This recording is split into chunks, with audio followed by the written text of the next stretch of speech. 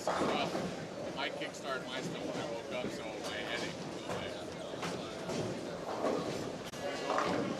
I feel like I'll flex her all of a sudden.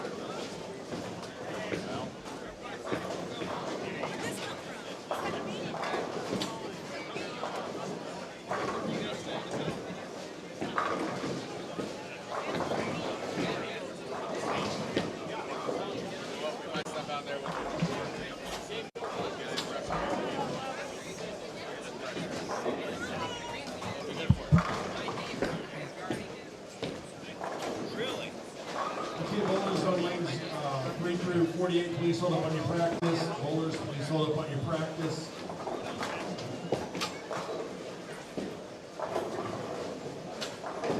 Okay, bowlers, this is last call. If you want to do any brackets or any side stuff, you'll need to do this before you start. Also, this is our last squad. Spectators, this is our last squad. They'll bowl 8 games. After this 8 games, we will be cutting to our top 46 teams. That will bowl 5 games at approximately 7:30 tonight. And then we'll be cutting to our top 12 for our finals tomorrow morning. That will start at 9 a.m.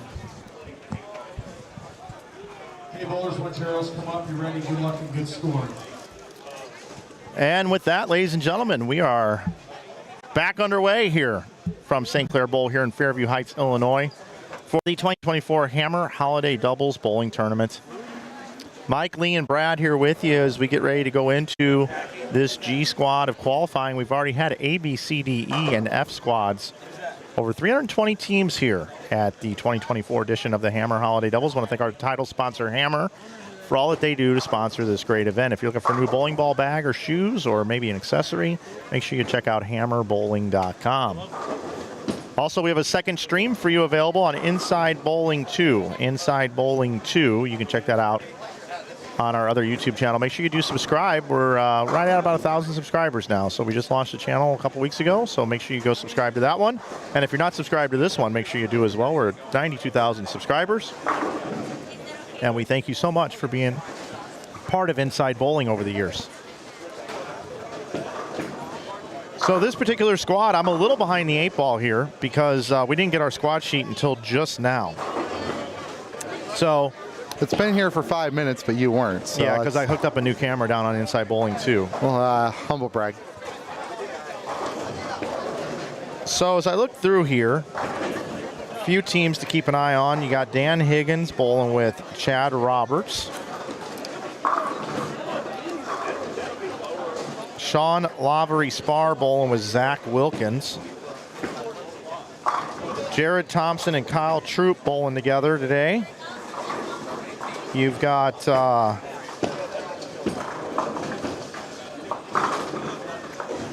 George Gohagen bowling with Trey Sledge. Cameron Doyle and Packy Hanrahan on this squad as well. Take it over to game 1 here. Liz Johnson and Adam Barta, your defending champs. And I didn't know that Jason Queen was bowling, but he's bowling with Larry Larson because Tom Adcock is bowling the RPI out in Reno. Matt Sanders bowling with Jimmy Cook.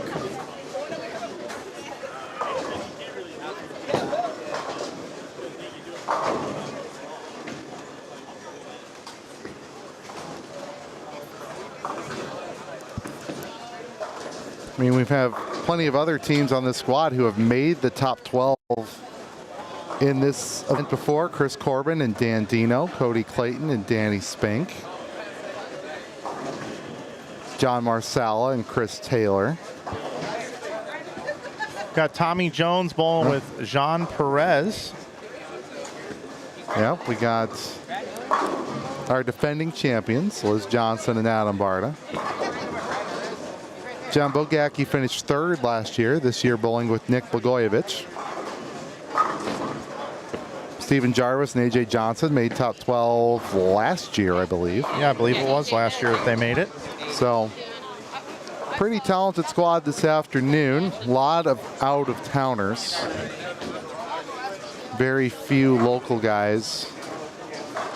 Clayton, Spink, Bird, Josephson, Sedwinski, Marsala and Taylor, Jarvis and AJ Johnson, Bogacki. Blagojevich is a adopted local. And Andrew Orff. Cameron Doyle lives here now, and that's it. Much of this group watched from home the last 2 days, made their way in last night, this morning, from all over the place. Camera is starting on 35, 6, 7, 8, where we find Mike Anderson, Garrett Jolly, Mike Bugren, Frank Lorenzini.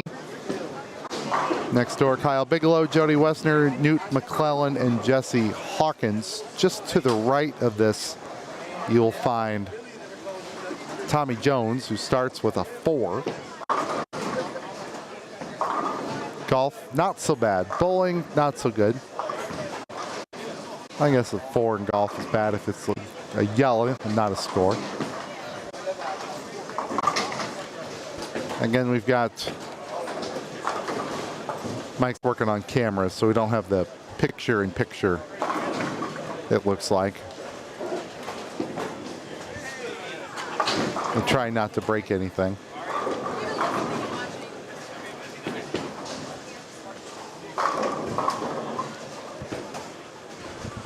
Guys, we have a night ahead of us, don't we? Yeah, Brad, we really do. There's so much going on here. In addition here, I wasn't sure if I could say this, but Kevin Valmonte is bowling with Mookie Betts. So Mookie Betts is in the field.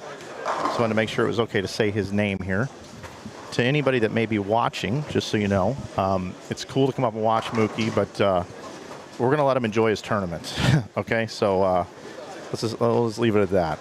But Yeah. Mookie is bowling. He's just a highly decorated athlete that deals with a lot of stuff when he goes and does things publicly, and we want to make sure that he keeps coming back to the holiday doubles tournament. So Mookie is bowling. He's on Tommy Jones' pair, bowling with Kevin Valmonte. Yeah, it's always interesting dealing with a guy like Mookie because everybody wants something from him. They want a signature, they want this, they want to talk to him, they want to meet him. We were bowling in Arlington when he bowled one of the PBA tournaments, and there were Boston Red Sox fans there just to try and get signatures, and it was almost, annoying. I worked the Chris Paul event, and there were like 450 people that were there to see Mookie, and it was just all hounding for autographs and photos. Now, with being a high-profile athlete, that comes with the territory. Completely understand it. And he signs plenty of those things and does plenty of those things. But what I witnessed at the Chris Paul event, I wouldn't have been able. I wouldn't have been able to handle. It's tough. So he has to find ways to escape out. So what I want us to do as a group, collectively, St. Louis, those that are here in the area, if you come up and watch, root him on, whatever. But don't be that guy that shows up with a stack of rookie cards, because that would be he won't come back. Oh man, I had mine too. Yeah, he won't. That won't happen. So he does love interacting with people, and he loves the bowling community and wants to be involved with all that. But it kind of stinks. We didn't draw a Tommy Jones card. We could have had Mookie sign a Tommy Jones card. Now that would be it. Boom. How does he know his partner, Kevin Valmonte? I don't know him. So, Mike Villarreal was supposed to bowl with Valmonte, and then they're just kind of opening. Maybe Mookie wanted to bowl. TJ knew about it, got the hookup. That's Mookie up there on the right side of your screen. 10 back. He starts with open, strike, spare. I was talking to somebody yesterday about his 300 at the World Series where, it got a lot of weight, it got a lot of attention, like people thought it was cool, but it's kind of hard to really quite understand how good of a feat that is to like just a kind of an average person that doesn't bowl a whole lot, to go out into a professional tournament, an environment that he has only been in a couple times. He gets tips from his buddies, but he on a pattern that I remember that pattern. I bowled on that pattern, and you couldn't miss right. And for 12 straight shots, he didn't miss right. And playing like this little tighter line in the middle of the lane, shoots 300 in a professional event at the World Series of bowling in Reno, kind of like. Well, the professional thing he's got down. Really, it's the bowling part that's a little different for him. Yeah. Cool moment. I actually was operating a Canon 70D like Casey Neistat had, and I free shot it and shared that with the PBA, and it was actually on SportsCenter that night. What I took with my my footage was on SportsCenter. It's pretty cool. I mean, they have a 300 in general, but to have a 300 in a PBA event is special. It's really special, yeah. Every time you do it, doesn't matter if you have 100 of them. How many do you think people ever have? 100? Quite a few. It's still cool every time you do it. So does Mookie have a card? I don't know. Is he a PBA Not sure member? if he gets a golden parachute or not. He's got the golden card. Yeah, he's got the gold card, that's for sure. So who do we have here in front of us? 35, 36. We got that already, Mike. You did? You guys took care of that? Yep. How about the lower bottom right screen? Did you guys take care of that one too? No, because it wasn't on. I didn't know just if you were brought it still. up. I didn't know if you were messing with it, so I just kind of left it be. 29 through 32: Kent Sherfy, Kevin Mason, Kevin Audie, Dave Colburn, Jason Queen, Larry Larson, Adam Barta, and Liz Johnson are defending champions. They've made top 12 how many times? At least 3 or 4. Come a long way. Adam lives in northern Ohio. Liz has made the trip here from various locales she's called home over the years, but yeah. I always just like to say my favorite hometown for her, which is Cheektowaga, New York. I've been to Cheektowaga, New York. Have you really? Is that where Schaefer's from? Yeah. Is someone else from there? It might be. Somebody else is, yeah. Is Liz Culkin from Cheektowaga? Maybe. It's up there somewhere. One of them. Or both of them, I don't know. It's right next to Buffalo. Okay. So we went to Niagara Falls a couple years ago, and the hotel was actually in Cheektowaga for a couple days before we went east. Yeah. And I'm like, where's the sign that says Cheektowaga, New York, home of Liz Johnson?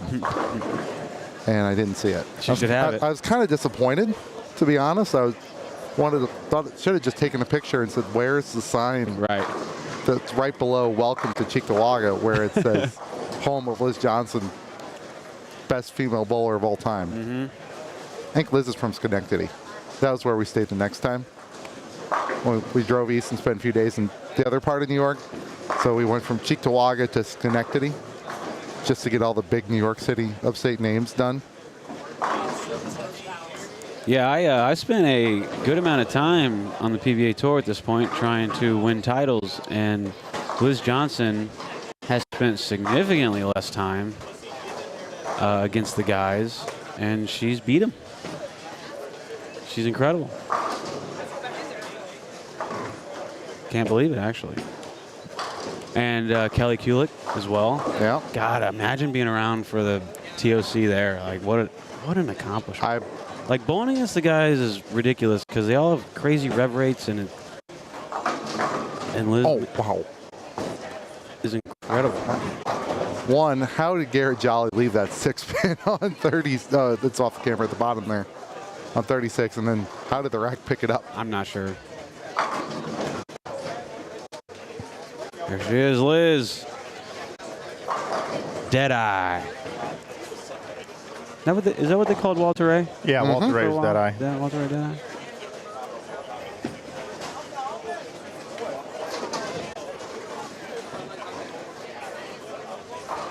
Yeah, Simonelli used to live there. All right. That's who it was. Folks, we still got our hoodies on sale, 25% off at Inside Bowling. A lot of people will take advantage of that. We got 5 Black Widow 2.0s left. At least we did 20 minutes ago. The ghosts are sold out. The cards have been sold out. And you can save 15% off all the other merch at Inside Bowling with coupon code YouTube.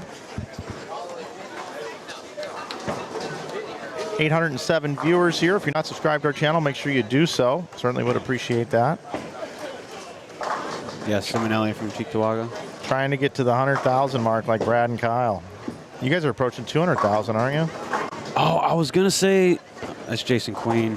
The way he was standing, I was like, is that Steel Smith getting ready to throw a shot on the screen right here? And it's Jason Queen. Who's he bowling with? Larry Larson. Nice. Okay. Larry's from that part of Illinois as well, or close enough.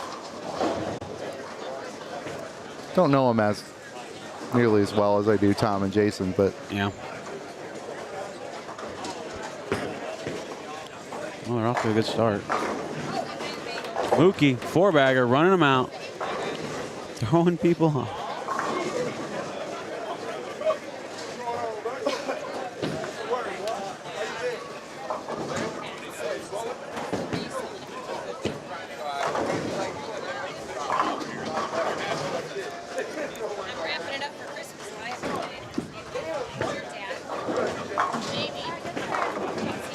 Mike selling some more hats here. We're about out of the in-stock inventory of those as well. We are. And it's only 2:30.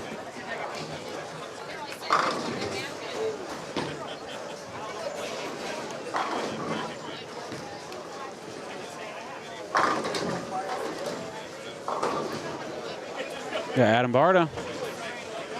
Trying to strike on this left lane for the first time. What lane is it, 31? 31. Probably throwing his Hammer Obsession tour that he brings out for this event and this event only. Yeah, it's frustrating. It's like, and the team you're bowling with has missed once. You can't figure out. You haven't struck on the left lane single time. I mean, this kind of looks like the first half of their title match last year. It was hit the hole every time, strike 3 times, and then each make one tiny little move that we can't even see, and then they don't miss. Yep. Then the train's coming. Just got to get the struggle out early.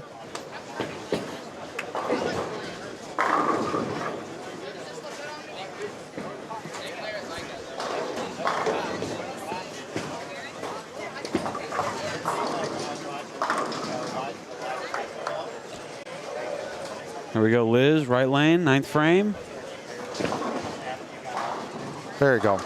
I mean, it can still shoot 38 and 20 to start. Maybe I should go out to where Liz lives and practice with her one day and bring the YouTube camera and we can get all the secrets. Be like, listen, how do you do it? What are your tricks? How do you see the lane?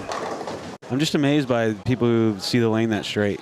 It's just a different... On the right side. Different skill. On the right side, yeah.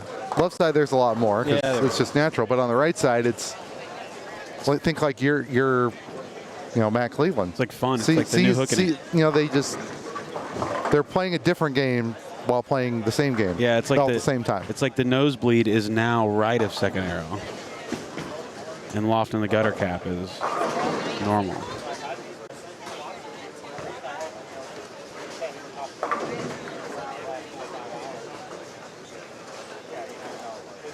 All right, looking around scores. There are some.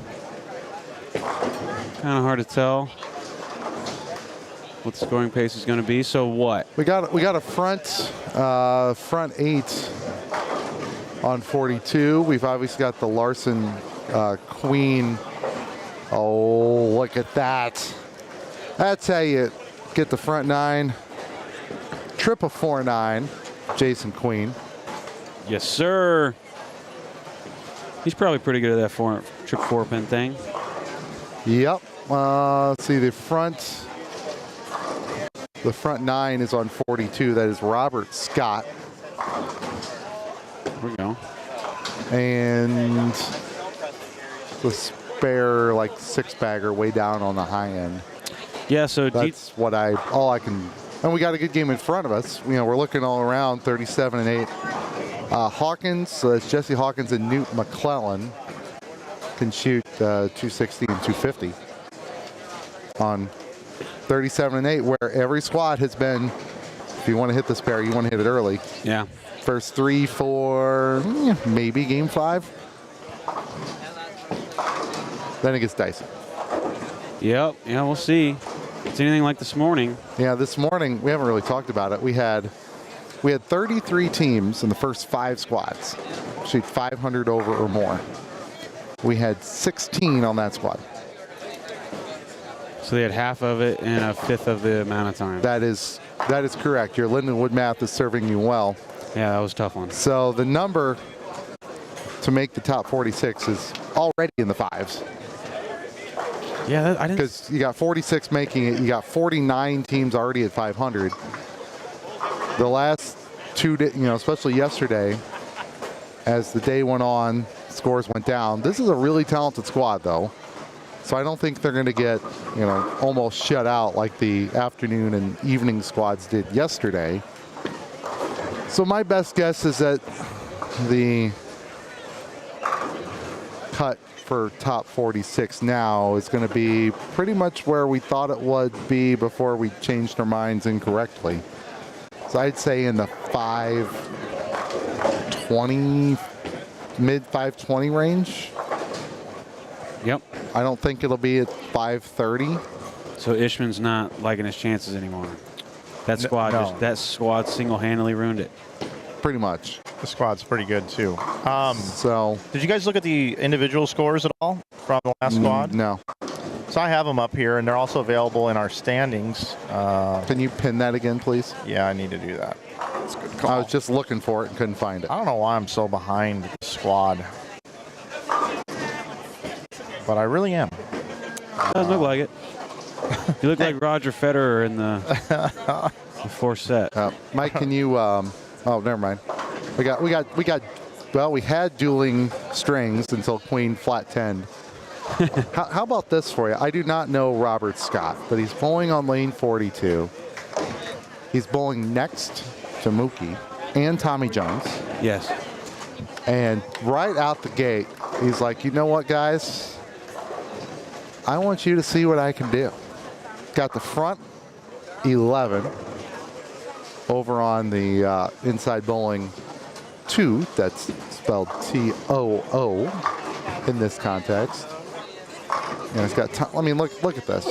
got Tommy right behind him. I know. He's got Mookie right behind him. No, this is actually kind of a deal It's here. kind of cool here.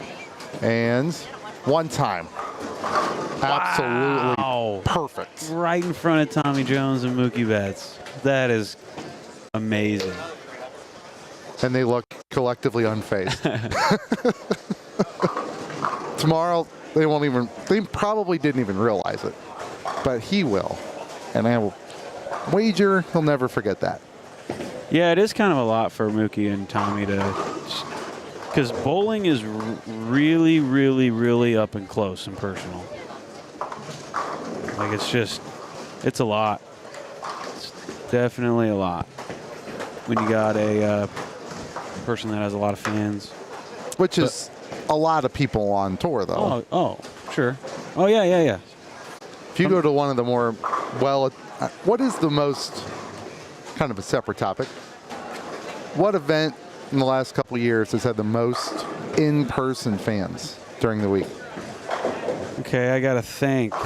Indy always does really well. They always fill a couple very large pro-ams. Where else do we usually go? Wichita usually shows up pretty good. Vegas is okay. It's kind of a spread out. I mean, there were a lot of people there for the Masters this year. I mean, Suncoast was actually probably a little too small to fit 490 people. I mean, it was packed in there. It's kind of cool. Compare that to what we'll probably have tonight and this evening. Is it similar? Or? Yeah. Yeah, everyone's really, really close to each other. But where else? Where else do we go? Shawnee's a small town. Let's see, Detroit, Milwaukee. Those are always good. Milwaukee, man. If we're at Wauwatosa and we're on that low end, the ceiling's really low, so the noise of the crowd gets trapped, and it's really loud. And so the shows in Milwaukee are always really cool at Wauwatosa. And then Detroit, the Thunderdome, they've got their own dome there, so it's obviously a great place. We go there every year. And I believe the Masters is in Detroit this year, and the World Series in Reno.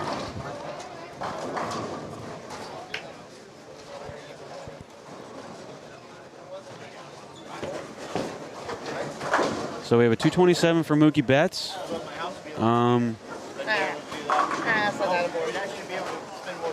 Tommy Jones had 224, so Mookie beat Tommy game one. Yeah, Tommy smashed a 7-pin.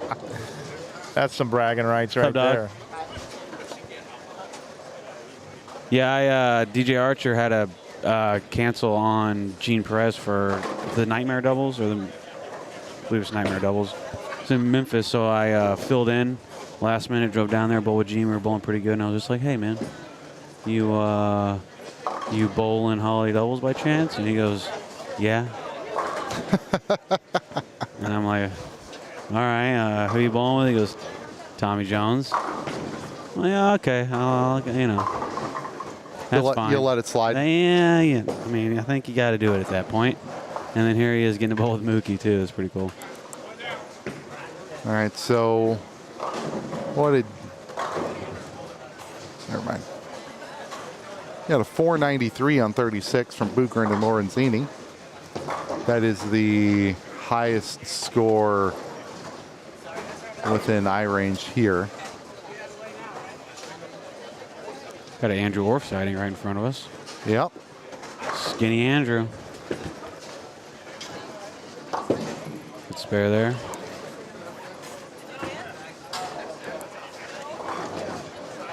We'll have Kyle Troop on our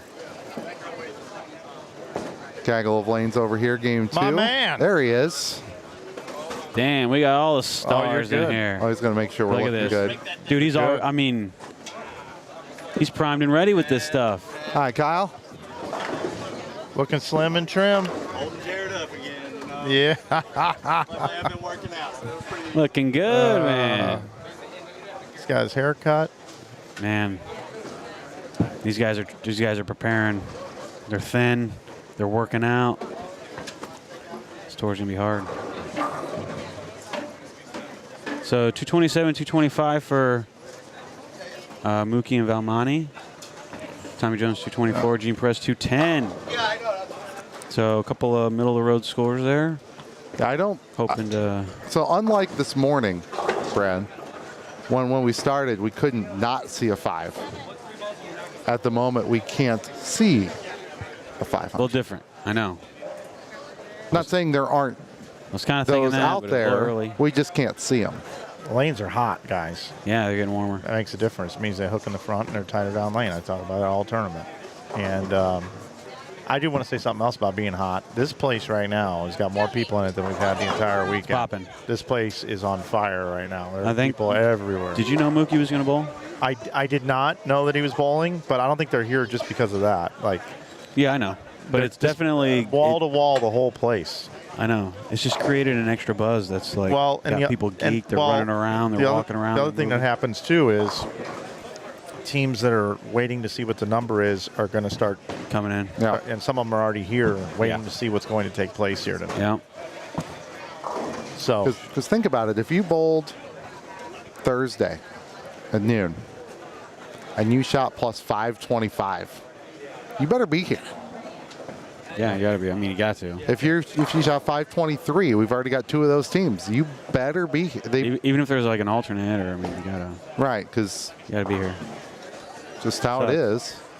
So you're going to have, and now the buzz getting out, Yeah, this which place won't take long. what's the deal with Landon Jordan? Is he on his way, I wonder? gotta be. He's, I mean, they rain- shot 548. Rain in They're the in. Midwest. Rain in the Midwest. I'm a little. Actually, yeah, that's gonna be a tough drive this I afternoon. know. That's what I mean. I'm That worried really about sucks. him. Worried about him. Maybe Tony's coming. Tony's got to be coming. Yeah, I right? think he's coming. He's coming. It's the weekend. Tony's coming. Tony Jordan will be here. Everybody, hey, I just want everybody to know, I went out on a break. I went and got another Thunderbolt cable, added a second camera. That's inside bowling too. So I want you to look at how clear that image is up there. So Mike Dole, no more give me a hard time down there about inside bowling too. Up on the screen. So you got the camera the other day. I've got an grabbed HD it, camera but you didn't have a cord, and then you ran over For a to the second cord one, right? Yep. There it is. There it is, right down there. Packy Hanrahan's going to be down there in this game. Yes, he is. So we're going to get going here in game number 2 here on the main. I got to go down and swap out that game graphic. It's just been too hard to get through all the people. All right. Hope I can get through now. Well, there's a 500 Yep. on 30. So that would have been Audie and Colburn. Or, sorry. Yeah. 67 and 48. There you go. We found one. We had to look a little bit, but we found one. Game number 2 on 29 through 32 will be Eddie Josephson and Eddie Sitwinski, Eric Deal and Dave Pafumi, Sean Lavery Spar and Zach Wilkins with Garrett Cook and John Adams. There you go.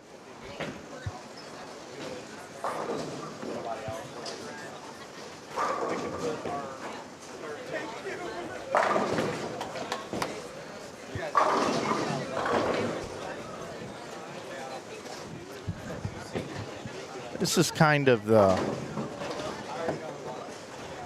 To be honest, I feel a little claustrophobic here tonight, guys. We kind of need that banner.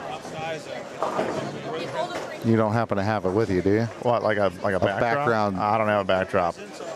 I asked my graphic designer 3 months ago to design me one. We haven't got there yet. I'll order it as soon as I have the design. Right now is the night we could really use it. Yep. There's a lot going on here. Yeah. There's a lot of people walking behind us. It's kind of like hard to. All right, here we go. We got a Wilkins sighting. He had to have a last-minute partner. Who did his partner end up being? Oh, you got Sean Lavery? Okay. John Lavery Spar. Yeah, Shake that off. good one. Well, it can't be that last minute. You had to make it all the way from. Yeah, no, it was Texas, probably like right? 3 weeks ago, maybe. Okay. I was told he needed a partner, and it was like I was told like 4 or 5 days after he made the post. So I just kind of figured. Somebody told me he got one, but I would have bowled with him.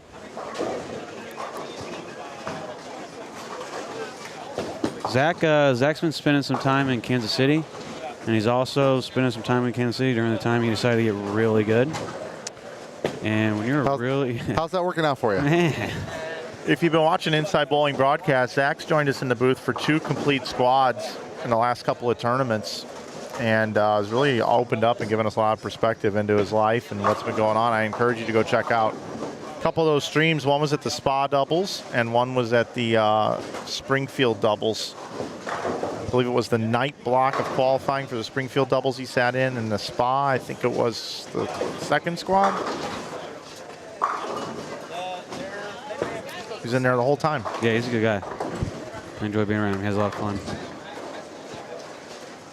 He's got some drink that he likes. I forget the name of it now. Somebody in the chat will tell us. Oh, 8-pin goes down late. That's awesome.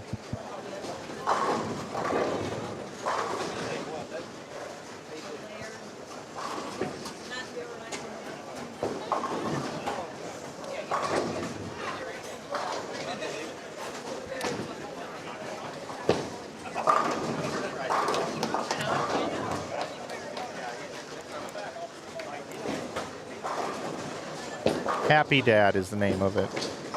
He likes Happy Dad beverages. Is that Milk Boys? I don't know who makes it. Happy Dad. I don't know. It falls right into my whole Daddy's Little Helper shirt, though. I'll tell you that.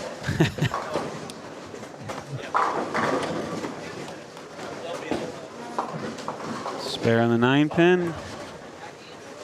Not loving it. It doesn't seem like it's the same vibe as the first squad. Guys are seeming a little more grindy. Scoring pace. Look at that. 7-pin stand.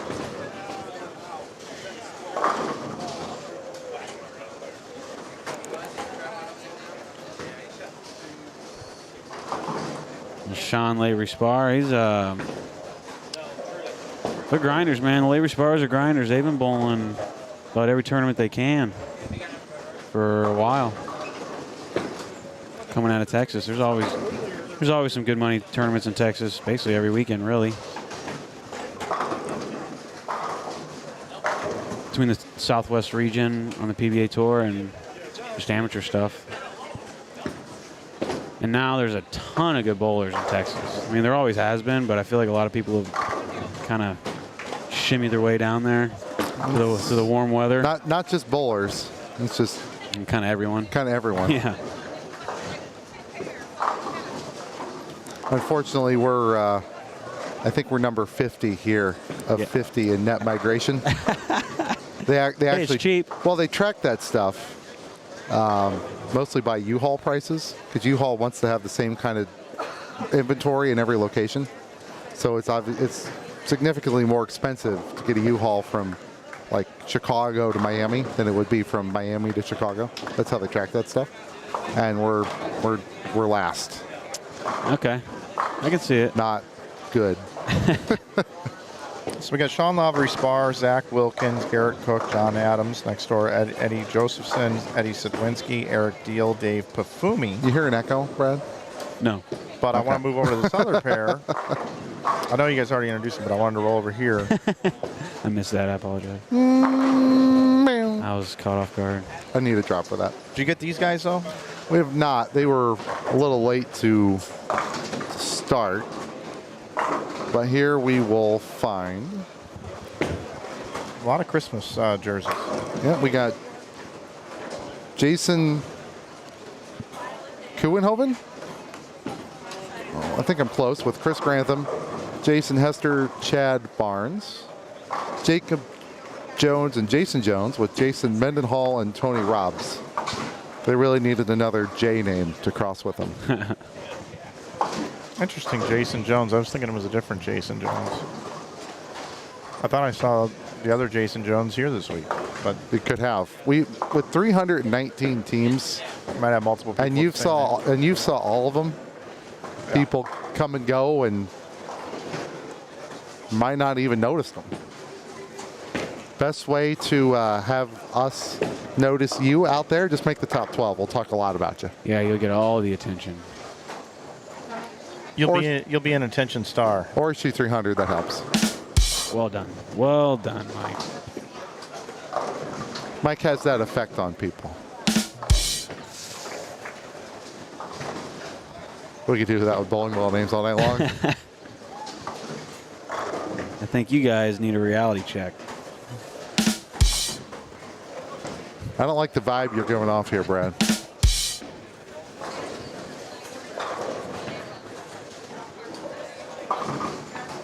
I'm just I've got like 17 bowling balls in my head. It's like which direction? I don't know. I'm over here thinking about X Factor. I think you guys always need to sit there in pure envy. A pure envy. Come on. So where is the trying to get a little Eddie Sedwinski on camera. What pair is he on? He is on the other side. So they'll be in the subset here. In the PIP. Yeah, you know me. Eddie goes way back a little bit in the booth as well. He does. He's got some little HSB. Got some booth time with the whole action matches back in the day. Down on Inside Bowling 2, if you want to watch that feed, you got George Gohagan with Trey Sledge, Julian Brown, Andrew Orff, Cameron Doyle, Packy Hanrahan, along with John Marsala and Chris Taylor. Inside Bowling 2. Jordan couldn't make it? Jordan Horns? No, he's got a job. Well, that's good. Job's good.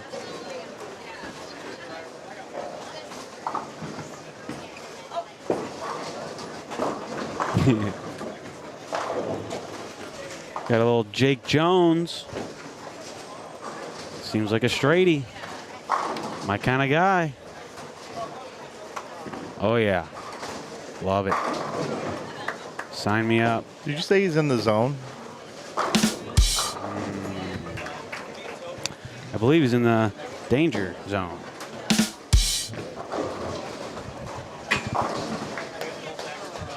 And you could almost say these guys are all in the Army, which would put them in the combat zone.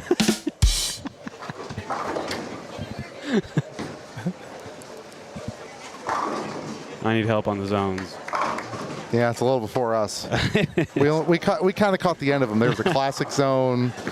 Oh, classic zone. Wasn't that purple? Yeah, like a purplish, bluish color, mostly purple. By the way, guys, when you're here all day and you're streaming all day, you definitely want to have kind of light meals. If you eat something heavy, you might have a critical mass.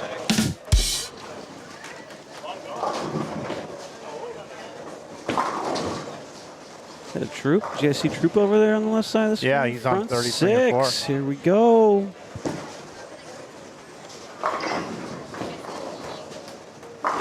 He's so on fire, you might even call it an inferno. You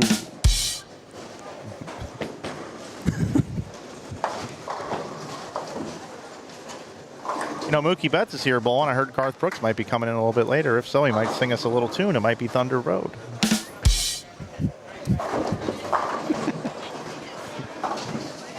Yeah, if you're more into the upbeat stuff, I would recommend Thunderstruck.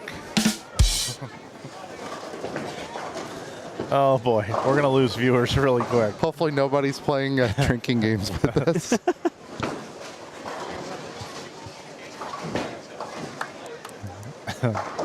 I could get out of control very quickly. Yeah, this goes deep. It's kind of hard. There's so many bowling balls out there. Yeah. It was crazy. I got home last night at 1 in the morning. Kim's dad was outside. He loves to shoot his little BB gun. And it was raining, but he had like the little roof over him and everything. He was outside doing target practice. And I said to him, I said, dude, I said, what are you doing out here? He says, I'm in the target zone.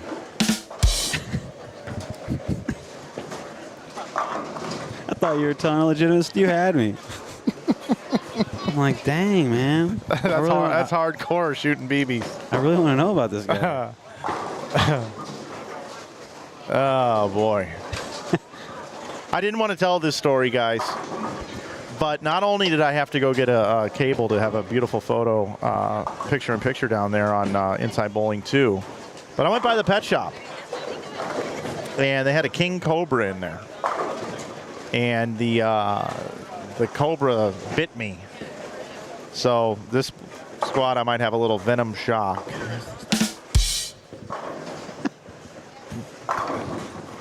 Did you get a black widow bite?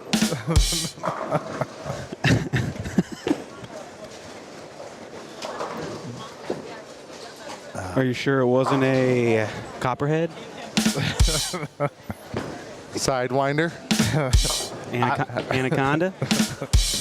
I don't know, but there was a puma came around the corner. And a bobcat. And a sumo. That was the weird part.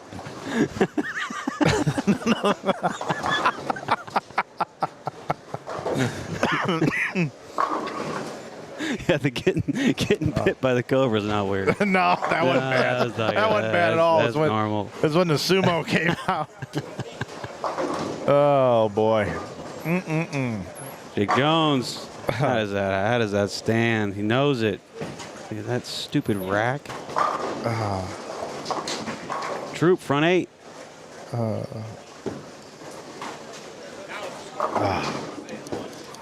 Are you guys ready to take the high road here? And quit this? I was thinking about going to the home improvement store down the road. Oh, where are you, Lee? Get some Christmas gifts. Blue hammer and a purple hammer. And a black hammer. Got to have a hammer for every color. I've just made an executive decision. We are going to stop this. Thank you. Thank you. This could be a problem. That was fun, though. That was fun. That's one of our core values, though.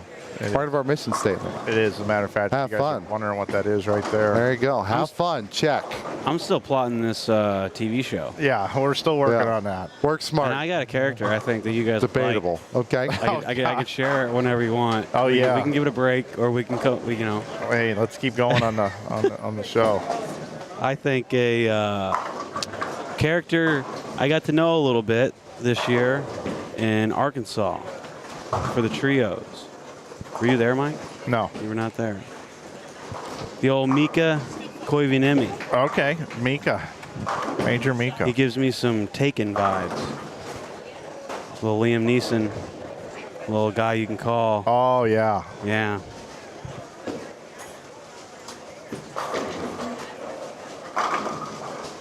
He was really fun to bowl with. That was actually really awesome.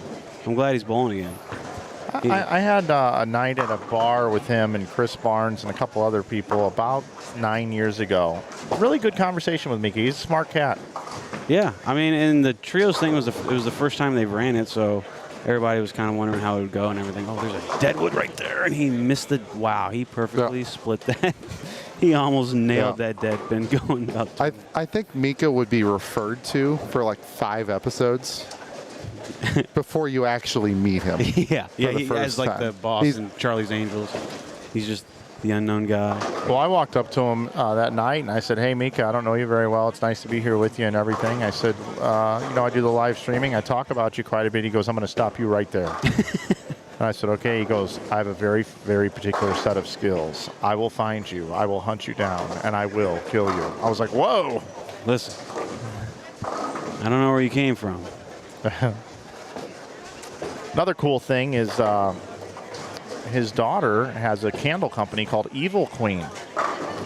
And you guys should check out Evil Queen candles online. And Lena, his wife, gave me a free candle, and I went on and ordered like 6 candles to support the business. And when I did, I got a handwritten note back from Mika that said, "Thank you, Mike, for supporting our family business." Really? Yeah. He told me when we bowled together that he helps. He does. He packages. He does. He's like in there working. It's cool. And he was wearing a jersey with all the candles on it. Yeah, all the candle sayings. Yeah. It's a really neat story. I know somebody you can give one of those to as a gift. Who's that? Jason Queen. Oh, okay. Yeah. He's kind of a... That'd be a funny one, though. The Evil Queen. The Evil Queen. So these guys, 37 and 38, there's a deadwood right there in the left corner. They don't care. These guys are just bowling, man. This is not even there. 7 pin and all. Oh, I think they're going to get it now. You get so busy doing stuff sometimes that I forgot to put the links to the second channel on here on every one of these streams, so I just added it. Uh-oh, we got Cayenne Shiba. That was worth at least $10.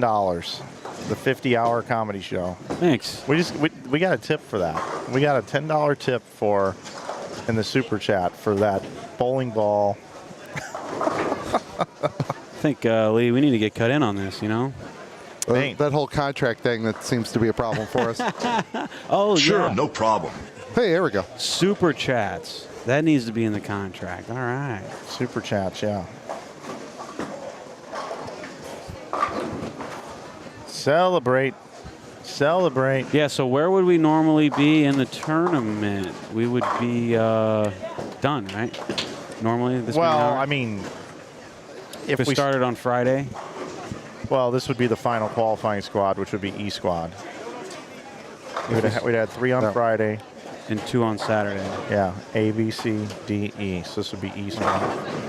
But in terms of number of hours, So you guys we're are in a match probably play. close to being done if we did this last year. Oh, yeah. Yeah. We've logged enough hours that we'd be coming to the close. And we're not even to the night squad yet. No, we're not. It feels like the night squad, though, actually. I don't know if you guys are thinking the same thing. It does. Doesn't feel like I think the sun it's ever the came up weather today. I think outside, so. right? It does not feel like 3 o'clock in the afternoon. No. Well, the sun is out on 39 and 40. We've got the team of Mayberry and Brendan Miller. And one of them has the front 9. Very nice. They don't even have to wait till tomorrow. Sun's out today.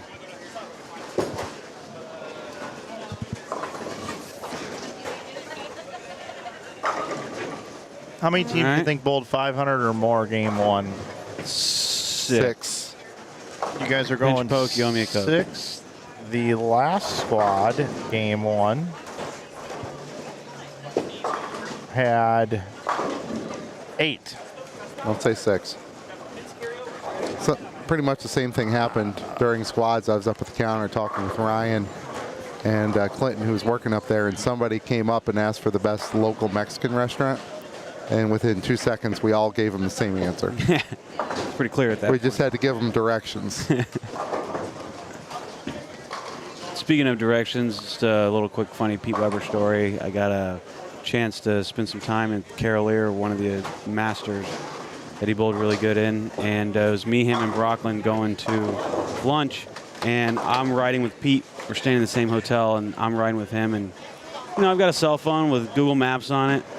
And we got to meet Brockland at this place. And instead of just him looking it up, or he goes and asks the front desk lady, and the front desk lady gave him like step by step.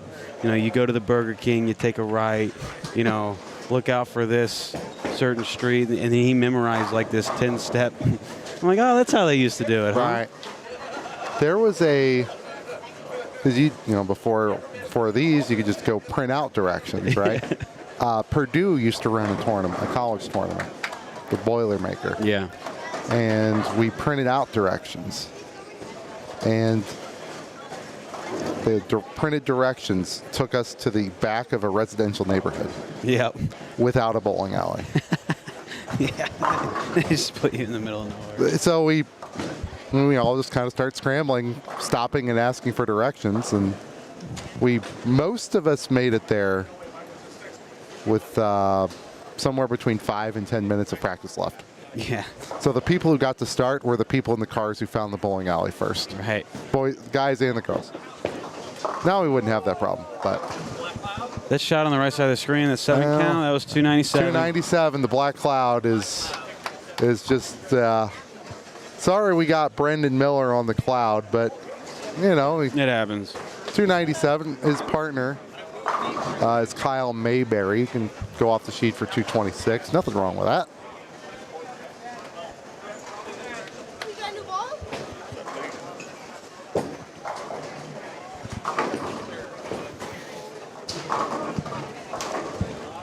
There you Jason go. Jones. Pumped up. Oh, ham turkey dinner. Yep. Like that Dutch 200, I hate you. I was going to mention you should no. get a present. Oh, You should, yes, absolutely. I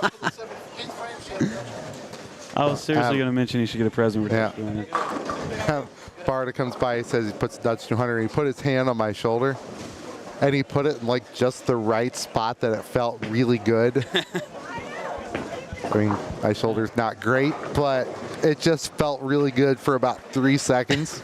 A little pain relief. I'm like, can you come back and do that again as long as you like? Or sit in a chair, get one of the day. Nice little Brooklyn there. Play the rack. That's a big shot. Really, right on cue, Jason Hester on 36. Strike spare, strike spare, strike spare, strike spare, strike spare. He's got a strike on the fill shot for a Dutch on camera. We can get a Dutch. Come on, Jason. Let's do it here. We got two Jasons. We got Jason Jones, who's on now an 8-bagger. Nice. Jason Hester is looking for an A-bagger. Yes, come on. You got it. For a perfect Dutch 200. No, he did not strike on 36. Wow, lane 36. It's 5 games tonight, guys. 5 games, yep. I had to look it up. I couldn't remember. Mayberry did punch, so we went back 6 for 220. I think it was 7. So, is that Griffith and Fife bowling together in Mayberry?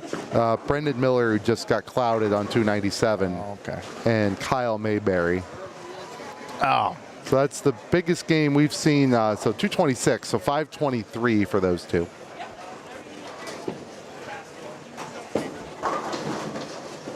Oh, come on. Do all that work. Bring Messenger over. Got one in the gutter.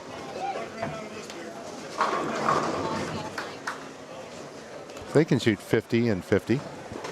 5-team.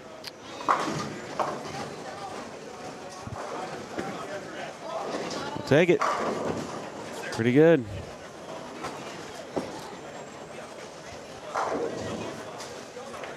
Clean her up here. Tony Robbs come in as the anchor. Lane 37. Jake Jones is on 37. Appreciate the color coordination. Yeah. We've got 37 and 8. We got the two guys just to their left. Yeah, you're right.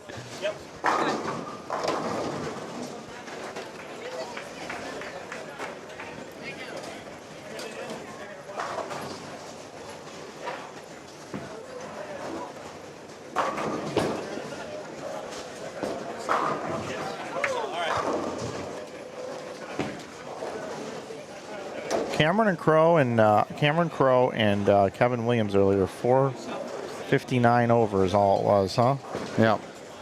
There is a log jam. I was looking at the 459 and 460 for the cash number.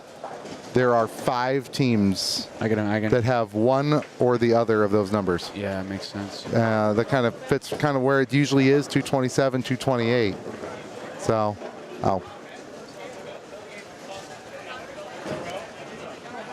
So if you want to, if you're close, make sure to get to 461 because you beat 5 teams at least. Shot there by Jake Jones. Good game there. Yeah, 56 and 58, 514 for everybody's just trying to keep up with the Joneses. Coming in hot. How you doing, my friend? That's the wrong button. I like that one. Cutting to 46, everybody. 46.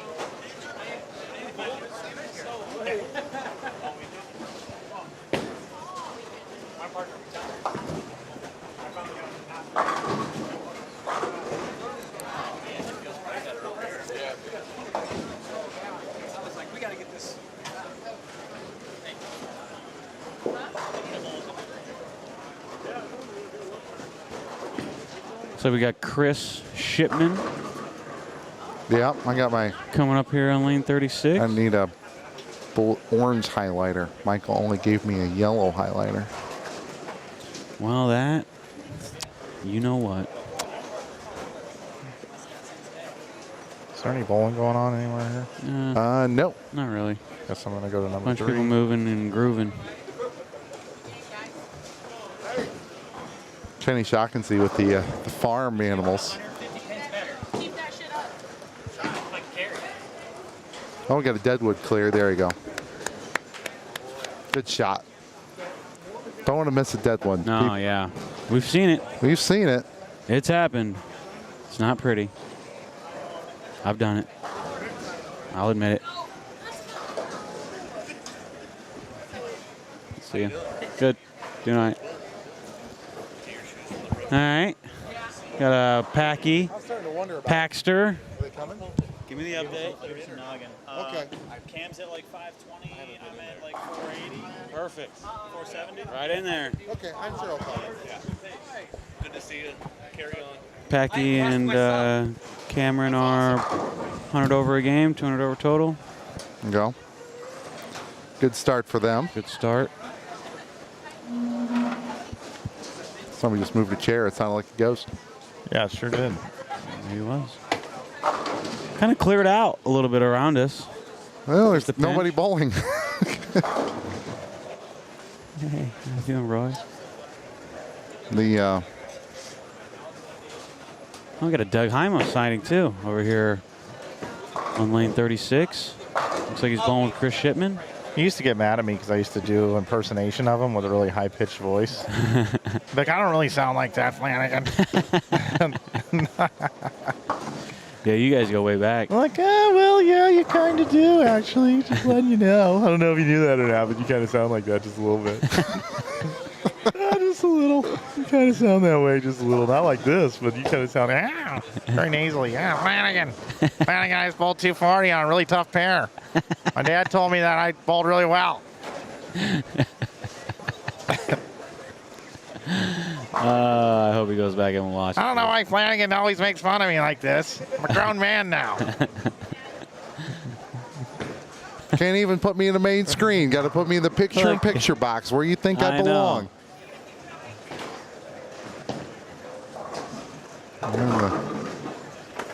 I do love Doug Hymos. No. I do just want to throw that out there. How could you not love Doug Hymos? I know. He had some good times with that guy. He was on the Lindenwood bowling squad when the Lindenwood bowling squad was the craziest, I think. I would give that the few years before me.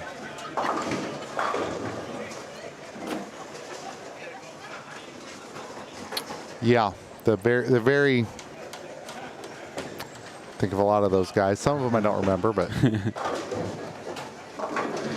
Valenta would have been involved with that group. Yeah. Mike Dole would have been involved with that group. Oh yeah.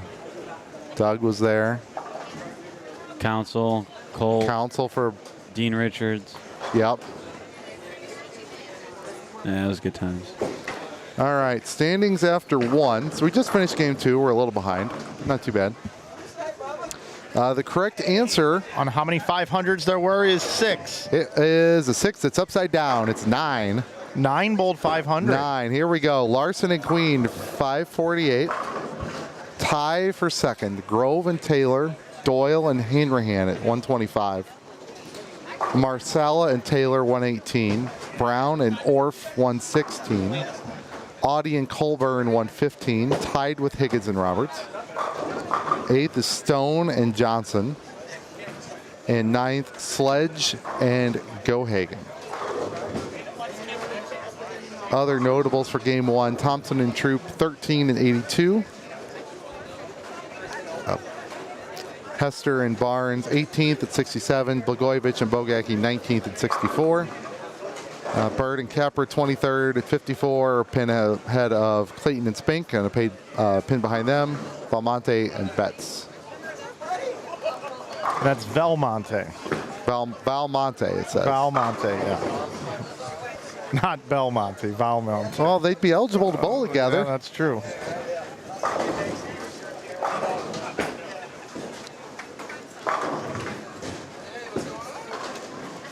Johnson and Barta beat one team in game one. They were 3 over.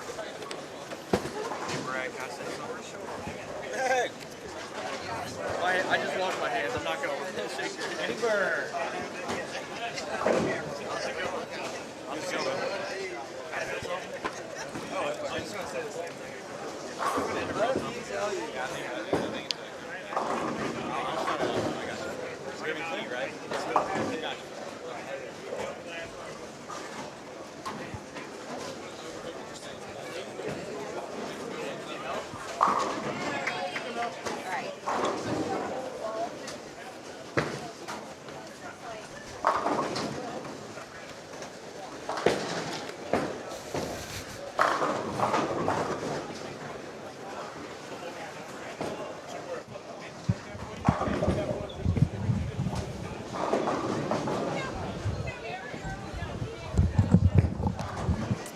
Folks, there's no other way I can do this, but I'm going to mute the mics for just a second. I got to talk to my guys here for a second. So you're not going to hear any sound, but we'll be right back.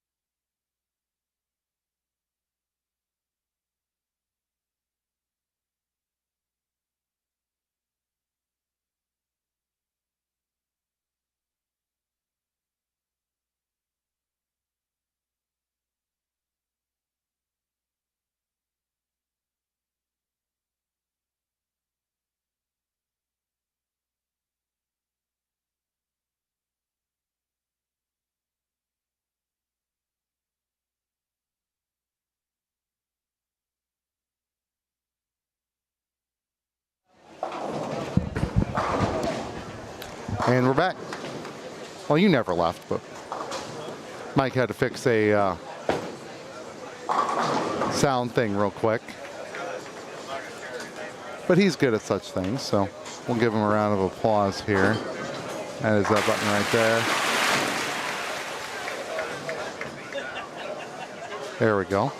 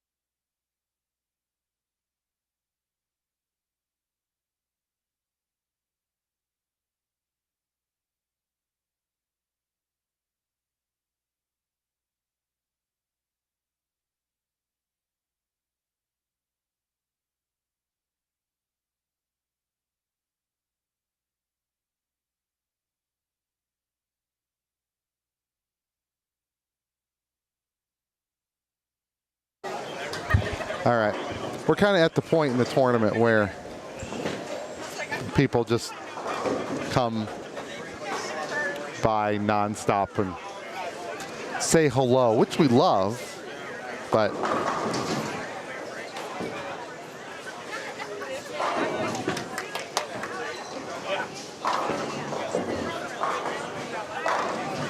see if I can flip this guy here. There we go.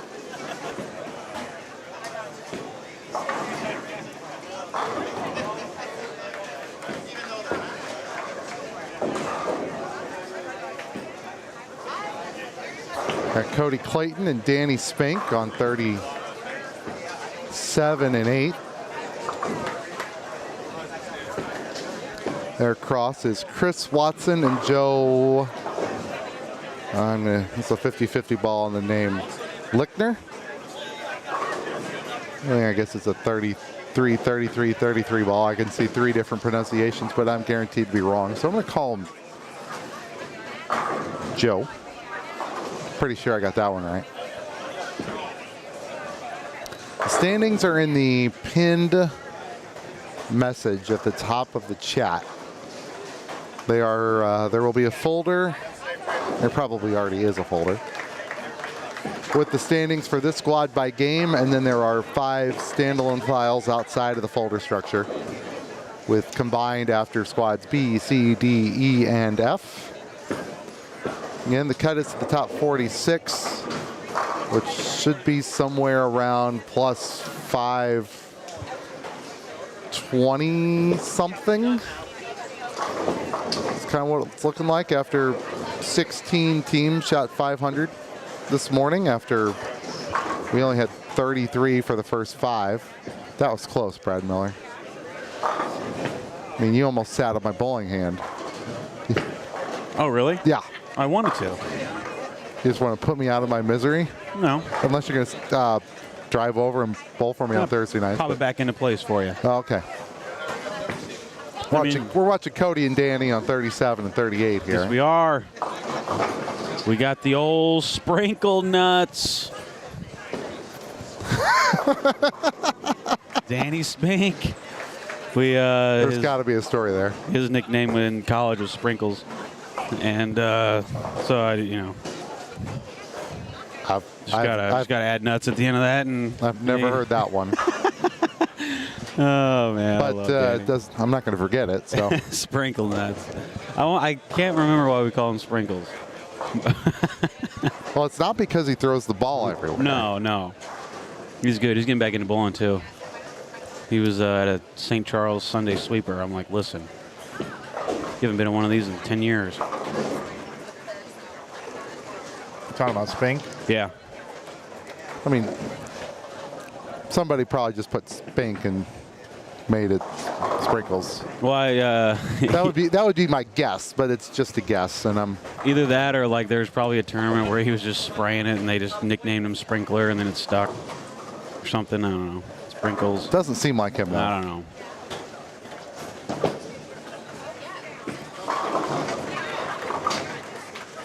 Get up on the 4-pin. Cody's got the front 3. Wonder how they started. Guess we only got after 1, right? After 1, they were. Doesn't seem great. 24th at 453. So, not what you want, but not a deal killer either. We do have. Lead 40 front. Well, there was a front 11 for the team, and between Bird and Capra, and that said nope.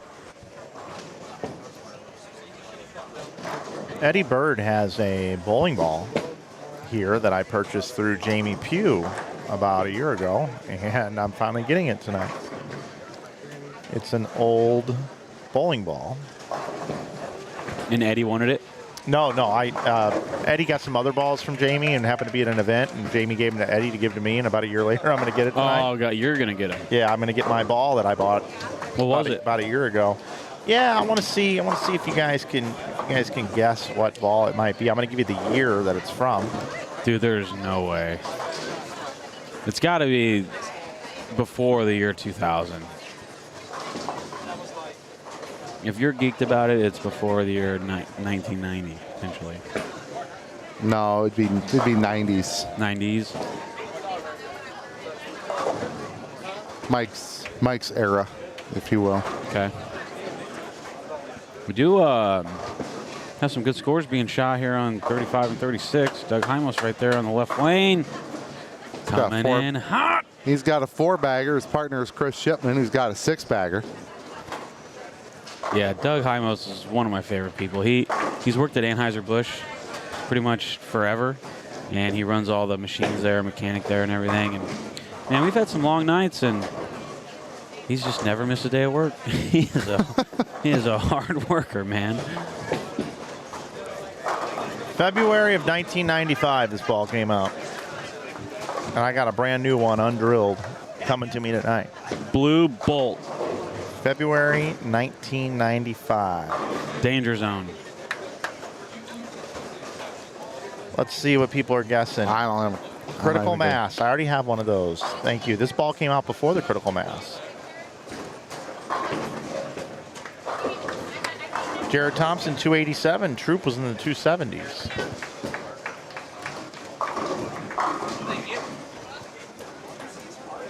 Pick a ball brand.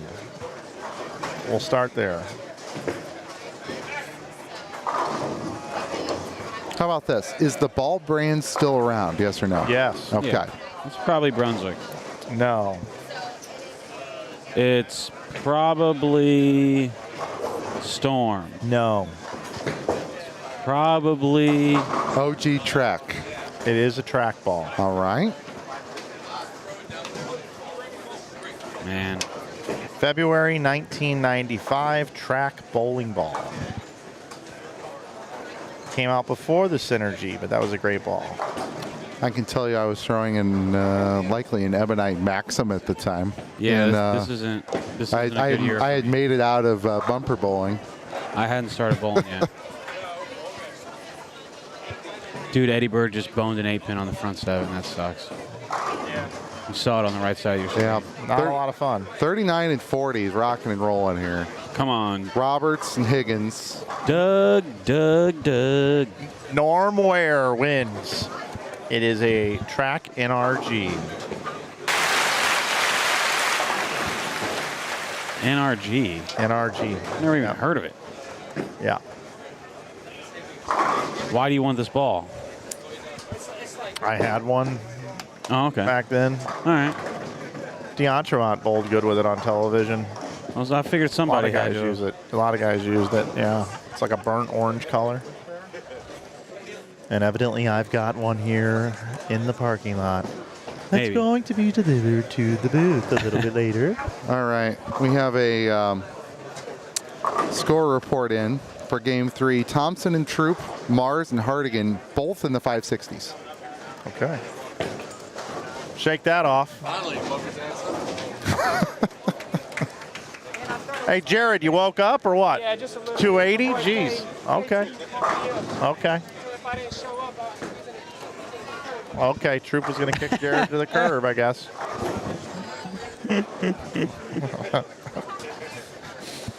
That's hilarious. Now, so that team is funny, man. They bowl so good together. They're fun guys. Yeah, they are. Both of them. They needle each other. They have fun and they with can't bowl any different.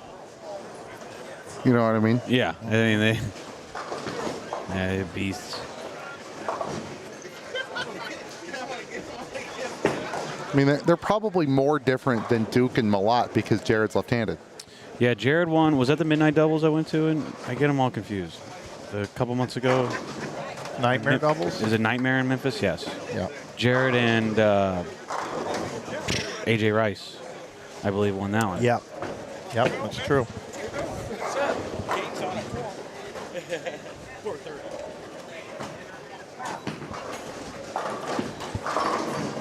All right, good shot there.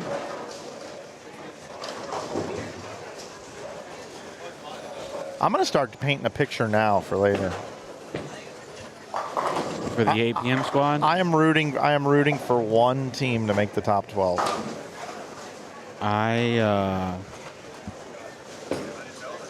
Well, And I want to see how many pins they're going to have to make up. They're going to have to make up about 90 to 100 in 5 games. Okay. they're bowling in this squad. No. But they're in the night. They're in tonight. They're in for sure. Yeah, they're going to be about 90 out of the top 12. and I want these people to bowl so good tonight and be here Sunday. I don't understand who it could be. I really want them to make it. How can one team make you this giddy? I root for stories, man. I root for stories. Stories. So what is a good story coming out of a squad we've already... I'm going to give you kind of a hint. Do you know Pete Weber's first ever adult league game was 300? Okay. When he joined adult? Yeah. His very first night, first game, he bowled 300. Okay. Right? So I like those types of stories. I like firsts. Okay. I like firsts.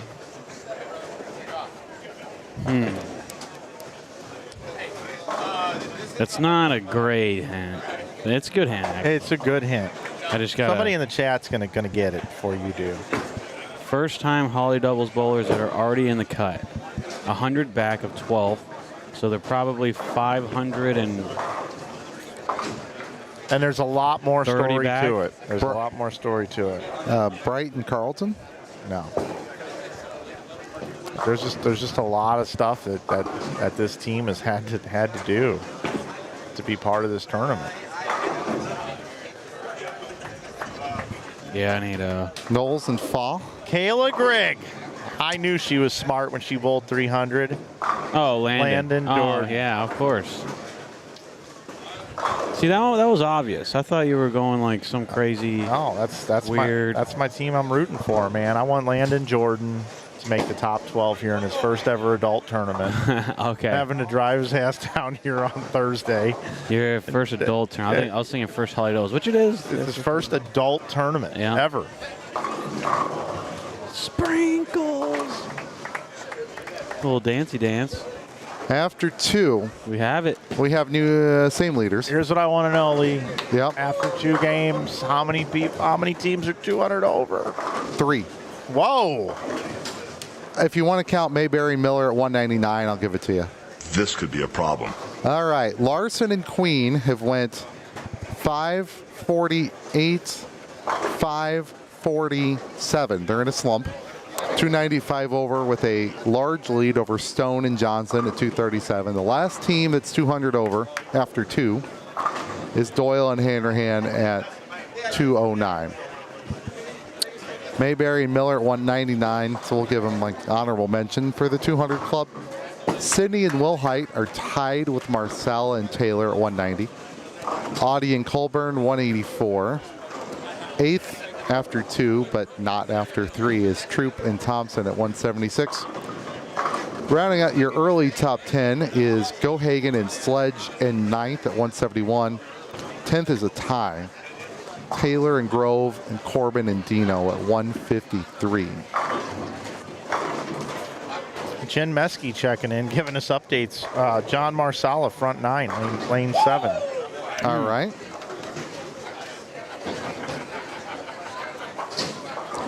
Thank you. Oh, you're welcome. Other notables, Jarvis and Johnson, 15th to 138. Brown Orff, 17, 134. We got a Christmas present. This might be for Mike, though, instead of... What's up, dude? Doing it good. Johnson and Bard at 25th at 110. Higgins and Roberts tied with them, except they're going to shoot a nice game that's going to be nowhere close to Bird and Capra. Eddie's already in it. 267. They were in 37th at plus 64 after 2, so this potentially 547 is going to fix that.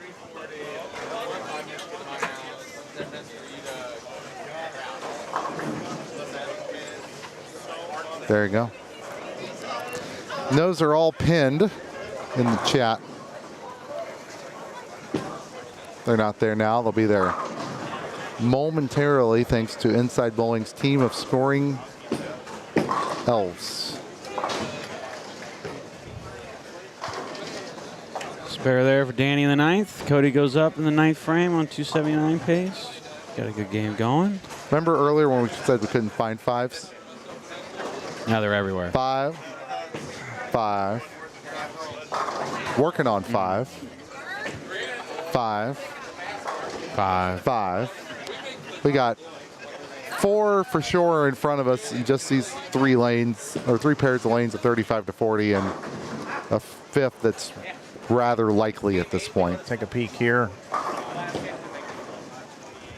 And then down here, we've got a front 8. We've got spare, half a dozen. No other 5s though. Yeah, so on Higgins and Roberts shot 514. Bird and Capra will shoot 528. 26.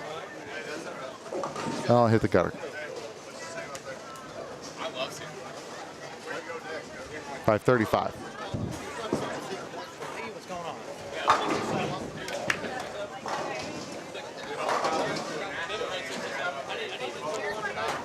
Tommy Barnwell here with this festive shirt, I would say. Pulling with Travis Anderson. Yeah. 2 other Illinois guys.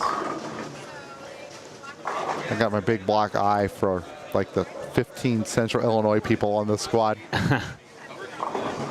Or maybe it's not 15, but it's like at least 10. They can just drive up early. And they just drive down, and if they make it, plenty of hotels around. Here in A.J. Johnson front 9.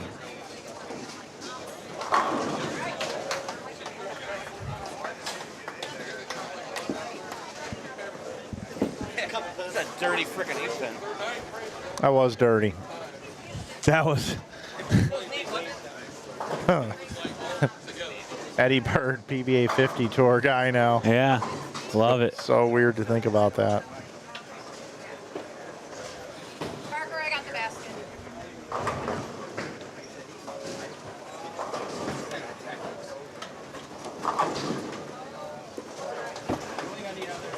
I'm over here in the aquarium right now with Higgy. It looks like Jarvis. Oh, Yeah, no. the aquarium only shot 514. Yeah, I saw that. Only. Kind of how they do it, too. 260, 240. It's hardly ever 300, 210. It's always 230 and 260, 230, 250, 240, 260, like whatever. It's a team. Yeah.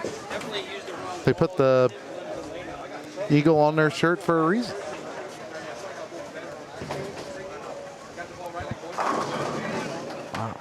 Shot. We see a 710 spare. What are they? What are these things on the shirts? What are those on the shirt? Are those raccoons? Are those raccoons? Sloths. Okay. Chad Sloth. Okay. Chad Sloth. Okay, I got it. It's too good. Yeah, Chad, you both slow. Let's put a sloth on our shirt for holiday doubles. So here is one A.J. Johnson.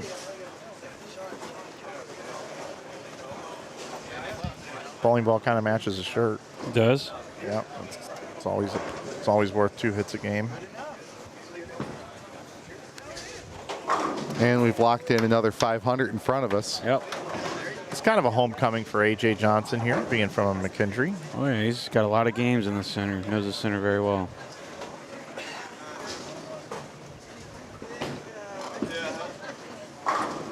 Yeah. He doesn't fall off many shots. No, he's cleaned up his game so much, man. You know, he's kind of the guy next. I kind of compare him a little bit to Kyle Troop, and you're probably going to say, how the hell are you getting there? And here's how. Tell us, Mike. Yeah, here's how I get there with him. Troop was good. Troop could win on tour, and then he developed touch. AJ, if you remember on his very first Master show, he threw the ball out of the back of the building, basically gift wrapped it to Belmo, right, for the title, #1 seed. And since then, he's become a very good touch player, despite really hammering on it at point of release. But he's much better with his speed control now. Yeah.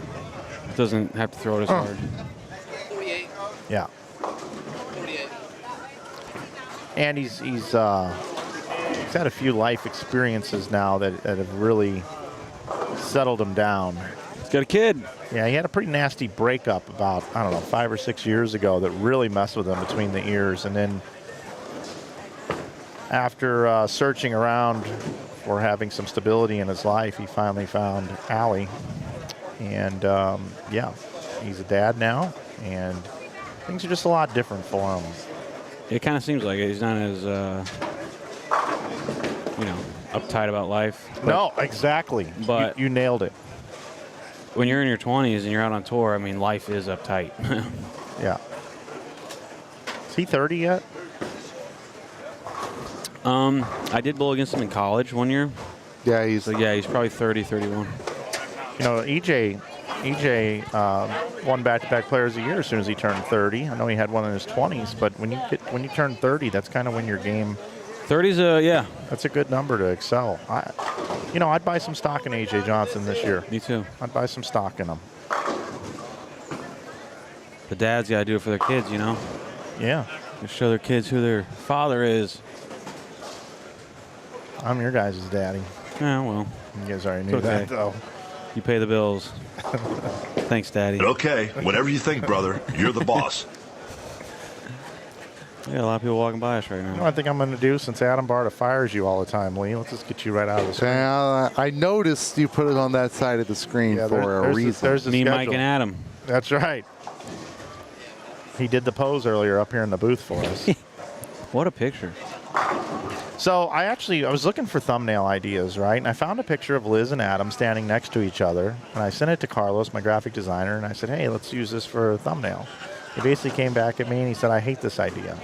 And I'm like, okay, well, I really don't know what to do. I want to try to get Liz and Adam on this thumbnail. I found a photo that's decent enough to use. I said, let's put maybe some holiday stuff around it or whatever. He's like, I hate the idea. I said, okay, fine. I'll go to something else. I trust him. He's my graphic designer. So I go, okay. I hate doing this stuff, by the way. I hate doing the thumb. I hate even tasking anything in graphic design.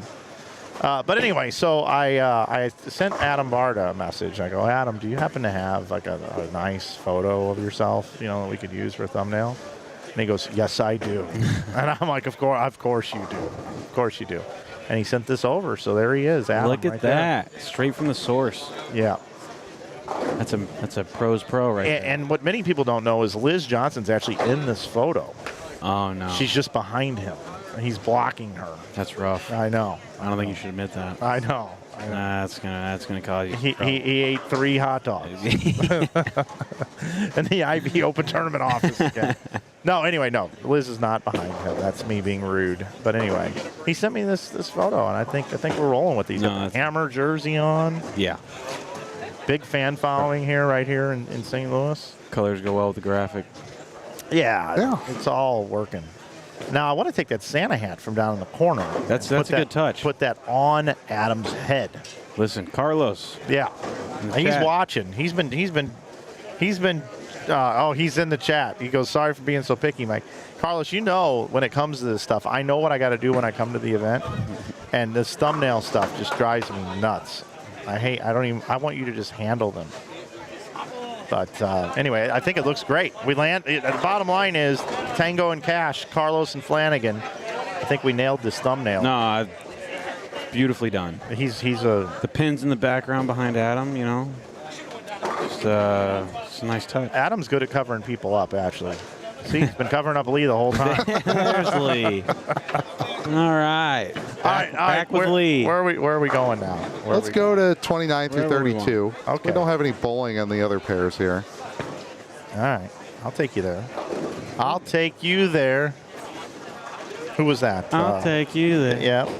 Somebody hit me. I'll take you there. Dun, dun, dun. That was, 1990? I'll take you there. Ooh, since you know it, it's a little bit like, I'm going to go 1996. I don't know. I'll take you there. I'll say before. I'll take you there, song release. Let's see, who did it and when?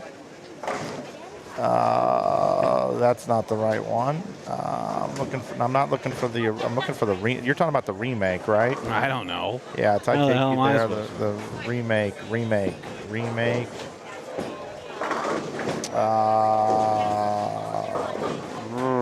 Boy, this isn't an easy one.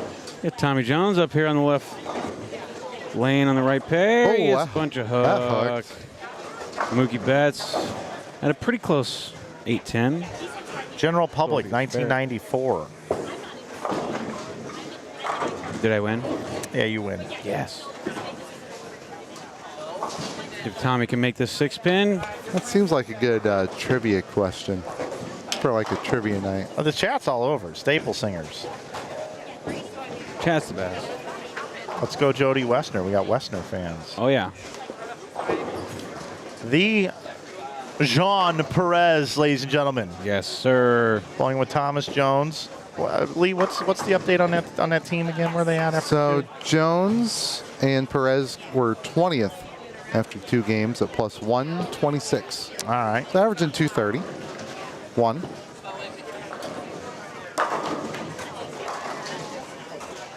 How did Vince Wood bowl earlier?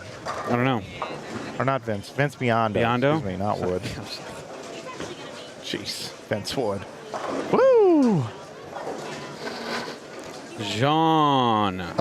Biondo and Marazzo 63rd or tied for 63rd at plus 471. So Check. We're cashing 79. Close to cashing. Close to a cash spot. I would say they're. What squad were they on? Was it the last squad? I believe so. They bowled E squad? It would be F squad was the last one. Man, I don't know why this thing, every time I refresh it, just doesn't want to help me. Okay, so let's try to guess what Vince Biondo averaged. I'm going to look up his average. They were how many over? 234. 471. I bet Vince was 270 of it. So that's a team average per man of 229. 270 divided by 8. 270 divided by 8 is 233.75. That's what I think Vince averaged. You're saying he was the majority of the score. You took mine. I took it? Yeah. I took you there. All right, let's see. Biondo. How you doing, my friend? He averaged 230 or 227.5. 244, 234, 258, and he hit a little bit of a rough spot. 208, 204, 234, 202, 236. Bummer. Summer. Mookie Betts with a 6-10 there after Tommy Jones goes high on that lane. Get a bunch of hook. Look at him. He's staring at it. He's like, man, I got to move about 6 boards over here. This stupid lane that hooks. And given by the scores a little bit, I don't know about the strength of squad or anything, but kind of seeing a lot of hook. Like I said, the lanes are warm. Seeing a lot of guys go high. I'll tell you what Mookie's inspired me to do here. Play baseball? I just brought hats into this thing. Now I want to bring in some beanies. Thank you. I'm liking this. I'm liking this beanie thing. Is that a beanie or a stocking cap? It's probably a stocking cap. Do we know the difference? I was going to ask you earlier.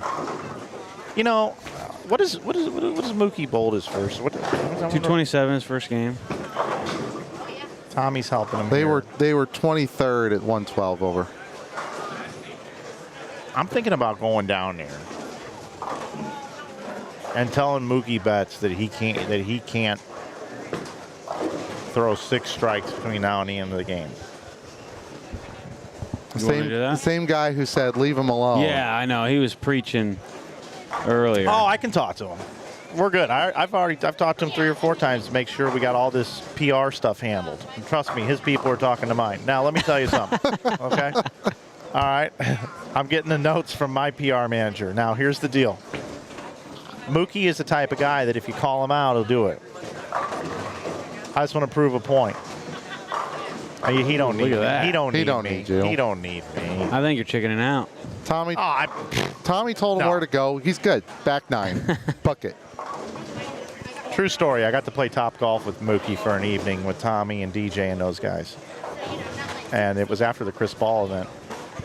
And I had a chance to sit down and talk to Mookie a little bit. I'm a big memorabilia guy, right?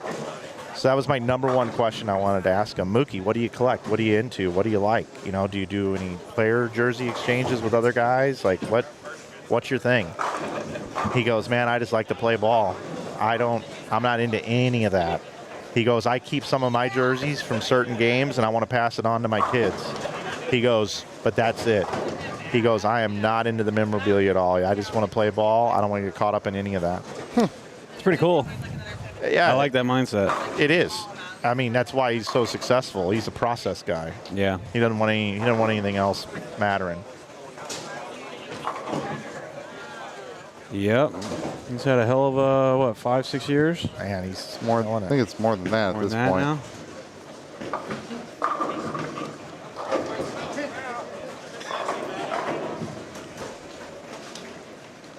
Apparently, he's going to play shortstop next year. Yeah, that's what I hear.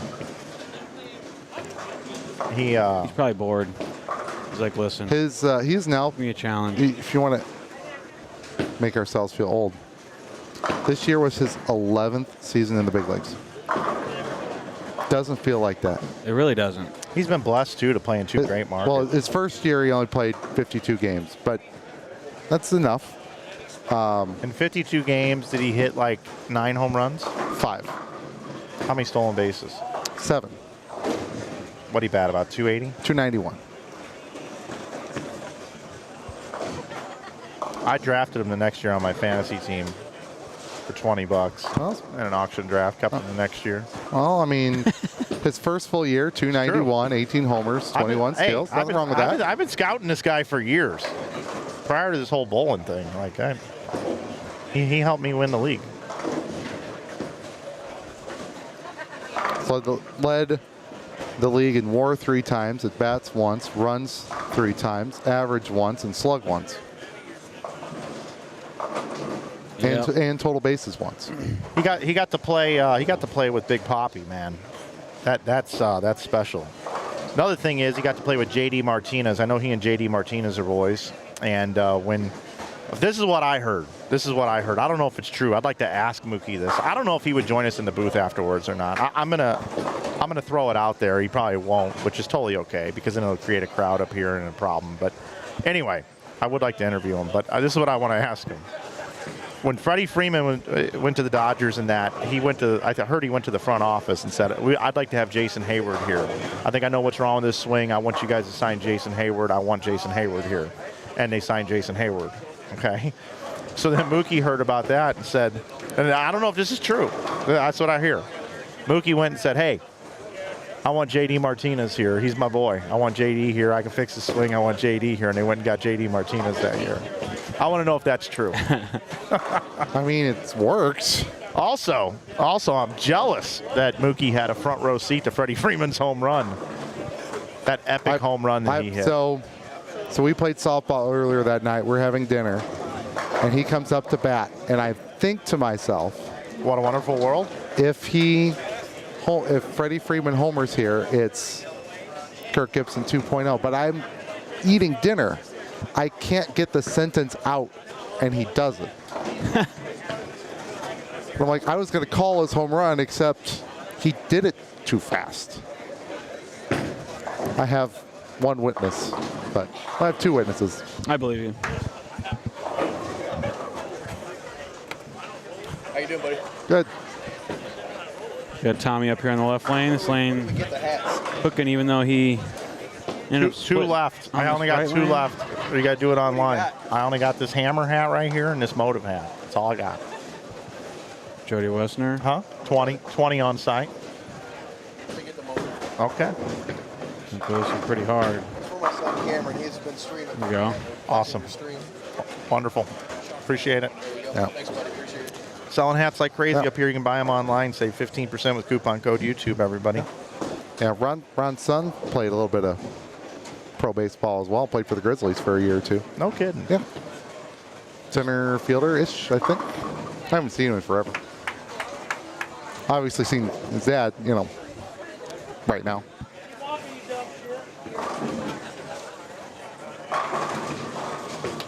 We've already got one other former professional baseball player in the cut. Who's that? John Flanagan. John Flanagan played? Played in the minors for a couple years. For the Royals. I was going to say, Burkett showed up. Looks like That Mookie's got some over-under on this pair. This pair doesn't look too friendly. I mean, yeah. We all remember, Mookie's 300 at the World Series, but John Burkett's got a title now, doesn't he? On the PBA 50, does he not? He does. Yeah. He's probably the most accomplished bowler who used to play in the majors. Besides, except his bowling ball isn't in the Hall of Fame, and Babe Ruth is. But guys, I've got some baseball, bowling, pool experiences that have happened to me in this great sport because of electing to have a bit of a career here. So I was streaming the Bradley several years ago before they moved it to the Super Bowl weekend. That's the one day I don't want to work, and they moved it to Super Bowl weekend. So I don't stream it anymore. Emil does. However, so I was down there, and Scott Downs was a pitcher in baseball, and he bowled the event and sat in the booth with me for an entire block. He was a Major League Baseball pitcher. For the Blue Jays, right? Yeah, and in a couple of teams, yep. So I talked to him, and I asked him, what was your very first ever batter that you faced? You remember your first game? He's like, oh, yeah, it was against Cincinnati Reds. He said, I think it was Pokey Reese was up first. Yep. Super fast guy, super fast player. And evidently, I believe I don't remember the story, but I'm going to be close with this. I believe he got out. I believe he got out. Or maybe he hit it off of him. Then Barry Larkin came up. Oh, this is what it was. Pokey Reese got a hit. Barry Larkin came up, and I think he got Larkin out. Barry Larkin, Hall of Famer, right? And then Ken Griffey Jr. was up next. Jeez. And I believe Ken Griffey Jr. hit into a double play. And Mark Grace walked over to him and said, he was with the Cubs. That was his first game. Mark Grace walked up to him and said, welcome to the big leagues, kid. What a great story, right? That's cool. So I got to sit there with Scott Downs for a period of time. Another great story. A few years ago, I was telling you about a Chris Paul event. Got to spend a little bit of time with Mookie through Tommy. Got to play top golf with Mookie for 3 or 4 hours. It was awesome. The U.S. Open a couple years ago, Mookie said he would do one interview, and DJ Archer said, we'd like you to do it. And so I did an interview with Mookie for the U.S. Open. That was cool. And also when he bowled the 300, it was my footage on SportsCenter along with some extra frame footage. So that's all cool baseball, bowling stuff. And then the final one I have for you is John Burkett, who played for the San Francisco Giants when Will Clark was there, who's my favorite player of all time. John Burkett and I have got to become decent friends, and he got to win his very first PBA 50 title, and I was on the call that day. Oh, you called it? I was on it, yeah. Pretty special. Yeah, that's cool. Where was it at? It was in just up the road, Illinois. Peoria? No, Anderson, Indiana, I believe it was. Hold on a second here. I think it was Anderson. No, it was the one just outside of. Where is it? Where was it? I consider Anderson, Indiana, I just went there further than just up the road. Yeah, I just went there this year. John Burkett. Valmont just crushes that 8-pin. I don't know why. I can't remember this place. Westner. I think he was a 10. It was at Olympia Lanes, which is in Hammond, Indiana. It's really close to Chicago. Yep. Yep. Special moments, man. I'll never forget all those things. Speaking of the crossover folks that are involved in mainstream media, Jimmy Allen, got to spend some time with him on Bull TV a couple times, and he sang a song on the air. That was really cool. That is kind of cool. Yeah, it was really fun. I put the karaoke track in, and he sang the song over the karaoke track, which was fun. He did that. Mookie kept that one in the oil. Yeah, there's over-under on this pair. Kind of a crappy pair. Brad, you should go line them up. You want me to? Be like, listen. They're gonna make a move. They're gonna come down here. They might be on Inside Bowling 2 the next game. I'm not sure the whole cross procedure here. I think he would really appreciate me going over there and telling him exactly what he needs to do. I think so. I think he might think, as soon as our interaction ends, get the hell out of here. Yeah, I got Tommy Jones on my pair, Brad. You can't even pick a 4-pin on television. How you doing, my friend? Funny story about that. The next tournament after I missed that 4-pin, we were in a circle talking with some people, and Tommy was in there, and Somebody mentioned it, and he goes, don't worry, if you make enough shows, you miss all of them. And that actually, like, helped me. I was like, dang, that's a cool perspective, actually. Well, Tommy Jones has one of the biggest blunders ever on television, right? Well, I remember the 5 count at the Against Mitch TOC Beasley. at Shawnee. Was that Mitch Beasley? No, he. No, it was EJ. ZJ. Yeah, he bowled EJ and washed out. Needed a mark. Needed a mark and washed out. Gave it away, major championship. Oh, just absolutely brutal. Mitch Beasley actually bowled, I think, the next year, and they built lanes, and Jesper had the world, and Mitch had nothing after leading all week. It was an unfortunate circumstance. Nothing against Jesper Svensson. He's unbelievable, but Mitch Beasley really didn't have a fair shake on that show. We forgot Jesper in our TV series. Yeah. He's got to be in here somewhere. He's the pilot. Okay. Weirdest. We do need a pilot. Yeah, we'll put Jesper as the pilot. Wow. That way, if the wings ever fall off, he can just put his arms out the window and they can still come in. He's got a long wingspan, guys. He could float for a while. There's a method to the madness and He's pretty skinny, though. and a reason to why. Aerodynamic. He could increase speed as he goes down. I don't know, maybe if you're light enough, you just float.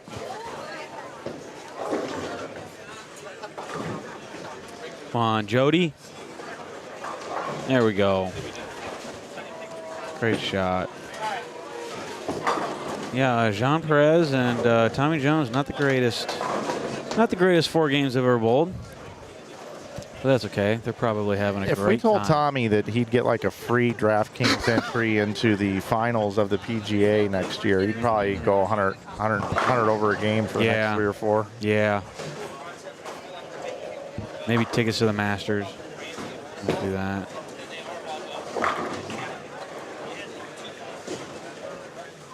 Here we go, up on the right lane. Whee! Yep, hook. You got to think they got some side action going on here. These two. Who would they have side action against? Who do we think? Each other. I just think Tommy and Mookie got. See, I'm thinking they got action against Cameron and Packy. I think Troops definitely got action against Tommy because we were told. Who told us in the booth that they've pulled action? Since like day one. And now Troops getting all his money back. Yeah, who told us that? Ishman? No, it wasn't Dole? Ishman.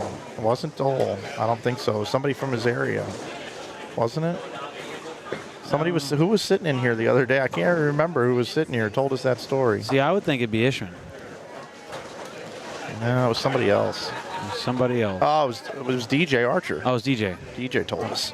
You're right. Wow. How much of that stuff actually happens on tour? Somebody versus somebody else. Oh, side action? Yeah. More than you would think. More than I would think? Yeah. Oh, yeah. There's a lot of that. In their own little way. Some people do like $2. Some people do 5, 10, don't matter. But yeah, everybody has fun with it. Greg Young with the comment of the day here. Tommy is a terrible ball rep. Well, that's his calling. That's his future. Is there more than that, or is that just it? That's it. That's it. All right. That's perfectly spoken, Greg Young. By the way, thanks for saying hi, Greg, when you were here. Appreciate you coming up and being like, hey, Mike, how's it going? It was really good to see you. How you been? How are things?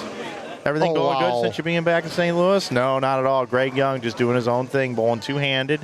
Doesn't even come by and say hello. I know. He didn't even. I know. Yeah. What's going on with that? It's terrible, Greg. He's a superstar, though. I hope whatever you're doing in your life that next year it's just slightly worse than this year. Kidding, of course, Greg. Giving you a hard time. You know that Greg's got some good stories from back in the day. Okay. Troop shot 300. Kyle Troop, 300 the last game. That means he'll be up here potentially with a present. Killing it. By the way, I'm already predicting this right now. Kyle Troop, Player of the Year 2025 PBA Tour. Really? Yeah. He did look pretty good when he was. Oh, here he comes. Oh, is he coming? Here he comes. Here he is. Here he is. Wow. Ladies and gentlemen, he's here in a hurry. Listen. I've been wanting one of these. I gagged it last year. All right, here we go. Is this another isotoner glove? What do you got there, my friend? Nice atomic. Oh, this is. You need that. I think everybody else is going to need it when I'm done. Oh, wow. Everybody else could need the first aid kit. You should give it to the second place team when you beat them. Sorry. Yeah, somebody could use those. Dang. Knuckle bandage.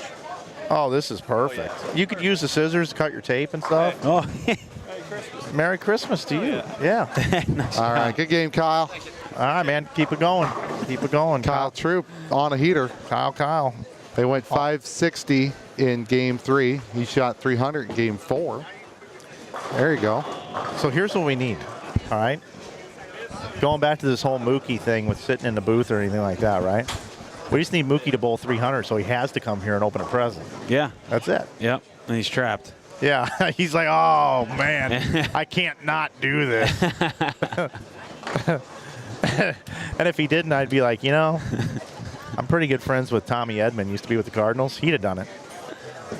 Congratulations to Tommy Edman signing that 5-year deal with the Dodgers. Utility man. All right, that was a rough game for Mookie. Ouch. Not a friendly pair. Actually, if Mookie did come up here, I would maybe for the first time ever do a complete spoof gag interview. Be like, hey, Mookie, how's it going, man? I was curious. I'm getting ready to join a softball league next year. I was wondering what brand of bat I should use. And do you have any tips? Yeah. Because in my, Should I go with a 1-inch spike on the shoes, or what do you think there, huh? Is it true that all your bat speed comes from your legs? Could you demonstrate for me? Yeah, can you show me and tell me what I'm doing wrong? Stick around. Like show me and then stick around and then watch me and then stick around even longer and just let me know exactly what I need to do. Is it true because they made the bases bigger that's what made you a better ball player? Just curious.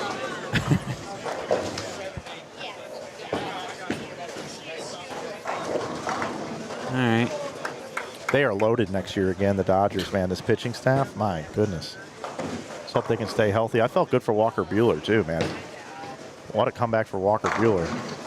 Closing out the last game. Then he comes out afterwards and said, I lied to the team. I was hurt. Or something like that. He lied about something to the manager about Just Dave to be Roberts. able to play. Yeah. Pretty ballsy. Actually, if I could ask Mookie a baseball question, I'd probably ask him about Dave Roberts. What's it like playing for Dave Roberts? Dave Roberts is a man's man. He's a great manager, man. He's on Dan Patrick's show all the time. Love Dave Roberts. So now we just need Was a heck of a base runner in his own right. He was, yeah. An unselfish player, too. He played utility roles at times. What do we got? We got DJ in the booth. Jean Perez wraps. Is he real? DJ Archer is asking Mike Flanagan for the Wi-Fi password. Yes, he is. There is a sign on the front counter with the Wi-Fi password on it. Ooh, is it that? Is it the same Wi-Fi? Or do we have special Wi-Fi? So we're hardwired. So this cord right behind you. I know. On the floor, we're not using the Wi-Fi. They put fiber lines in here a couple years ago, and it got way better. The signal in here is probably the worst I've ever seen in a bowl. Oh, big bowling, big box with metal on all sides. It's kind of hard. But the internet is significantly improved if you can get access to it, which is why we're at for a reason, because the internet connection is in that room. Okay. Right behind us. Yep. So. Jesse Hawkins there with a strike. After 3, here we go. Larson and Queen rolling along, 374. Thompson and Troop have advanced to second, 341. Marcella and Taylor are the third and final team, averaging 250 a game. They're at 317. Stone and Johnson, 296. Corbin and Dino, 267. Rest of the top 10, Mayberry and Miller, 255. Mars and Hardigan, 253. Perez and Jones, 252. Jarvis and Johnson, 235. Rounding out the top 10, McClellan and Hawkins, 233. Individual scores. Larry Larson, 785. Jason Queen, 789. Teamwork makes the dream work. Kyle Troop, 826. Adam Johnson, so he's bowling with Andy Stone, 831. Brandon Miller, with that 297 had 777. AJ Johnson 778. Chad Roberts 780. Tyler Slawbaugh 792. His partner is -1.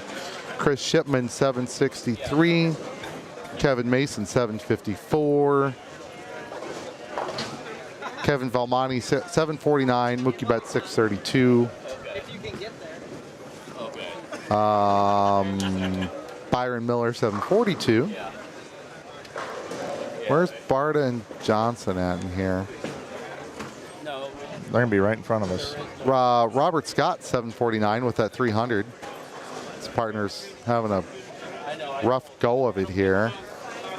Where is Barta and Johnson on these sheets here? Liz Johnson 688, 203, 240, 245. Adam Barta 683, 200 even, 267, 216. Barta and Johnson are in 27th. At one. It's easier to do it this way. 171 over. Yep, they got some striking to do. All right, game. Where's the camera at here? 29 through 32. Game number 4. We will have Kyle Bigelow and Jody Wessner, Newt McClellan, Jesse Hawkins. Nope, we're on game 5 now. Sorry, Mike hasn't flipped it yet. Game 5. We'll try this again. Kyle Mayberry, Brendan Miller, Tyler Slawbaugh, Chris Pollard, John Marcello, Chris Taylor, George Gohagen III, and Trey Sledge. Hi. All right. EJ's got the kiddo. This is all for my Central Illinois. Look at that little tacket. Hey. Hey. Oh. Oh. You trying to steal the microphone? Yeah. See, I got the hiccups. Yeah. It's going to be a good bowler someday. I'd love to see him take him down. We're going to have Jason Queen right in front of us. Yep. We have Adam Barta, Liz Johnson. Got Simon saying hello. We got a showdown for this next game coming up. We got AJ Johnson right over here. I literally thought your paper said worst carry in the nation. Oh, it says I. We always tell them worst carry in the nation. No, I would never do that. Josh Barnwell told me to tell Queen he's got the worst carry in the nation. I'm like, no. Let's think about this here. Masters titles. Jason Queen 1. Us together 0. Holiday doubles championships. Jason Queen 2. You and I combined 0. Yeah. Yeah, we're good. Finals appearances and holiday doubles. Me 12. 12? Or so. Wow. But they're all back here. They're all, oh, okay. All right, I got a couple too then. Yeah, you're catching up. Nice. Yeah, there's no bowling anywhere until right now, way down on channel 2. Okay, going into game 5. They just completed game 4. Halfway there. So Jimmy Cook sighting too. Love to see Jimmy Cook.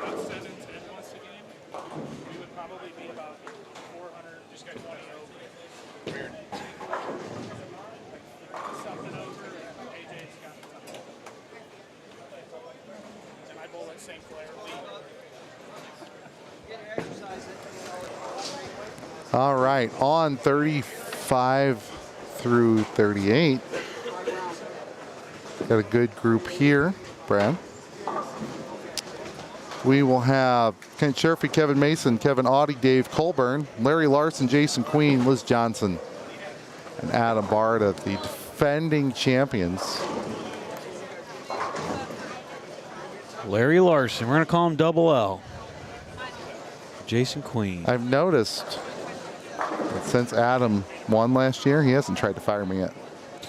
So he's a little nicer. Yeah, he's... Took a little edge off. We got Hook over here, Liz. That's kind of everyone's reaction on 37-38. And, you know, all the squads that we've seen with lower scores, they kind of get that. The lanes get hooky, like we've been talking about. The lane beds get a little warmer. Oil kind of moves a little quicker. And it's just not quite as easy to get some scores. So you're saying the morning squad played him correctly, with a little help from cooler lanes. Oh, yeah. Yep. Yes, they did. All right. Make the adjustment.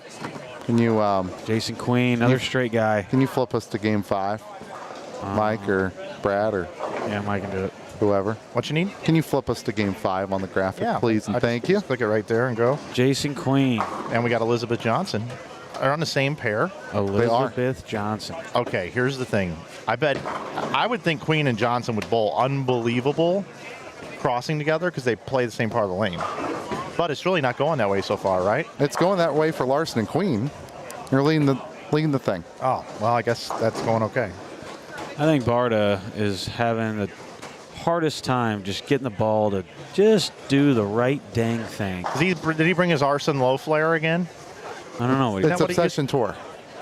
Oh, yeah. Before that was the arson low flare, I think.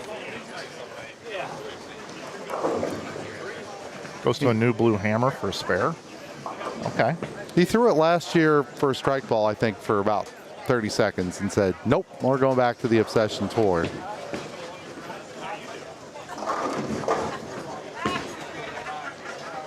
I gotta tell you, this thing tonight, guys, I'm kind of overwhelmed with so much stuff that's going on, and the people in the chat are noticing. You got EJ walking around with his kid in one hand, Trip, just turned 1 year old.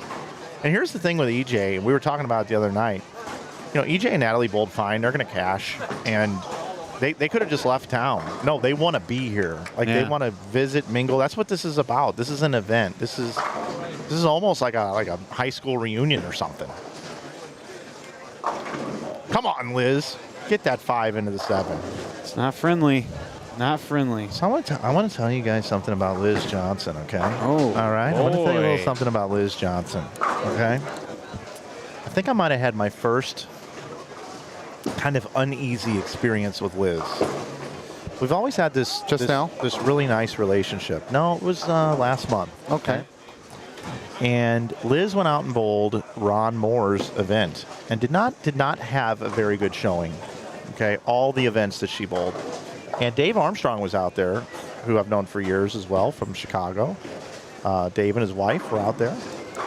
And I watched Liz bowl, and I've seen her bowl so much on our live stream since 2010 that I feel like I know this woman's game inside and out. I know when Liz looks good, and I know when Liz has something off, okay?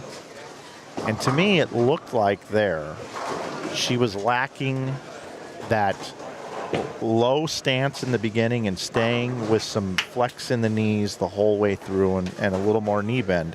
When Liz has bowled her best in past years, she's been very low at the line, very balanced, but trail leg out, like very, very low. I mean, as a matter of fact, if you watch her on our old telecast, when she would get set with her ball, she would then kind of have the knees like not collapse, but get in that athletic stance, the Arthur Ashe, the Michael Jordan free throw athletic stance, which all the great coaches teach, including Richard Shockley, who used to be a Brunswick coach who helped me with learn to bowl stuff back in the day. And I always remember it.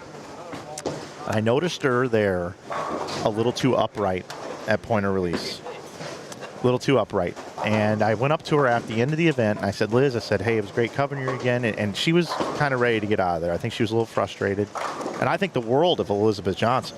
And I said, Liz, I'm just going to tell you, I kind of noticed, you didn't seem like you had a lot of flex in the legs, weren't getting down through it. I said, I think that's what's kind of making a little bit of a difference here. And she said, you know what, I'm getting a little bit older. It's a little bit tougher to do. She's like, you might be right. But I am seeing a little more flex here. That looks pretty solid. Oh!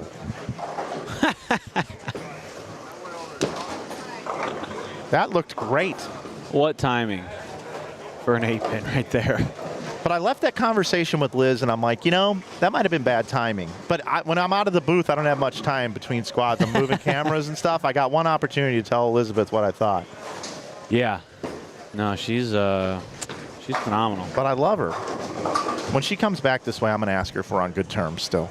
I'm going to see if we're still in good terms. I love that striking against breast cancer black ball that they have now.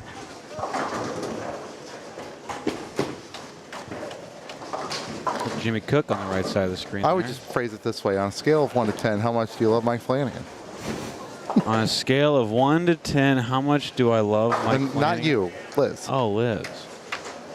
Grabbing a different ball. Yeah, she's switching to a Vibo, I think. What would Liz?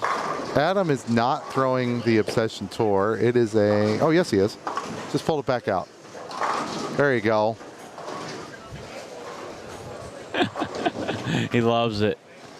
Absolutely loves his ball reaction. I can't give him this sign. He's Ohio guy. He's an Ohio guy. Okay.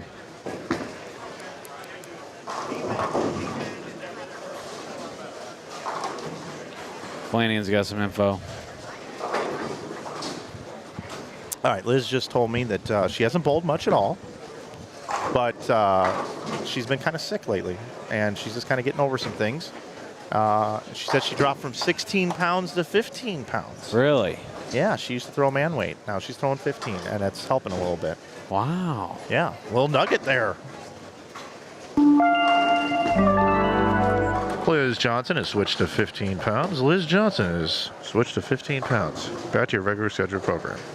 I can't believe she's throwing 16 her whole career. I didn't either. I didn't know that. I didn't even think about it. Me neither. That's like a kind of that's a big difference. It is. Defending champs, these two. Let's see if we can't get them on a little bit of a gravy train here with some biscuit wheels. What do you say? I think we can. I think we can too. They've got one strike through 6 shots. Whoa. So that was the lane she hit light on. Couldn't kick the 7 out. Makes an adjustment, goes through to face. Adam says, well, he's got an intent look at that ball. Here's the thing about these two. When they get it figured out, like 560 is not out of the question. No. Not out of the question.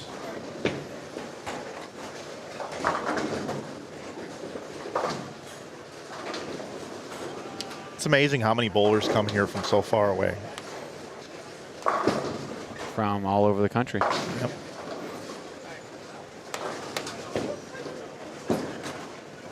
Dale Diamond in the chat. Hey Dale, how we doing? Kristen in the chat says, if you asked me how much I love Brad Miller on a scale of 1 to 10, it would be a 10. Brad, how do you feel about that? Hulk Hogan's here to chime in. Thank you. No, I appreciate it. All right, we got Adam Barr. Wow, that's unbelievable. It is. It is actually. Adam says, I'm gonna borrow the 3rd arrow for a while. There you go. Okay. All right. Okay. Now we're talking. Obsession Tour.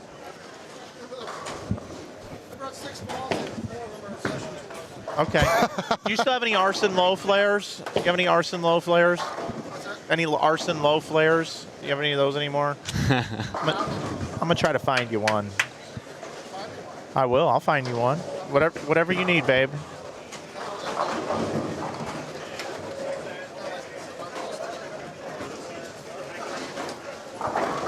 Oh, wow. Now he's littering the booth. He's a litterer. I give the guy a hat. He litters. Unbelievable. Hey, you got to give him a break. I know he wanted to pay for it because he knew if he didn't have to pay for it, he'd have to be nice to me. Yep. He's like $20 to be. I was expecting like some message on these things. To be rude. It's fine.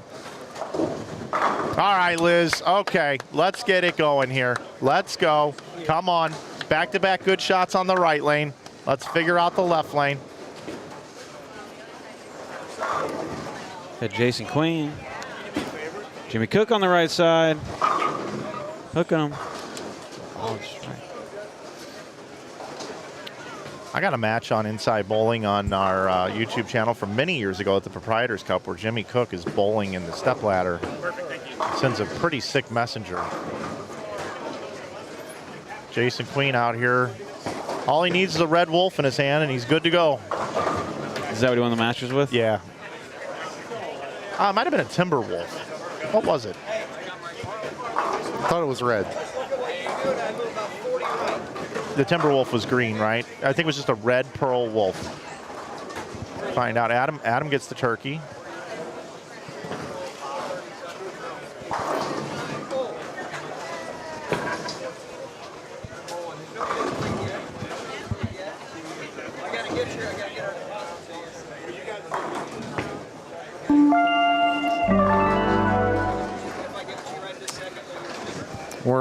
We're spreading congratulatory messages since we're supposed to congratulate Harlan Labatt on her 7th birthday this past week, 2 nights ago. So, all right, happy birthday!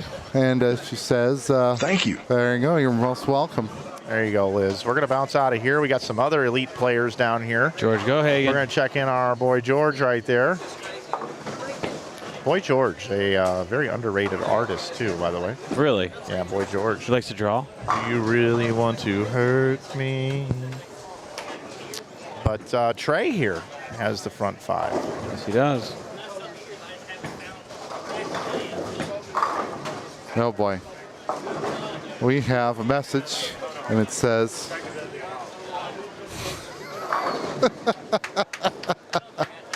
I'm Adam's favorite, and he knows it. It's autographed. That's what it says? No. To Lee, you are mega hot. H-A-W-T. Adam Barta. So he went to the snack bar. Got a couple hot dogs?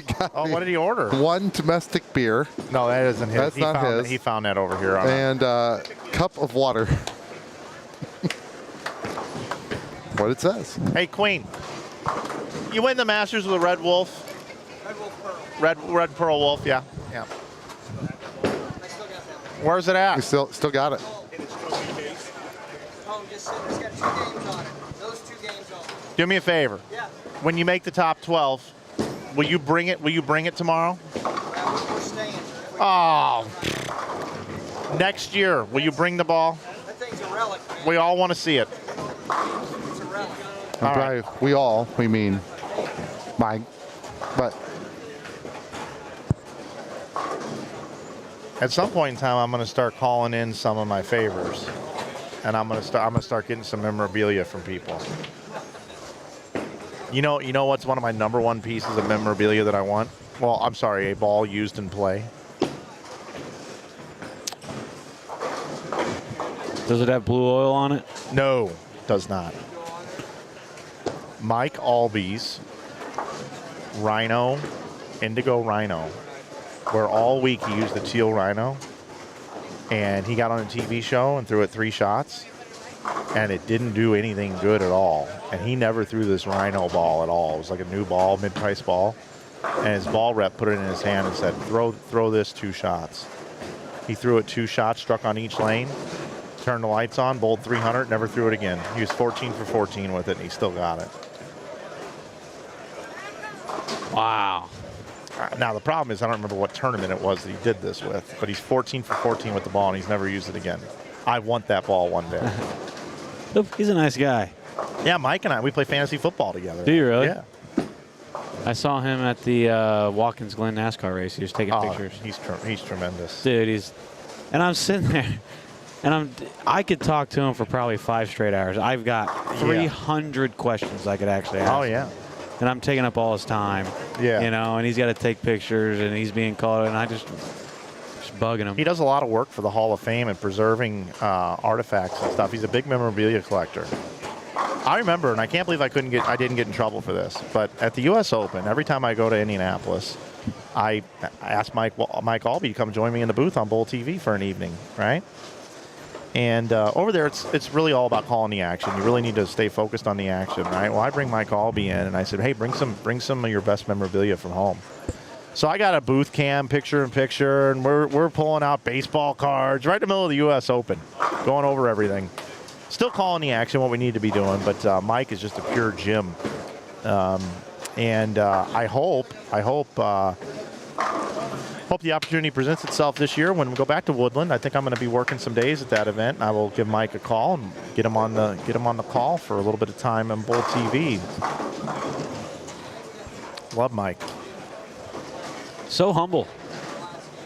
Like when he talks about his career, tends to talk like more about the grind and the struggle and how hard things were. And it's like, dude, you have a lot of wins, man. He was the commissioner of the Tour Fantasy Baseball League, where you had to actually get the scores faxed in and everything. He kept it all by hand. Really? Yeah. I mean, this guy's a stat nerd. He, what else about Mike? He owns ice skating rink. Yep. And very successful. Very successful guy. He owned a bowling center. Yeah. Owns? I don't know if he sure. still does or not. Arrowhead, I believe, is the name of it. It was called Mike Albee's Arrowhead Lanes. Yeah. I don't know if it still is or not. It's probably called like Play Entertainment or something these days, you know, just because it's got to have something like that in there, and it probably has some laser tag and stuff. Play Entertainment. You know, something like that. But all good. Mike Albee, good people. Yes, Good sir. people. Overlooked is one of the greatest of all time. Is there a particular show that he won that kind of stands out to you?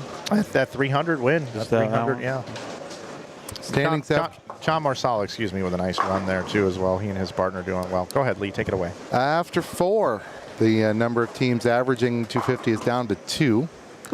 Thompson and Troop, 434. Larson and Queen, 429. They're right in front of us. Kyle's on a heater. All right, John Marcel and Chris Taylor, Mike, they're right in third. Good for them. 387. Big gap back to Stone and Johnson. That's Adam Johnson, 339. Sherfy and Mason, 307. We got 4 teams right next to each other. Sherfy and Mason, 307. Jarvis and AJ Johnson, 305. Mars and Hardigan, 304.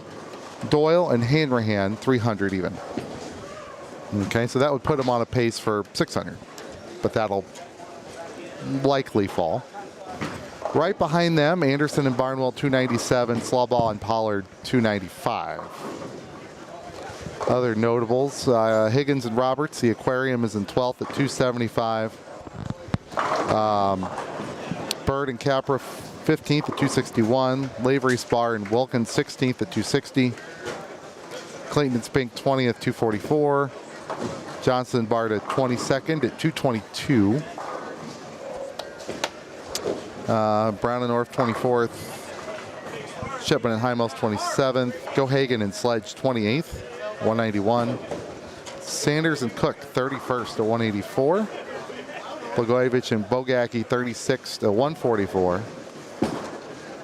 Belmonte and Betts, 39th at 132. So if you take those scores and double them, you'd have 19 teams at 500. We're going to take that down. How many at 540? 13.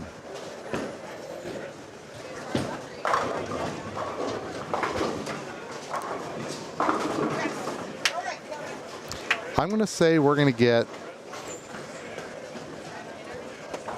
somewhere between 9 and 11 from this squad. So that would mean 10 would be 36, right? 36. What's that? 527. That's about right. 520 something. Well, that was the number I gave you guys midway through the last one. Remember, I said if 11 make it and 8 make it off of this one, it'd be 527. Well, now we got some. Where you guys been? That's what I'm saying right there. So our margin, but now we're more informed, right? We've got half the squad, and we didn't really change. What we kind of said at the top of this block is 5-2 question mark.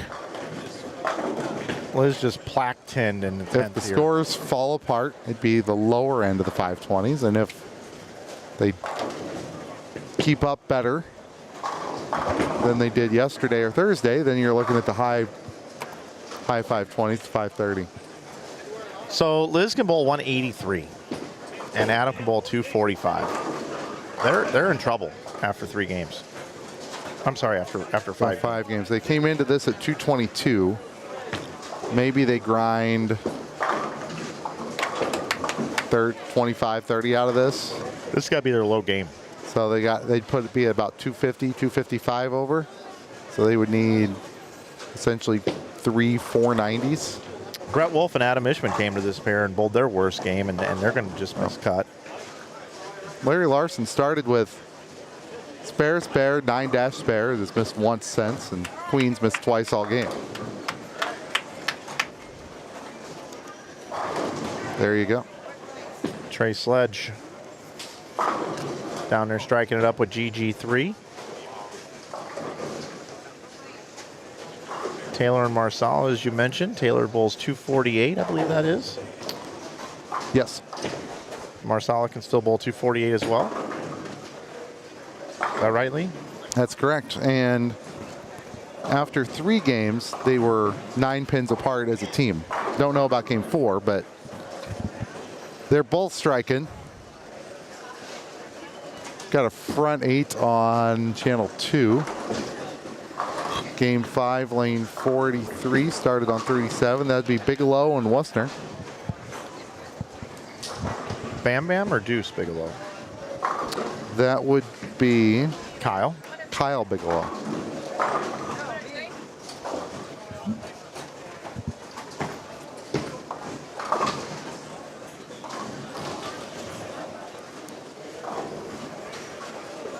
That Obsession Tour looks like it's got plenty of games on it. It's probably illegal. No.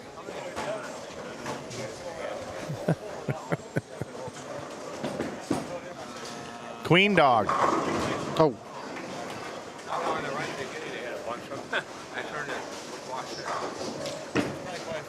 Bet Tom Adcock's watching tonight. Oh, is he bowling at the moment or no? I don't know if he is or not. I don't know that schedule out there. I haven't looked at it. I have a hard enough time trying to keep track of ours. Well, we have the thumbnail that keeps us off the screen. That's true.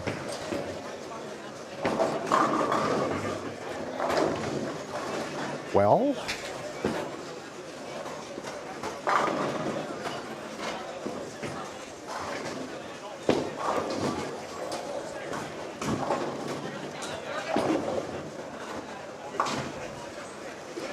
there we go.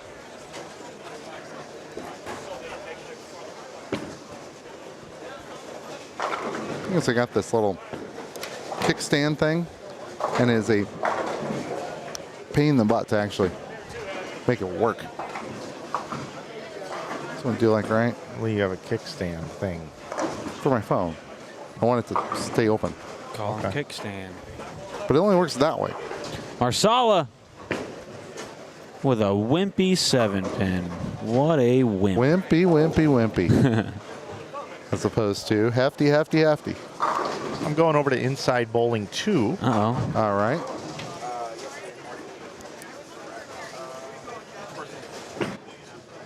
For what looks to be a possibility of a 300 game for Jody Westner. There we go. One of my favorite people.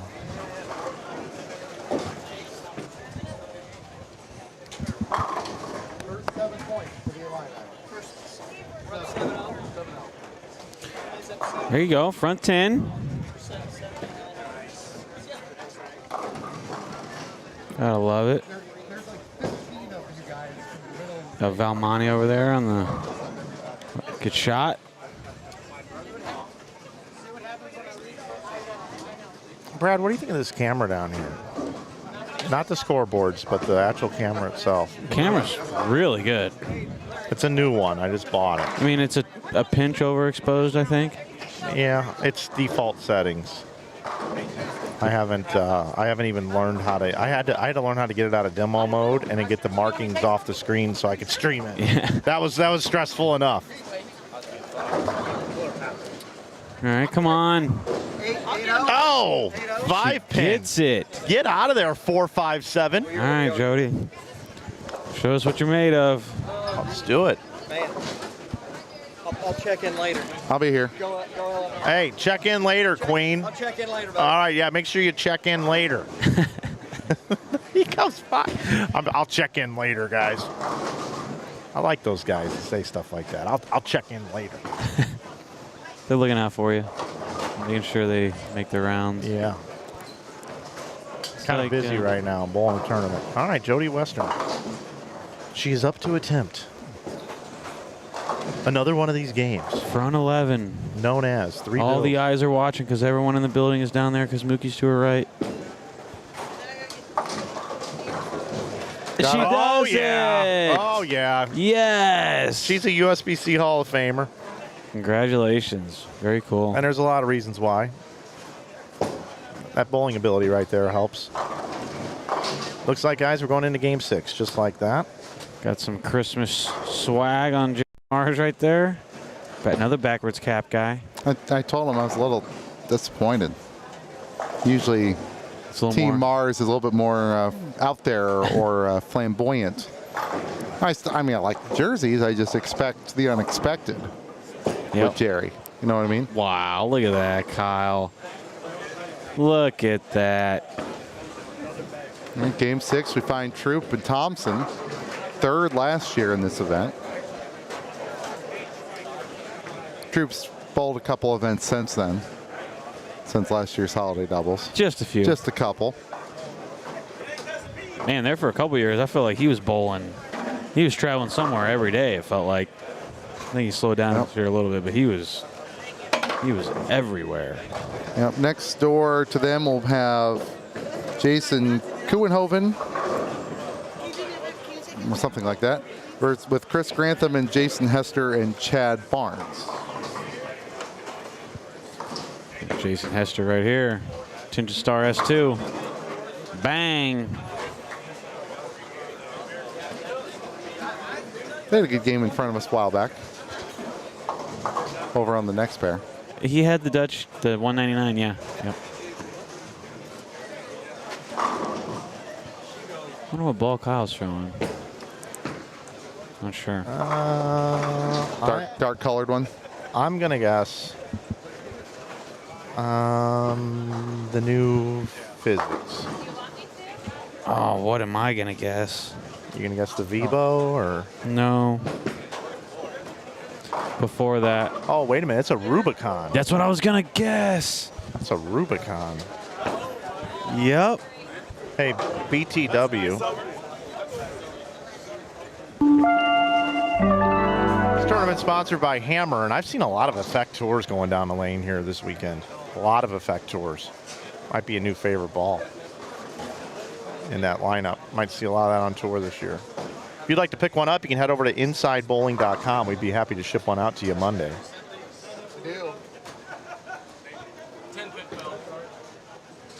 Also, don't forget, we got our sale, 25% off all hoodies, all different types of hoodies that we have. We have 3 different kinds. Check it out.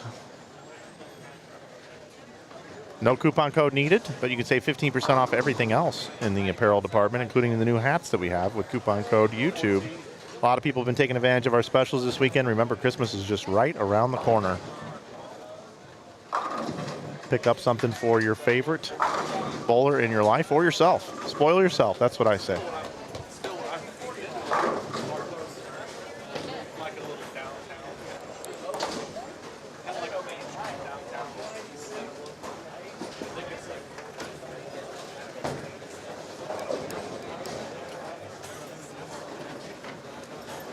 Okay, game 6 of 8. 3 more to go. Got 4:45 on the clock. Jerry's throwing real straight. Might even be plastic. Throwing the heater. No. They didn't do very much.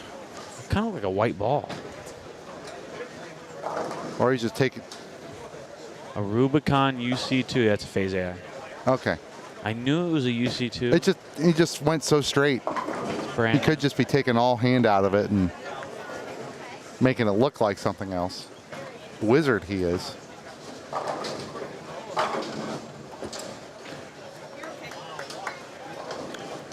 Did have a front 11 yesterday with plastic. I haven't seen a lot of it, but never know.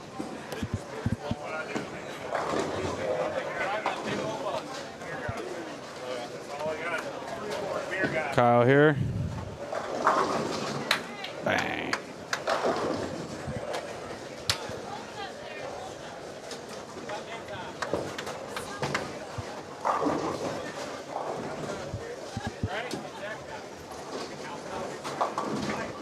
Oh, look at that. Crumbles everything because of the hat. That hat gets you 3 hits. Right there on 37 for Chris Grantham. There you go. I believe that's Lucas Hardigan. Left. Give me scores back there? Huh? Hardigan's bowling? Yeah, I believe he gets every bit of it. Yeah, he does.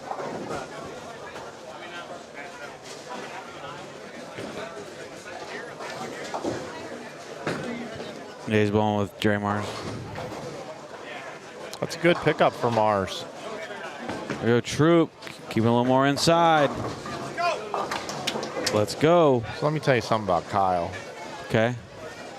I've been talking to him a little bit lately. He's got a new sponsor, First Form, St. Louis-based company. Oh, they're sponsoring him. Yeah. And I sat in high school next to Andy Frizella and Chris Klein, who started the company. And he's using their powders and their drinks and everything. And he's going to the gym every day. Every day. And he says he feels like physically better than he ever has in his career. And he's going after it. All right. He's going after it, man.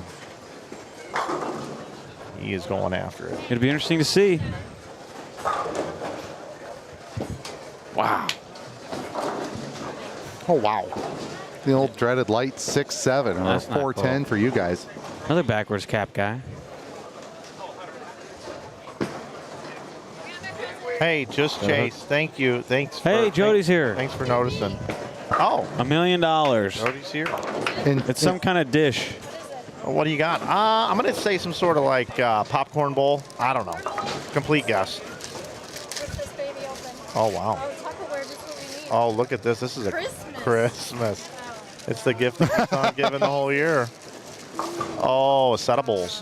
This is oh, wow. This is outstanding. Yeah, it really is. Okay. What's the first thing you're going to eat out of there? Mashed potatoes. Whatever Mr. Hawkins There you thinks. go. Mr. Westner. All right, Jody, great bowling. All right, nice job. Way to stick the last shot. Congrats on the Hall of Fame. Yeah, you bet. All right. I haven't seen her since then. It's Troop with the plaque pen. Doing ball returns now, and Oh, you're doing everything. and You are- resetting pins, and You got people just coming to you now. yeah, Like, they don't even go to the staff. They come right here to Lee. they come here. To Lee B. They used to have a last name until Mike took it away. I know. brings us into our $6,000 graphic. Brad Miller, Lee B, and Mike Flanagan right there. We are your broadcast team bringing you this coverage of the 2024 Hammer Holiday Doubles. Shout out to St. Clair Bowl. Great host. Really committed after all these years. I talked about it yesterday. You get in a new relationship and you give it a little extra attention at first, don't you, Brad? You do. And then after a while, it gets kind of stale and you take everybody for granted. You know what I mean? But in this particular case, St. Clair Bowl says, oh, no, we're going to keep this relationship fresh and energized. They take care of us here. Can't thank them enough. That's why everyone loves coming back. There we go. Back on the train. Little Zach Wilkins on the left side there. All right, Troop. See what you got here. Kyle Troop. Doesn't he look like he's in better shape too? Oh yeah, just by look. I think he's down a size in the shirt. I think he was maybe an XL before, and he's a large, or he was a large, and he's getting into a medium now. Mm-hmm. Looking good. He's gonna be tough to beat. His hair's looking good too. He's got. I mean, he's looking prim, proper. Yeah, and he's got just the perfect length shorts. By the way, we've said a couple were a little too short here this week, but these are right in there where you want to be. White shoes. Don't want to get them dirty. Don't want to get them dirty. He's thinking. Oh, yeah. Come on. That one he kept in a little bit. He's got a little room. He's got the light shaker working right now. Doesn't love it. Doesn't love it. Look at him. Meanwhile, on the other side here, we got Jared Thompson in the Ron John Surfboard Shop from Pensacola Beach, Florida. I remember going there with my family when I was younger. And it was a lot of fun. Lucas Hardigan right here with the hat on backwards. We need to get him into whatever brand he's with hat. Oh, Storm. It's already on there. He got it somewhere else. Nice little Christmas jersey. That's all right. Here we go. Here we go. Spread the love. Oh, is that an AI? Man, that's an AI. That's Zebra Ball. I call that the Zebra Ball. Strapping on. A little bit different delivery here. Now here we are representing the brand of Ron John surfboards. Out of Pensacola. Oh, and another strike. Look at him with the pink shoes. It's the shoes. Yellow shirt, pink shoes. Six-bagger. You know who would love those shoes? Jennifer Hudson. Jennifer Hudson would love to throw those shoes at somebody that puts on a great performance. She just would. I might call her a little bit later and see what she thinks about these shoes. All right, yeah. Let me know how they go. I will. In fact, just three-way. Just call me when you guys. Oh, really? When I call J HUD Productions? And like, I'll just introduce myself, and we'll just have a nice little conversation. Hi, my name's Brad. My name's Brad Miller. I'm known as the Bald Eagle. I hear you won. I hear you won an Oscar. Yeah. For a performance you did. Yeah. What movie was that, by the way? That was. I want to make sure I get it right. I have no clue. That's what I would say to her. Would you please subscribe to my YouTube channel? It's Yeah. called Brad and Kyle. But I'm Brad. I'm first because for a reason. Can you just? It was in Dreamgirls in 2013, Brad.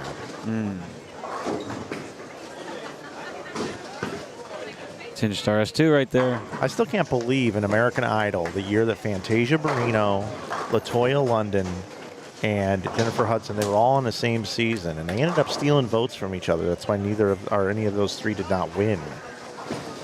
It was an unfortunate break for them, but they've gone on to do nice things in their careers. They gotta play the politics a little better, you know. Yep. Troop with the 4-7 here. Good. He's got it. Not loving his life right now with this game, but that's okay because his partner Jared. I mean, they were in first after 4. Things aren't going too bad. No, they're great. He's fine. Yeah, they're in good shape. He's just not liking the spare. The House Mouse is going to carry Troop this game, though. You watch. Bang. Oh, forward. Oh, there it is. Put the one finger up like Weber. He's feeling it. I'll tell you, Look at him. You know, Jared Thompson. You know, a lot of people think this guy just throws it all over the place, and sometimes he jumps out of his shots early. He stuck that last one. Oh yeah. Oh yeah, he stuck it. He knows. He's got some feel. This reminds me of like a pool hustler. He's like a pool hustler. You know what I mean? All of a sudden, you know, like I could see like this guy, if he was in his prime was in the 80s or something, I could see Walter and Norm and all these guys rolling into some town on their 40-week tour. And all of a sudden they go, anybody want to bowl action? And they go, well, we got this guy right here. Well, let's watch him throw a shot. Oh, yeah. How much does he want to bowl for, Bob? How much you want to go for?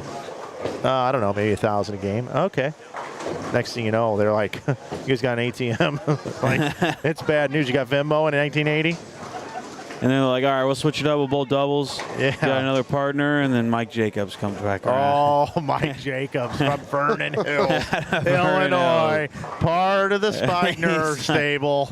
There's like this big spotlight coming out of the corner door. He's wearing Wrangler jeans. He's got a 2-ball roller. Oh, yeah. Dale Earnhardt's like his idol. He's got him on speed dial. Yeah. This whole thing's going on right now. This is it. Michael McDonald, by the way. What year was This Is It? Michael McDonald with Kenny Loggins. The Doobie Brothers, also kind of in that time frame. Yacht Rock is what it is. Let's see. Michael McDonald. This Is It with Kenny Loggins. We're talking about, guys, I don't know what year yet. What year? Tell me the year. Need a little drop here for thinking music. What do we have here? 1982. We got this one right here. Kyle Troop. Bang! Oh, wow. Look at him. He's calm, cool, and collected. He's focused. Yeah, but I'm going to tell you, he ain't happy with his last 2 shots. I know. 4-7, then a 4-pin. And you know what he's saying to himself? I don't think I've got the right ball in my hand He just pulled out another Rubicon UC2. Yeah. An older one. And meanwhile, Jared's got, I got you, Kyle. I got you right now. That's it. He's going to go from one UC2 to another. Yeah. Ron John surfboards. You ever tried surfing, Brad? No. I don't really want to. I don't recommend it. Have you tried? Yeah, I got swept under for about 30 minutes. Oh, okay. Yeah, then I made it out. Did you meet your friends down there? I had a snorkel. with me, so I was okay. A 6-foot one? Yeah. Did you get pretty down low? Oh, I was down low. I was down with the coral reef. Did you get some funny objects swimming around you? You know, I'm tired of people dumping stuff in the ocean. Okay, Saw yeah. 3 Campbell soup cans while I was down there. Okay. Yeah, it was unfortunate. I think you should start a ocean waste removal company. I think so too. That's a great idea. You and Schickert. Yeah.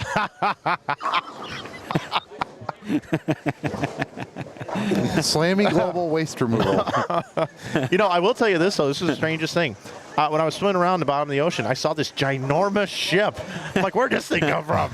You know? I told some people about it. They're like, are you serious, Clark? I'm like, yeah, I am. Like, we think you might have found something. Man. They've been looking for this thing for a while. That's the old UC2. Yeah. Ball chain. Still overhooked. A little too sideways, in my opinion, coming off the end of that pattern. It is. What we need is we need a ball that currently right now is a 7 off the end of the pattern. He needs to be in a 5. He needs to be in a 5 off the end of the pattern. Yep. I agree. Right? Or make it it similar adjustment. Little hand adjustment or you could go a little pace adjustment. You could turn the ball into a 5 back in reaction by coming up what we call the back of the ball a little bit, everyone. Up the back of it a little bit. A little up the boot scoot. Yep. And boogie. And boogie. Good spare shooter. Whoa. Oh, hold the lights. Hold the lights.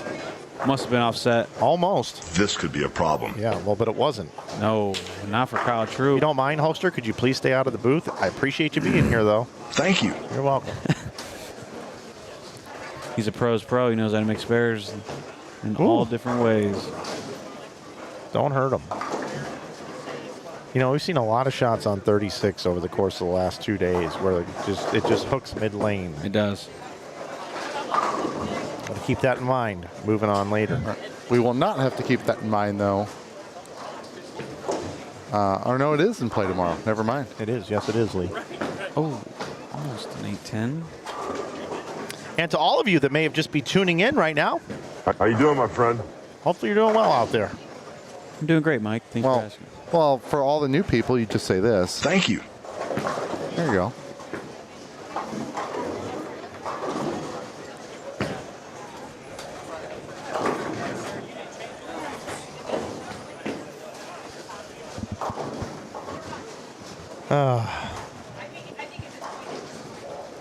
Hardigan. Oh, wow. Oh, that's just nasty. That's a better place for it than the first shot in the 10th, though. I will say that. It is. But after the miss 8-pin, by the way, which he was like kind of hooking and missed to the left somehow. All right. Jared is just sick. Here's the thing. This is a request. Anybody that can get, I could get it in the troop myself, but I'd rather it come from somebody else, a person as close to troop. Okay. Here's what I want to have happen. If Jared and Kyle win this event this year, I'm going to have Jerry turn on Dirty Dancing. This is the time of my life. And I want Kyle to perform the lift where Jared runs at him and he holds Jared up in the air. That's what I want to have happen. All right.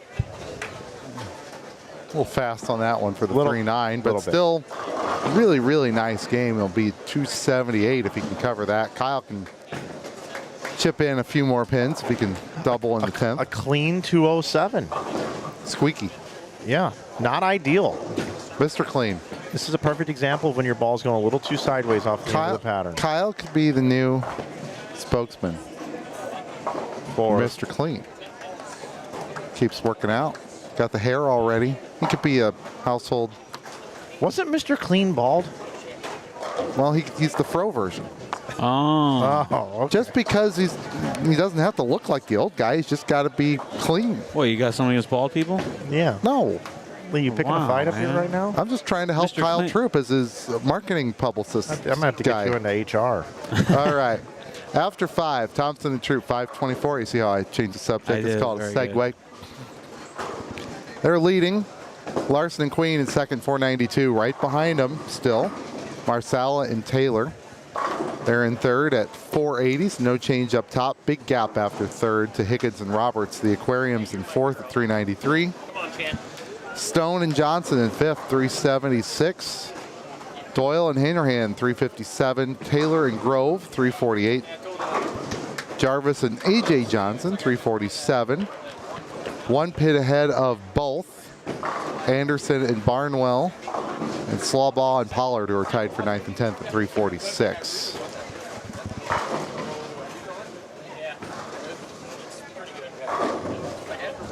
Bird and Capper are in 12th at 335. Gohagen and Sledge up to 17th. Mars and Hardigan 18th. Clayton Spake 19th. Shipman and Hymos 20th. Lavery, Spar, and Wilkins in 23rd at 272. Not too far ahead of Sanders and Cook, Bigelow and Wussner, and Blagojevich and Bogacki, and Johnson and Barta 250 over in 29th. Thank you, Lee. We're going to invert the stream here, take a look at our other pairs. We're a little bit further behind. We've got Dan Higgins and Chad Roberts down there. The Sloth. Sawinski. Oh, I was supposed to do that on cue. Troop bottom right of your screen is looking to throw the final shot here to bowl 207, striking out in the 10th here.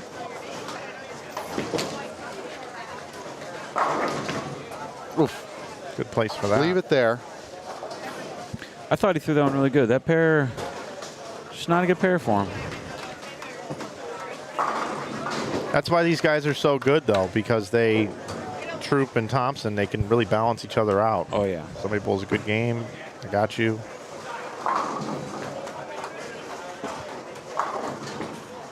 What is tomorrow? Sunday? Yep. All day long. Sunday What time do tomorrow. we start tomorrow? 9 o'clock. Okay. 9 o'clock. I like the start time tomorrow. So 9 o'clock and 12 games of match play? Yeah. Yep. Done at 3:30ish. Well, I'm going to tell you right now.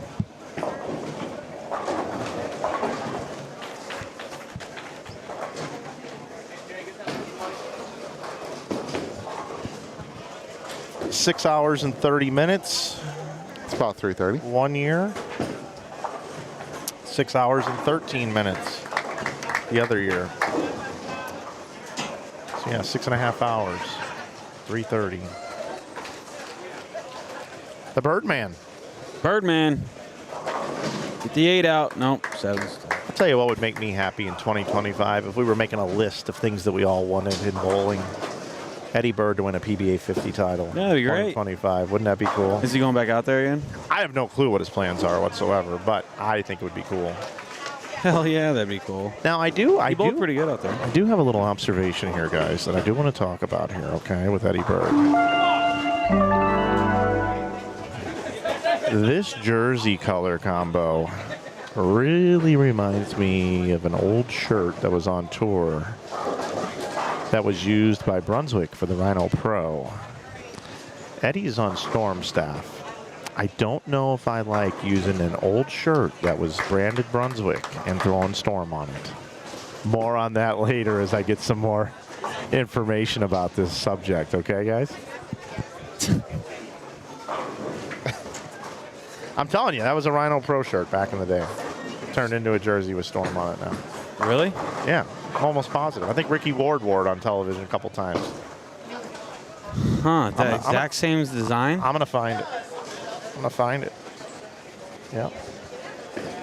You guys know I'm just kidding, but so just weird knowledge.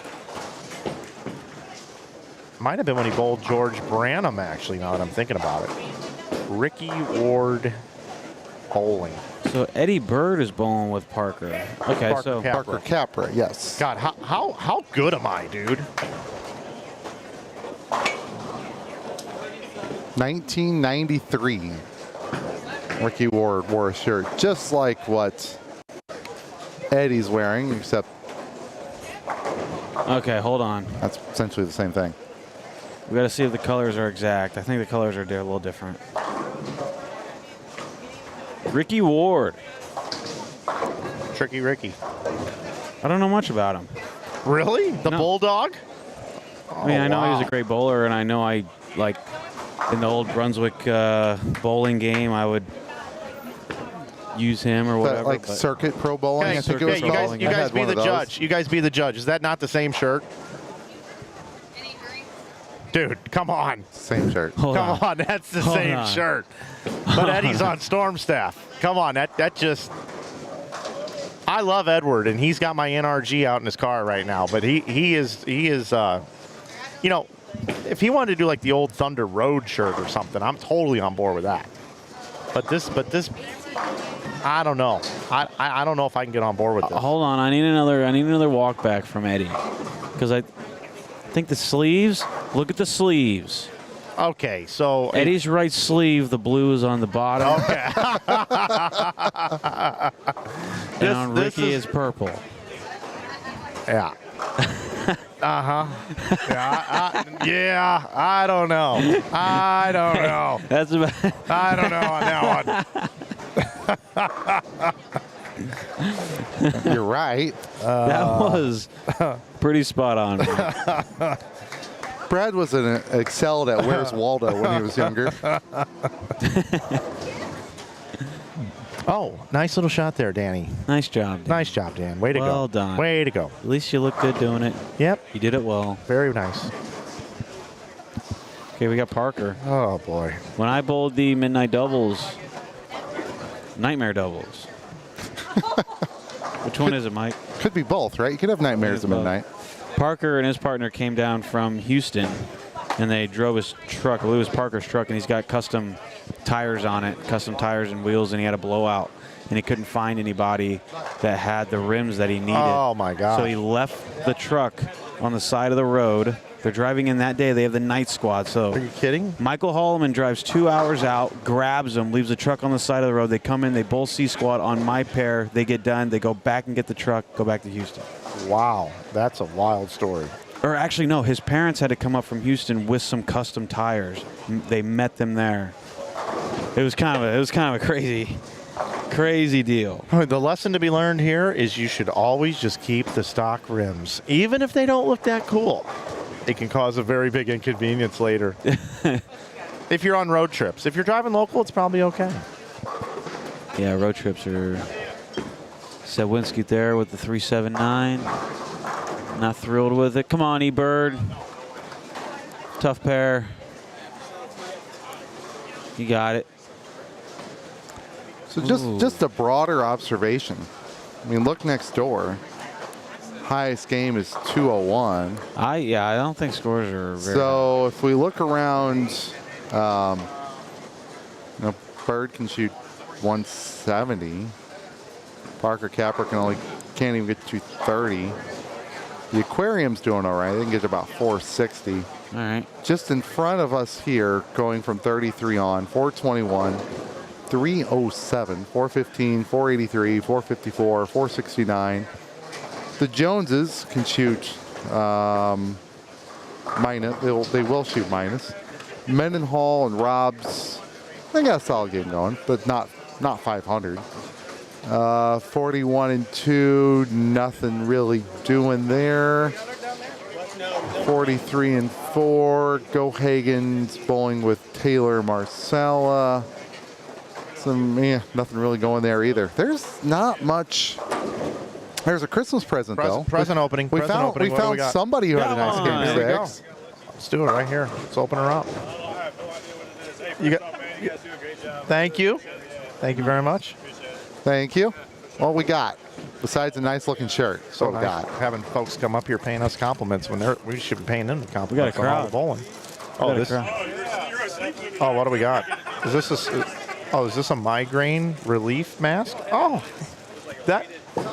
that is nice. You know, if you're ever having a headache, screw the Tylenol, man. You got the migraine relief mask. That's what I'm saying right there. Nice bowling. That's great. That's fantastic. That's Kevin Audie. Sure is. I got your box, Packy. When do you want that? Later? Okay, got it right. I'll bring it back. Okay. All right. Well, 2 games left. Here we are. I don't normally wear a hat, but I'm trying to sell hats. But I'm kind of liking the look this weekend. I really do feel like Lincoln Hawk in the independent truckers union. Just like this, right? He goes, it's like a switch.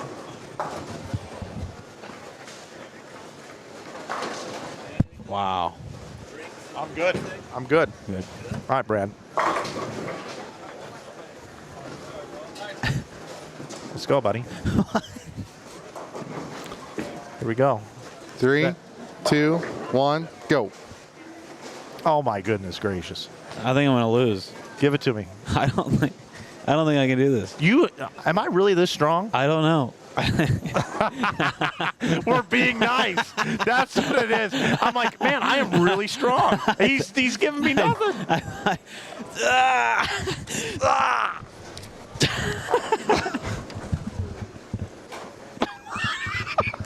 All right, I pull it out.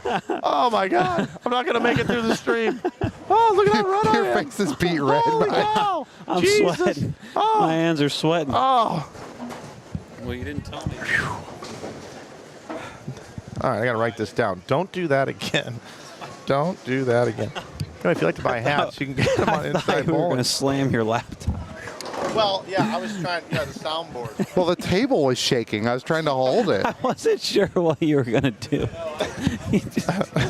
Oh, well, that's what Lincoln Hawk does. Or that's what they do in the movie. They. We're backwards cap guys now. You gonna be able to bowl soon? No, I don't After think so. These pythons, right? 24-inch pythons. But it won't be today, brother. It won't be today.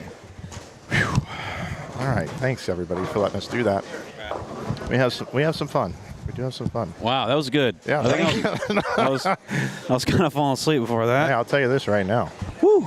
You and I around in town, I got your back, man. I know you're a strong guy. Yeah, you are as well. I don't want to. I got short arms. I don't know if it's an advantage. Wow, that's unbelievable. That was something. I don't even know what to make of that. Wow, that's unbelievable. What game are we in? I just lost my mind. 7. Okay. Can you flip the graphic, please? Yeah, all right.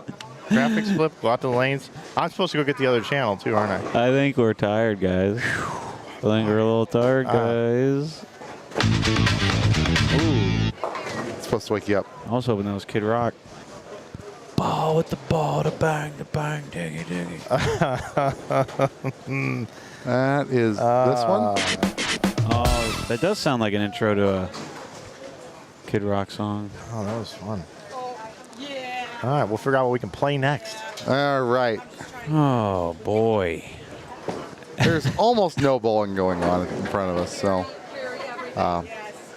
Eddie Bird's coming by, though. We're going to talk about his shirt if we can get a chance here. I'm happy to tell him that it's not a perfect match from Ricky Ward's 1993 Long Island Open appearance, but you can do that if you want to. Is Mookie going down to 29-30? All right, game number 7. They will be on 27-8, so they'll be just off. The group on 29 through 32 will be Blagojevich and Bogacki, Scott and Houston, Yoshida, McGraw, Sidney, and Wilhite. Other TV pairs, Jarvis and A.J. Johnson, Anderson and Tom Barnwell, Stone and Adam Johnson, Shaughnessy and DeVita. And just when you think you've seen it all up here, you have arm wrestling.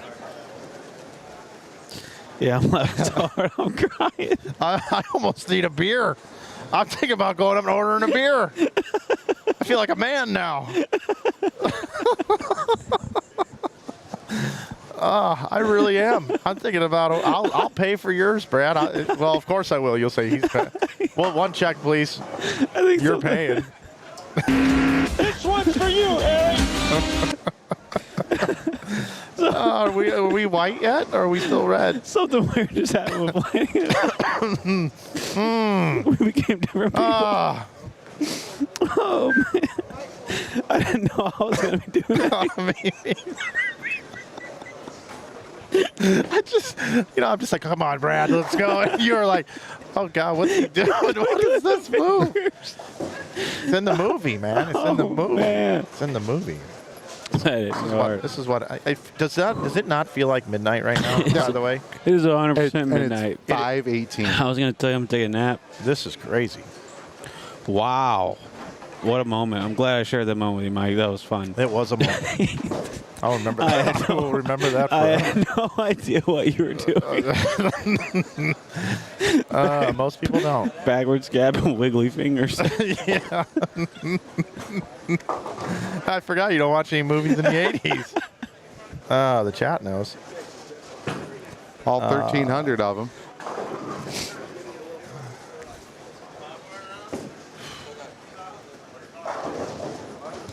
So we're going in. So we're starting Game 7. That's correct. Yeah. Yeah, officially. Okay. Did I just go change the game graphic? I think I did. You did. All right. I'll be back in a minute. Okay. Okay, Lee's gone. Lee's leaving it up. I wish you luck, but I need a minute. Lee's supposed to be our control here. You want to joust up here or something? Air traffic controller, and he's leaving. That was a good moment. That was funny. I wonder who we got coming into. Who knows? Our pairs here. Who else ripped off a shirt from the 80s? Boy, I'll tell you, I was on that Ricky Ward thing, man. Yeah, you were. That was spot on. I saw that. I think Ricky Ward wore that. Typed Ricky Ward into YouTube. Boom. First thing that came up. Got it. Boom. Out the door. Now, Eddie, is it a jersey or is that It's an a actual jersey. polo? No, it's a jersey. I know he hit up Coolwick and said, hey, I'd like to, well, wait a minute. Hold on. A couple things could have happened. Somebody at Coolwick could have spotted that. It's a stock design. And he goes, oh, I like that color scheme. I didn't even think about Ricky Ward wearing it with a Rhino It's possible. Pro. Right? Or knowing Eddie, he is a bit of a historian of the game. I know he loved that era. He might have said, man, you know what? There was an old Rhino Pro shirt that really looked good to me. I really liked it. Liked the color scheme. I'm going to go with that and just put Storm on it. Nobody will look that up from 1992. And then you got Flanagan. Yep. I'm on the ball. Holding them accountable. There's no chance I'm getting my NRG out of his car now after that. It's kind of funny. He's probably the only one maybe with that design other than Ricky Ward.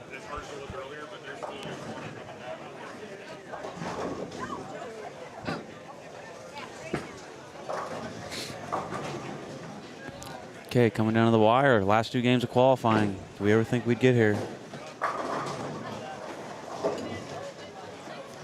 Should be getting some standings pretty shortly after 6 games. Definitely getting there. The standings updates have been pretty good. Is that Stallone? Yeah. Is that? Oh, so that's it? Yeah. That's the movie? Yeah, there's something really weird about this, though.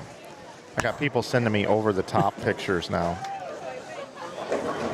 I need to airdrop it to my MacBook Pro. The crazy thing about this, Brad. Oh, my goodness.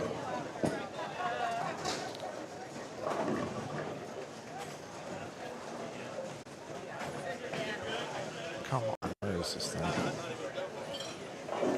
Date modified. Date modified. Did I not just download this? Oh, documents. Jesus, come on, get it clear. All right, so the crazy part of this is this was just sent to me. This is in the movie Over the Top, and notice one guy's got a hat on backwards and the other guy's bald. Hey, that kind of worked out. I know. That's what I mean. That's it. It's like a switch. I'm not as big as that guy, though. No, that's true. He looks like a large fella. Oh, yeah.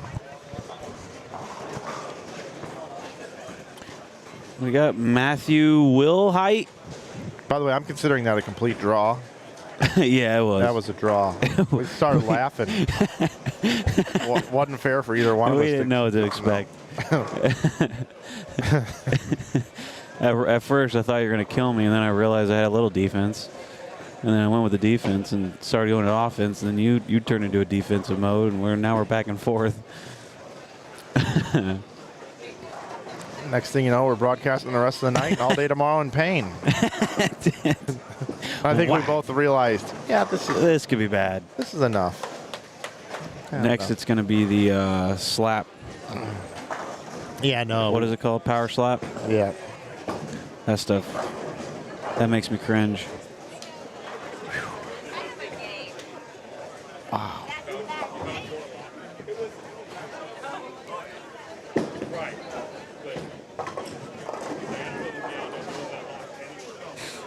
It's like, I don't know exactly who it is, but the guy on the screen right here just said, you know what? Your guys' backwards caps aren't even cool anymore. I'm going to go with the do-rag. And That'll work. Listen, I'm kind of digging it. He looks like a wrestler from the 80s. Kind of. I think that's what Lee B needs. How you doing, my friend? Doing well.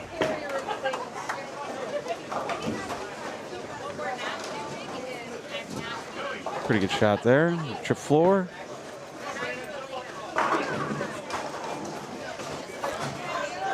All right. What a miss.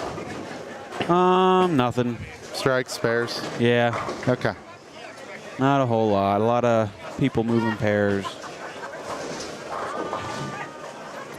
People are settling in over here right in front of us. Andy Stone.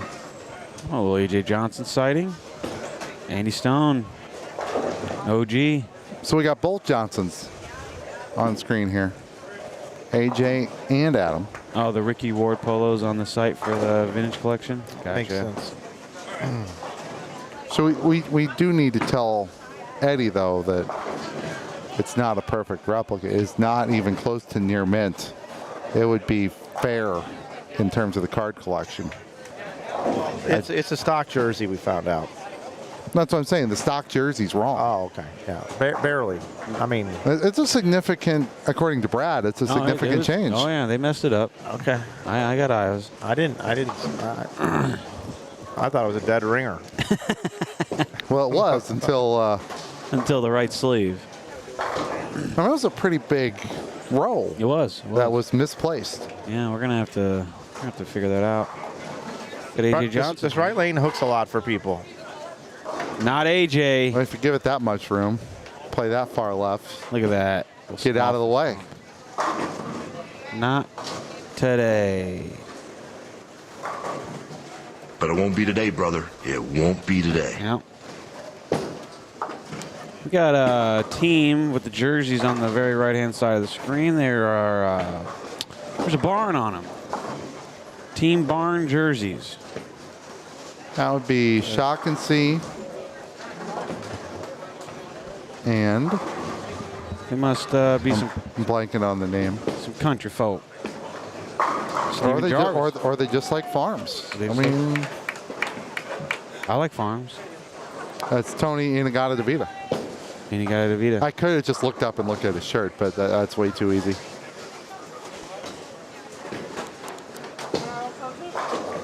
Travis Anderson.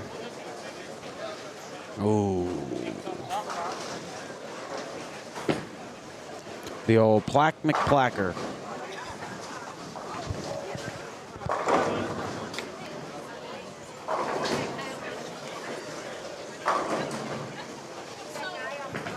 Clean up the 4-pin here. There you go. How are they doing? Johnson and Jarvis after 5, they were in 8th. So they're right up there.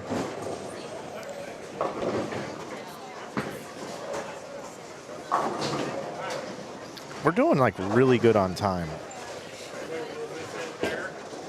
I was thinking it's kind of slowed down the last 20 minutes. Well, but before that, we were doing great. Here's the thing. I got the stream scheduled for 8 o'clock later tonight.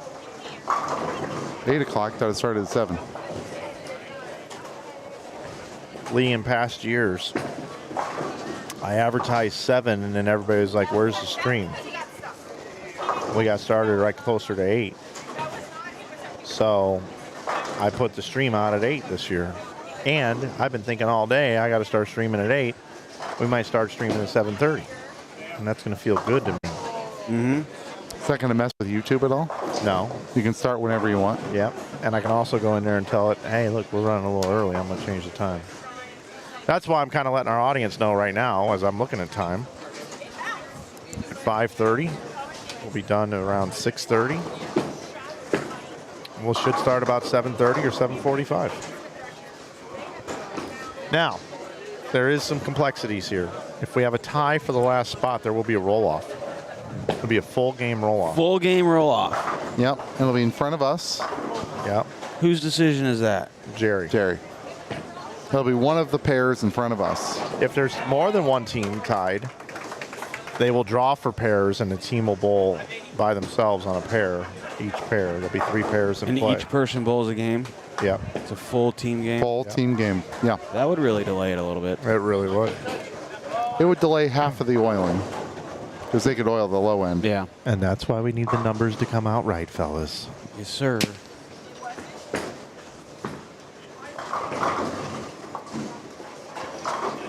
It was a Saturday in December. Mike, Lee, and Brad were hanging out in the booth. Mike decided to put his elbow up on the table and jiggle his fingers. He then turned his hat around backwards and said to Brad, "Come on, Brad." Brad looked at him with disgust and confusion, as he has not watched a single movie with Sylvester Stallone from the 1980s. As soon as he figured it out, Brad strapped in and put his elbow on the table too. We'll get back to that story in a minute. 2 teams are fighting to make it inside the cut. One team can strike out and tie for the last spot. Lee goes over and tackles him, so there is no tie, so we can get right in to the semifinal round.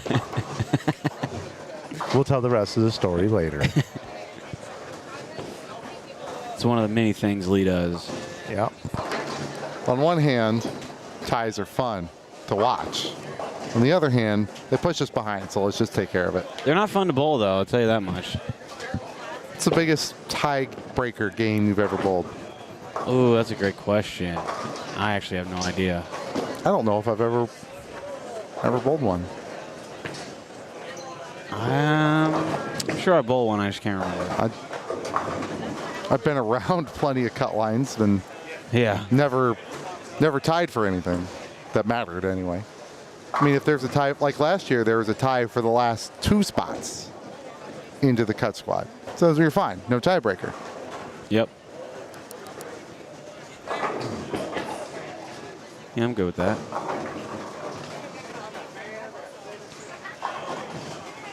.745 start, though. I wouldn't mind that. That's Me too. Me too. That's pretty nice. 5 games. Should take, what, 2.5 hours? Touch more. And then 9 a.m. start. Wow, this is kind of the hard day. I thought yesterday was a hard day. Today is 3 fewer games than yesterday. Yeah, yesterday. us. Here's what was difficult for me yesterday was the getting here at getting up at 6 and then getting here, and then leaving at like 11:30 last night, and then having to change every hoodie price on my website last night for like an hour. You did it. Yeah. Well, Brady helped me a little bit too, but yeah, I changed every hoodie price on our website. It was like entering in 1,200 separate things. And then I had to take all the Hammer t-shirts off of $15. So I went to bed literally like 2:30 in the morning. So for all that work, you need to head over to Inside Bowling and take the 25% off hoodie discount. I may or may not get to changing it by tomorrow. I may just leave it up all day tomorrow. I don't know. Because of pure laziness. That's all right. Whoa. Whoa.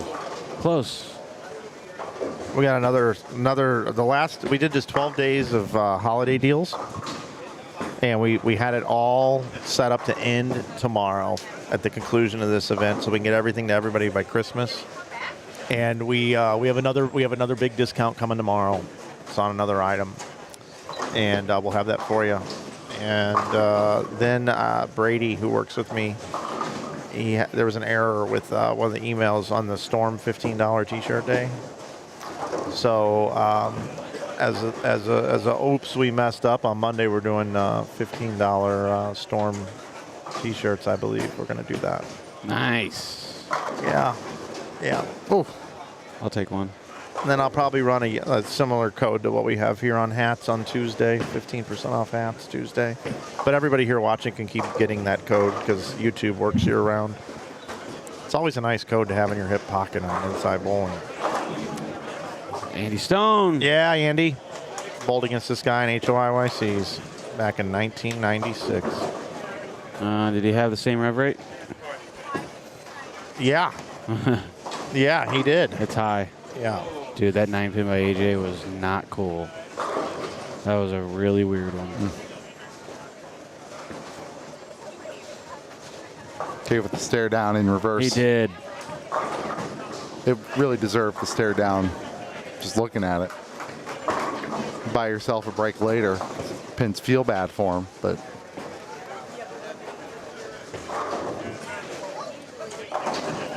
First bowl game today. Navy defeats Army. 22nd ranked Army gets defeated by Navy 31-13. that's not a bowl game. That's just the Army-Navy game.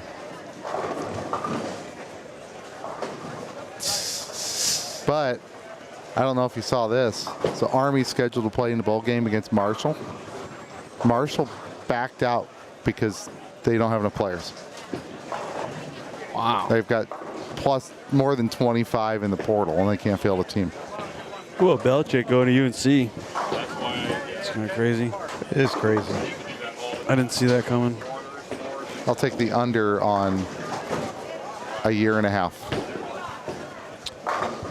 And then he'll do what? Retire. Just be done with it? Again. Think it'd be too much for him? Oh, there's a... I don't like that. So a table punch. You know, most the memes out there are saying that he's going there to pick up women. All right. I don't know. I mean, I don't know. Why would he go there? Everybody's got their thing. How many kids do you think will want to go to North Carolina now to play football? Well, that's, I mean, yeah, it just shakes things up. He starts next year, right? So there's already It been a starts lot. now, so he's got to start recruiting. So he's already, a lot of these recruits have already committed. You think he'd be a little lighter on those guys Than he was the football players? than the NFL? Yeah. No. You think he's gonna be the same way? I mean, he might be a little different, but I think that's what I think that's the fulfillment of it is he's, instead of helping like rich people become richer, you know, well, I guess these college kids are now they getting make money now rich. too. Here's a question for you. When Belichick coaches his first game next year, are you going to tune in, and is it going to be must-watch TV for you? No. It's not going to be must-watch TV, but I'll keep up with their season, see how they're doing. It's going to be must-watch TV for me. I am going to watch that game. Prime though, Colorado's been kind of must-watch for me. Same deal. It's like I love seeing a program that was terrible and just turned around, and I love seeing all the, you know, all the hardship they have to go through to become a top 25 program.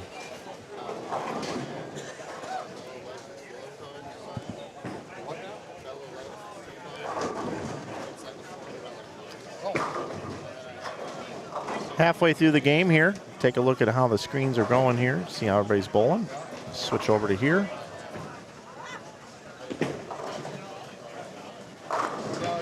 Kevin Nash up there from the WWE. Somebody else say he looked like Kevin Nash. Now that's the guy we don't want to arm wrestle. Brad, we don't want to arm wrestle him. Which guy? Guy that just walked off screen with the do-rag on. Did you say Kevin Nash? Yeah, that's like, no, he he looks like Kevin Nash. Oh, okay. From WWE. Sorry, I was looking at No problem, no problem. That's all we need now. He's Kevin Nash.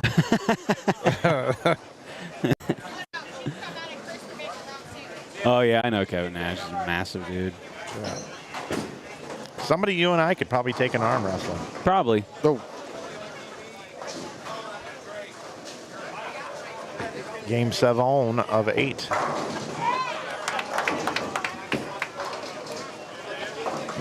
Oh, Andy Stone.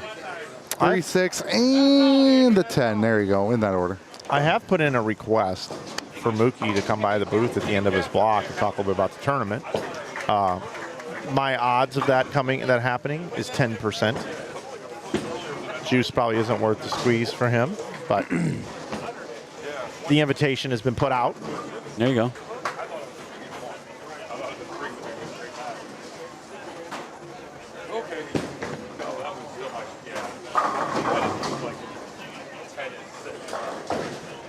There's a T-shirt that just says Bad Rack. I wonder what they got into last night. Tommy, DJ, Mookie. Think they went to a Blues game? I don't know what they did. That's a good question. Was Mookie even here last night, you think? Probably not. Can make the drive from Nashville. Pretty easy. Is he permanently in LA? No, I don't think so. He owns 2 bowling centers in Tennessee. Does he really? Yeah, he bought Pinnacle, and I don't know the other one that he bought. Just owns them, huh? Yeah. Good for him.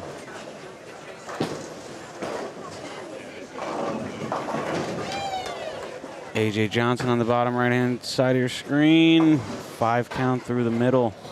Some frustration starting to build up. Talked with Jarvis, his partner, earlier. He said if he could carry 9 pins.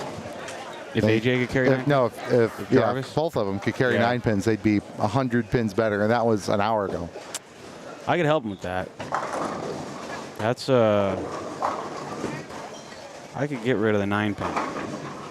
But then the Plaque 10 really creeps up pretty easily, so it's like give or take.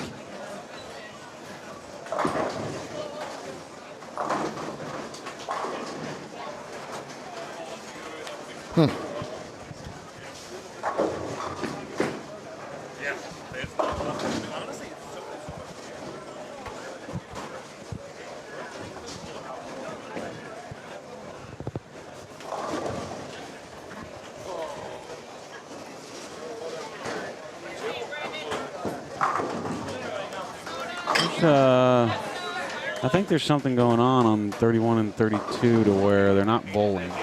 Well, 34 has a front 11.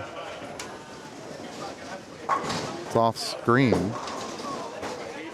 Who is on lane 34 and lane 7? That would be Steve Taylor or Josh Grove.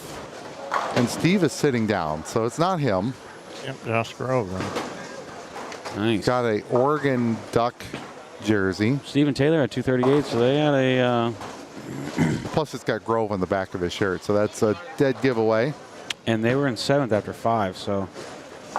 That's, there you go. Well, we got the Grinches back. All right, it's going to be on the right side of your screen. Josh is left-handed.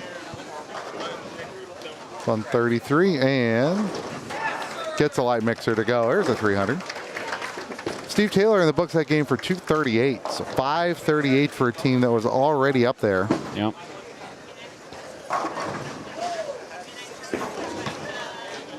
There's a lot of teams who are, there you go. Mike, after 6, what we got?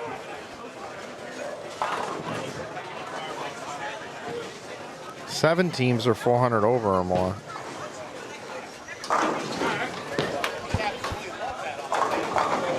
Okay. After 6, Thompson and Troop 606. Big lead over Larson and Queen 526. Another gap to Stone and Adam Johnson, who are in front of us over here, 484. Marsala and Taylor down to spot 468. Jarvis and Johnson, they're on our 35 and 36 here, 456. The rest of the top 10. The Aquarium of Higgins and Roberts, 439. Perez and Jones, 416. Audie and Colburn after that 300, plus 399. Slawball and Pollard, 398. Anderson and Barnwell, 10th at 391. Taylor and Grove were in 13th at 368, but just shot 538 to put them over 500 over with a game left. I'm looking at the individual scores here. Kyle Troop bowled 205 here clean. His games before that were 279, 269, 278, 300, 256. And then he bowled 205 right in front of us. He's averaging 264.5 with the 205 he bowled in front of us. Wow. Isn't that crazy? All right, let's bring it into the booth. Oh, hey. Here we go. What is it this year? It's the $2.99. 300. Oh, we got a Oh, I can give this away. St. Louis Cardinals 500-piece puzzle. There's a trash can right over Look there. at there you go, bud. Thank you. Nice bowling. Nice bowling. Go Ducks in the national championship.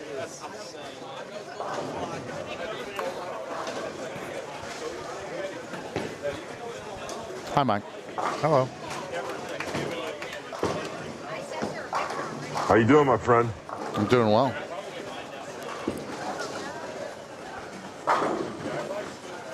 Anybody else here that we could see making a run that we can find?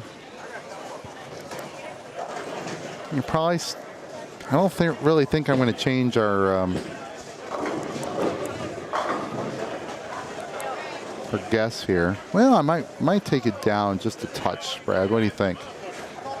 So 11th place, we kind of talked about that, 388. So to get to 525, they're going to have to shoot 137. So they're going to have to shoot 235 a game for 4 games. Yep. Which in game 7 and 8 is a little bit more challenging than it was in game 2. So if this group here, even the guys who are in 8th, Audie and Colburn would have to shoot 230 a man. And that'd get them to 520. So it's looking more like the low end of the 520s than the high end of the 520s. It seems like this group here, outside of the leaders of the pack, maybe have slowed down just a touch. Yeah, we'll just have to. Hopefully, we get a couple of these guys that are close in front of us on camera pairs.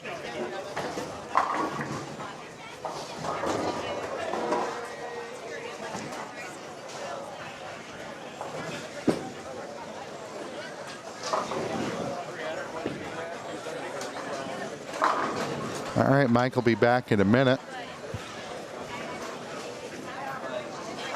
Let's see if I can find. I've got it up. I just got to find it. So some scores in that part of the world that are already posted. That tie. Remember I said that tie at 523 that's already in the books? I said low 520s, right? Well, there you go. Bone and Bone, Mooney and Brown tied at 523. Wow. There are no scores at 522, 521, or 520. You do have a 519, Celerio and Branham, a 518, Choate and Bays, a 517 of Jerome and Howard. I don't think it's going to fall that far to 517. It could. I'd still say the most likely number is 523, mostly because there's 2 of them. Yeah. They could both be in, be both out. Or they're going to have to fight it out. Thing is, they both bowled today. They both bowled earlier. So they didn't go, it's not like they bowled Thursday morning. No, yes. And they're still here. You know they're around. Brandon made it anyway.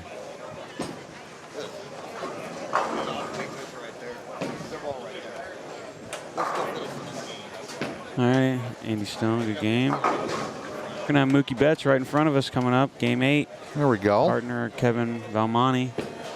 Where were they at? They were at 35th place on the squad at plus 159 after 6.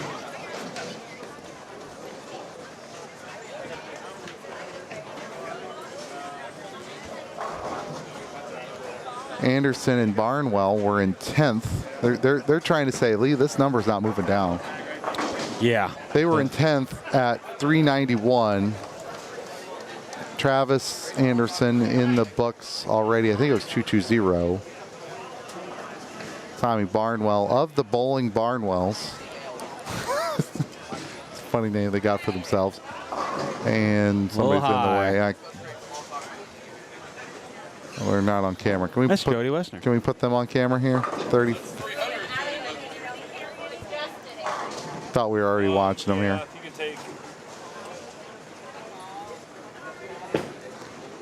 This there one you go. Yeah, we'll watch this because this was a team. Oh yeah. Kind of on the line here, if you will, the way they're pacing.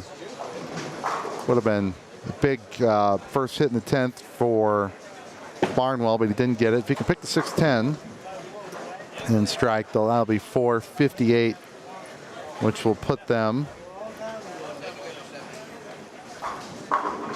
at 449. So they're going to need maybe a little bit more.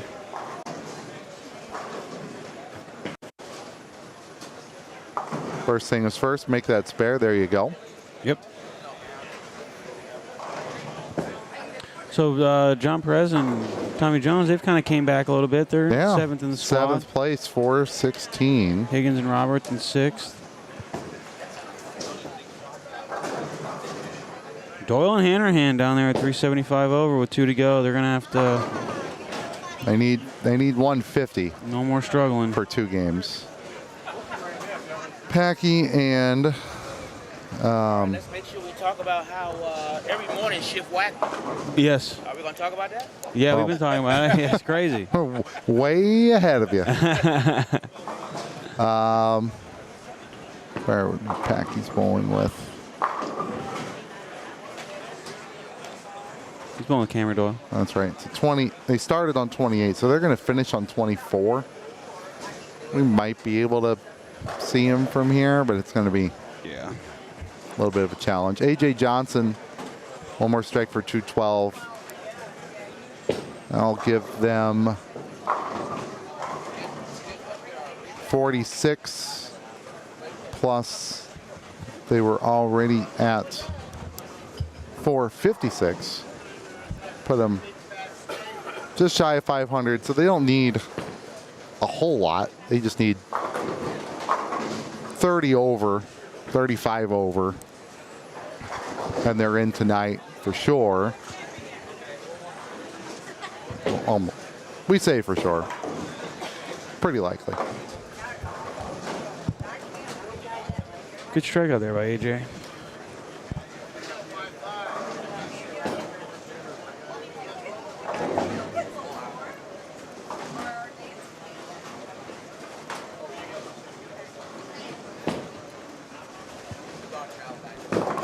There's Tommy Jones. There's Steven Jarvis. Yep. Coming up, game 8. And Tommy is close. Gonna need a nice one. Hey, know where to put my bucket. Right here.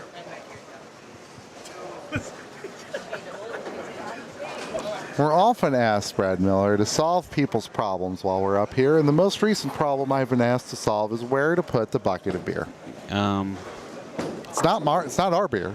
He did come directly to you. He came straight to me. He thought you had the answer. And said, I need help. But if I'm reading the situation correctly, the conversation started with you telling me about it, kind of tells me that you did not have an answer for him. I don't. Well, they put it way up there. Yeah, okay. They put it on the bowler's table. All right, we're good.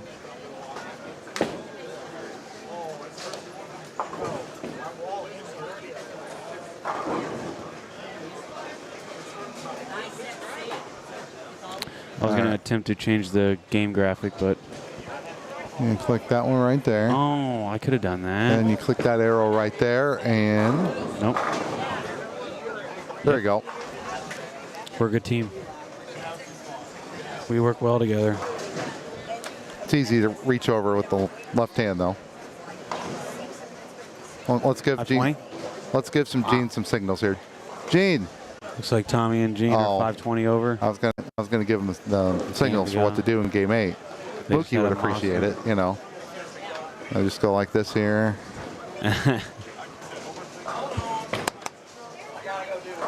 That means do nothing. I wiped it off at the end of the 2 claps. Hey, I'm doing good. How you doing? Are you bowling here?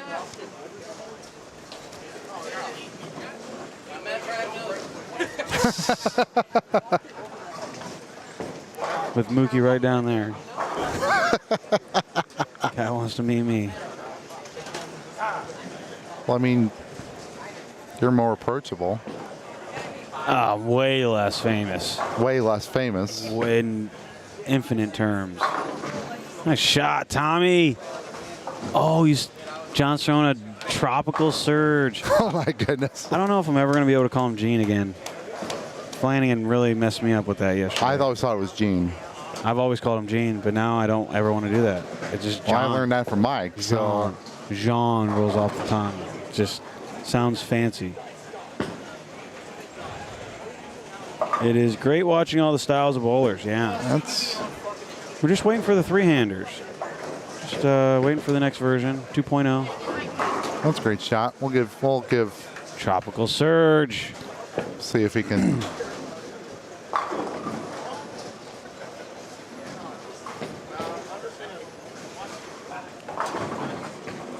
You said they're about 520 something. They shot 5-0 that game. Yeah, they're sitting at 520. Okay. Means they had about a 500 last game. So.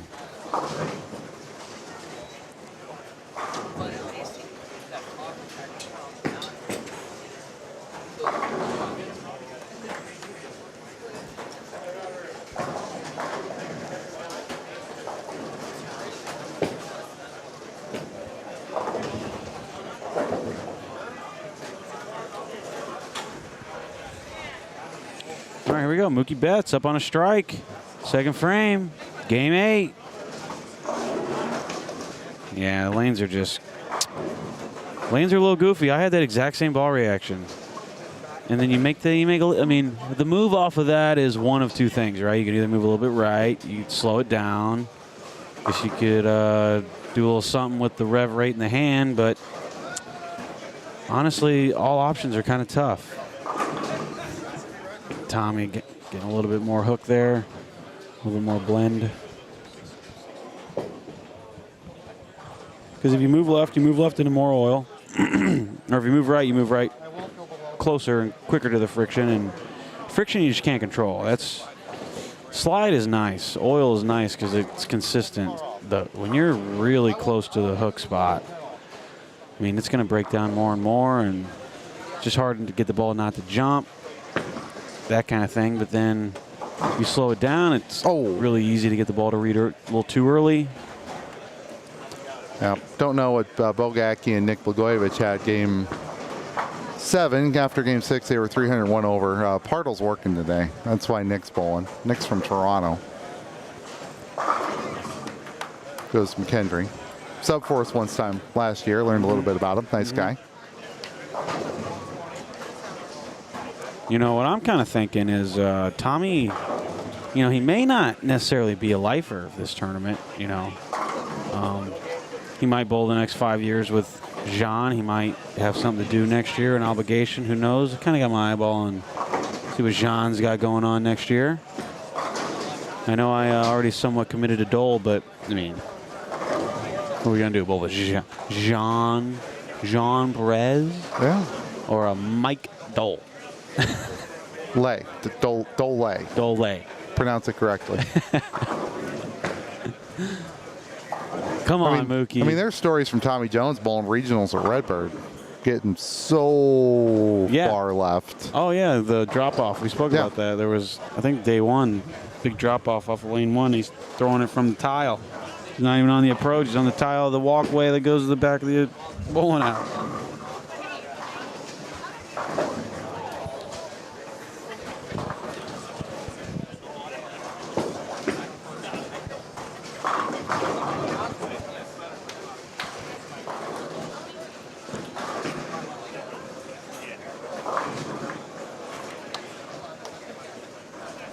All right, Tommy, up in the 3rd frame. And they're doing good. They're probably up in, 3rd, 4th in the squad. Look how tight that line is. There we go. Not that far off from where A.J. Johnson was playing. No, and And they kind of chatted a little bit beforehand. Mookie's really not, it's so subtle. Because I kind of have the ball reaction Mookie has. And the ball reaction Tommy has is just, it's blending it a little bit better.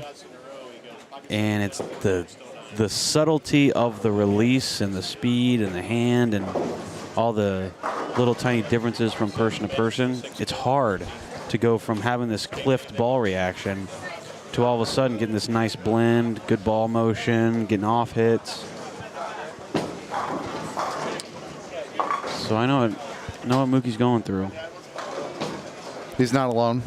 No, I live there. That's my home.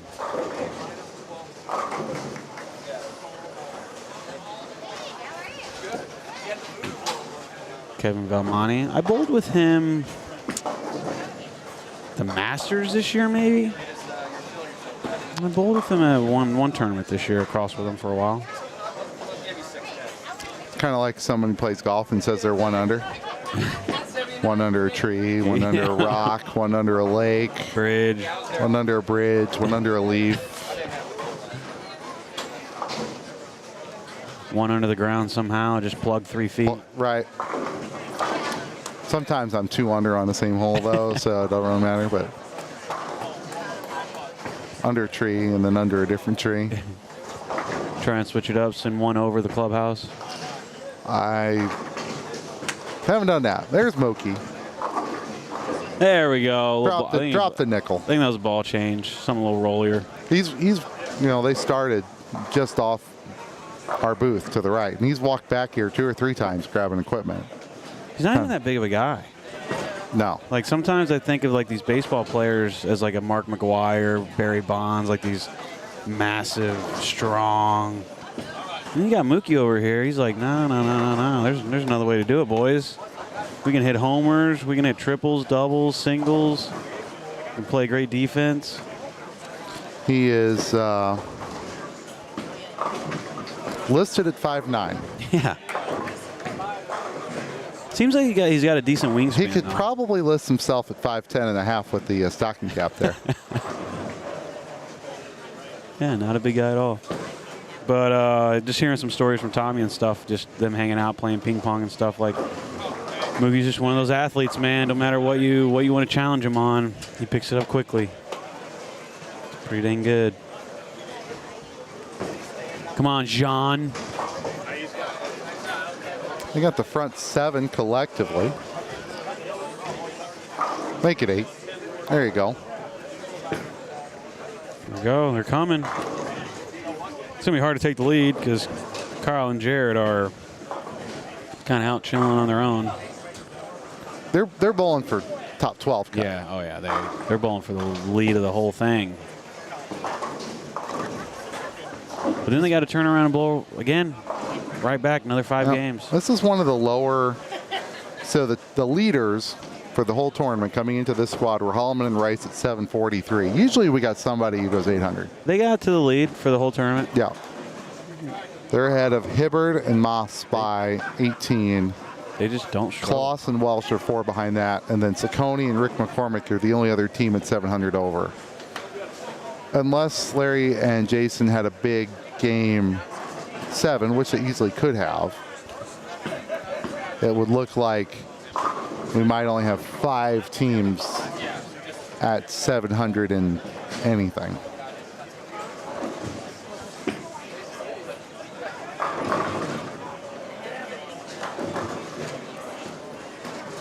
Oh, started again. A little behind. Jason's going to come and check in here a little bit. I got to be TJ, ready for Jason. TJ and John, they might give us the dream here. Last game of qualifying of the whole tournament. And this is, I don't know, maybe one of 5 or 6 times we've seen both players of the front 4. So it just has not happened. That was aggressive. There you go. Wow. That's the only line on the right side that's working on that pair is way in. Don't throw it too far to the right and let your equipment do the rest. I wish I could detail the difference between like Tommy's release and Mookie's release. I wish we can get like slow-mos of both, and maybe we can kind of understand why Tommy's getting a little bit of a more controlled front-to-back motion, and Mookie's is kind of doing a skid flippy kind of thing. I'd like to see, because I got the same problem as Mookie's got going on. Might help me with my release. Wouldn't be a bad doubles partner for you then, because you're either going to win. Who, me and Mookie? Yeah. Oh, you're yeah, either going to both have the berries and you're good, or you're not going to have to worry about which teammate didn't pull their weight, because it'd be neither of them.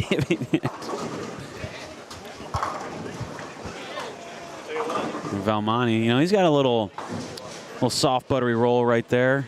Looks like Mookie's kind of naturally trying to go a little more speed. Valmani, he's got some speed, but he's not hitting it. He's not really trying to, just kind of letting it roll. And it still kind of came up light.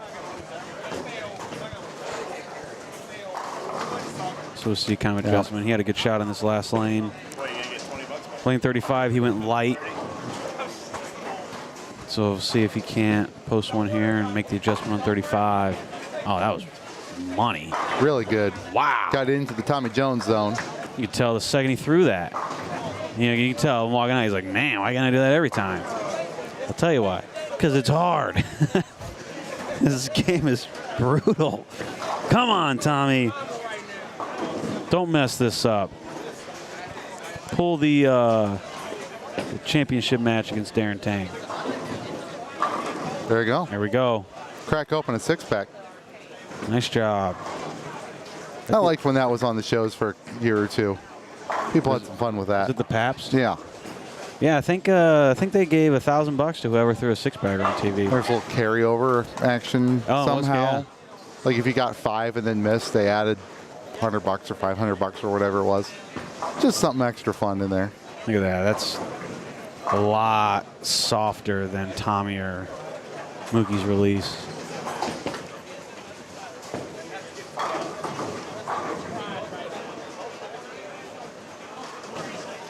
Come on, Jean. Tropical Surge. No. A little late. It's all right. I was trying to look through 3 different people to see Yeah, if you that were. 7-pin could drop like it's supposed to. Okay. So again, this is the last game of G Squad. Yes, we had 7 qualifying squads for this. Tonight will be the top 46, and we'll stick around for a little bit to try and help decipher where we think that's going to be. Plus 520 to 525 is the right part of the world, we think, based on where all the 6 squads that are done and where this group is pacing. But we'll get 7 I feel scores here pretty shortly. The last time I was in the booth for this tournament, it was kind of a little easier to track down, like what was going on with the scores and whatnot. But I don't know if it's the extra teams or what, but it just kind of seems like you got to track a lot of teams. There we go. Heating up.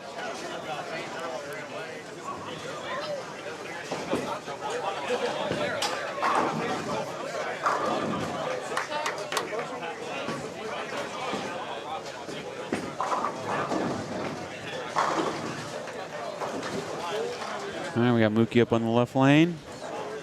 See if you can repeat that really nice shot he had on 36. And he sure did. That was literally repeated. That was 2 identical shots in a row. It's good stuff. He gives full high fives, unlike Pete. Cool. Yeah, he does. You know, they don't do that in Japan. It's kind of weird. I went over there and bowled once, and it was all business. Is the Japan Cup still a thing? I don't think so. I think it's gone. Yeah. So it's kind of late in the year.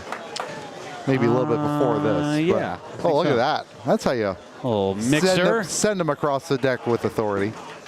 He's like, that one was way worse than the 7-pin. Well, that's how it goes. That's how it goes.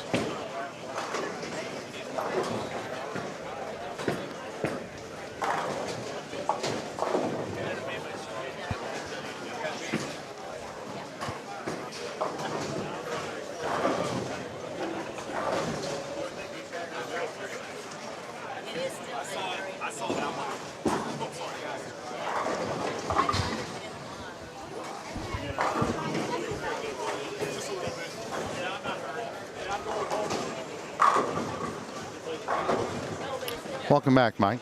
Thank you. Happy to be here. You know, we're just watching Tommy and John. Is it Gene or John?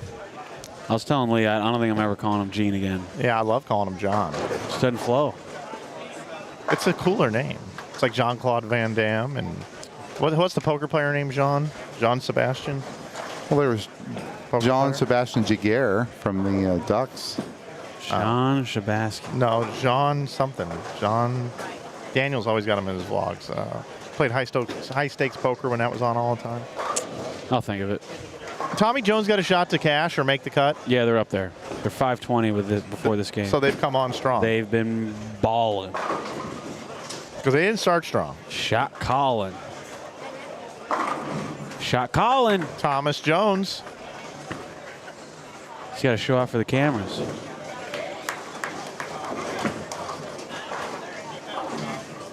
Guys, I'm working on this Mookie interview too, so I think what might have to happen, and not trying to throw you guys out here, but I might have to have Tommy and Mookie together. I'll get out the second you tell me. I don't care. I'm working this. They're ending right next to our booth. Oh yeah, they're right in front. I mean, the timing's kind of crazy. I really just want to talk to him about his podcast. Yeah, how about that? When Tommy or Mookie? Tommy's podcast. Or sorry, Mookie's podcast. It's cool. Yeah, it's very good. He's doing a good job on base with Mookie Betts. I like when he was talking about how he travels with all his pots and pans. He's got a full cooking set he travels with. Yeah. And play around. I know. He's got a personal chef. That's my kind of guy right there. Doesn't hurt when your doubles partner trips a 4 forward for you. Oh, yeah. Loosens you up a little bit. Jean Robert Belande. Oh. I don't remember that one. Is the poker player. You know what I'm talking about? Oh, yeah. Oh, yeah. Mookie Betts, the lanes start to hook. Yeah, and he likes them. He's actually thrown 4 really great shots. Yeah, he just needed him to open up a little bit. He had to change balls. He likes to attack the dry. He likes to get in. He likes to burn squad. Yep. Which is totally cool. Here's one more solid game that we're paying attention to here. We don't know what they had in game number 7, but Grove and Taylor were 368 over after 6. They just put 490 up there. Really? So that'll put them, or 496 or 8, I can't tell. 8. I was going to guess 6, so I would have guessed wrong. So they'd be in the 460s, excluding whatever they had last game. They came into this in 13th. So, okay, well, if they thought they needed it, they got it. Yep.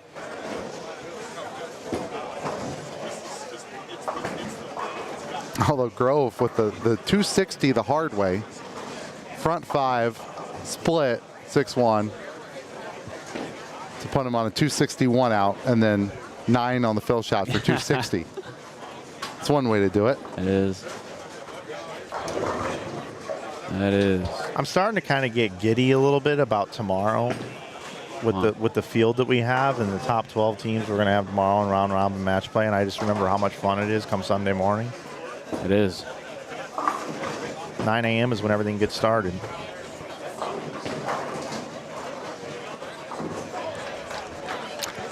All right, after 7, Mike, here we go. I'll try and run around and get some of these while you're chatting with. Well, we'll see what happens. Well, you're either going to talk with Tommy Jones or Mookie or both or neither. Yeah.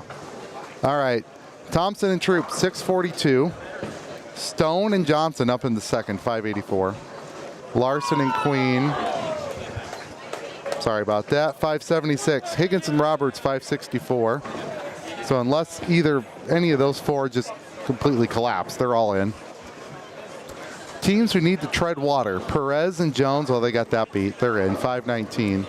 Marsala and Taylor, 514. They've been in the top, I think 6 is the lowest they've been. Teams that just need to finish the job, Taylor and Grove just shot 498. So we'll mark them at 604. We'll see them tonight for short. Jarvis and Johnson, 502. And then you've got a big gap of almost 50 pins to teams that need to do a little bit more work. Sanders and Cook, 456. Anderson and Barnwell, 448. Slawball and Pollard, 440. Then you've got Corbin and Dino, 429. And then you got the category of teams who need a miracle, but they're at least within miracle range. Clayton and Spink, 397. Gohagan and Sledge, 395. And that's probably about it. Although there are teams below that who are bowling for a cash number, but not. I'm trying to focus more on the top 46, and then we'll go from there. I might start working on that now, Mike, if you don't mind. Yeah, go ahead. How's Nick Balajovic bowling? I don't know. They were just in front of us. He's right here. Blagojevich. Yeah, where's So Blagojevich and Bogacki coming into the last game, 24th at 3:30. Blagojevich. Nice job, Mike. It's a good try. I don't even know what you said. Blagojevich? What did I say? I don't even know. Balajovic. Yeah, Balajovic is how I Balajovic. Somewhere in there. Somewhere in that neighborhood. All right, so Tommy's going to shoot 260. So Tommy and Gene, they're going to be up there. Come on. Oh, touched roll it. it. Roll that.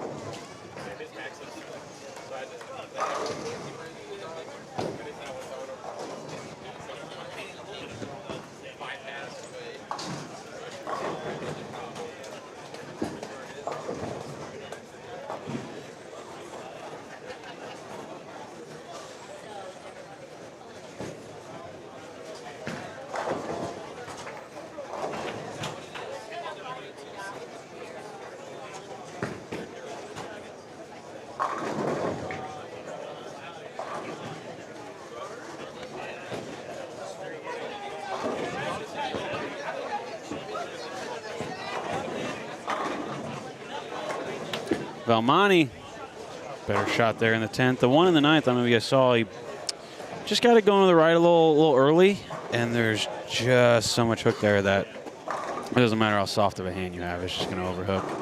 And there's this balance of like, well, I kind of want to get it to the hook at least a little bit, but then you try and accidentally get it there a little much, and then it overhooks, and then you're like, okay, I don't want to throw it out there anymore, and then you kind of keep it in, and it never hooks.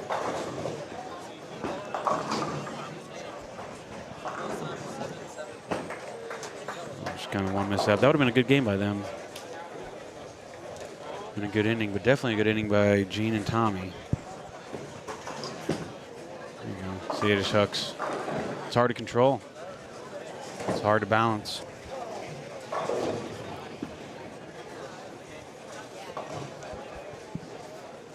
Oh.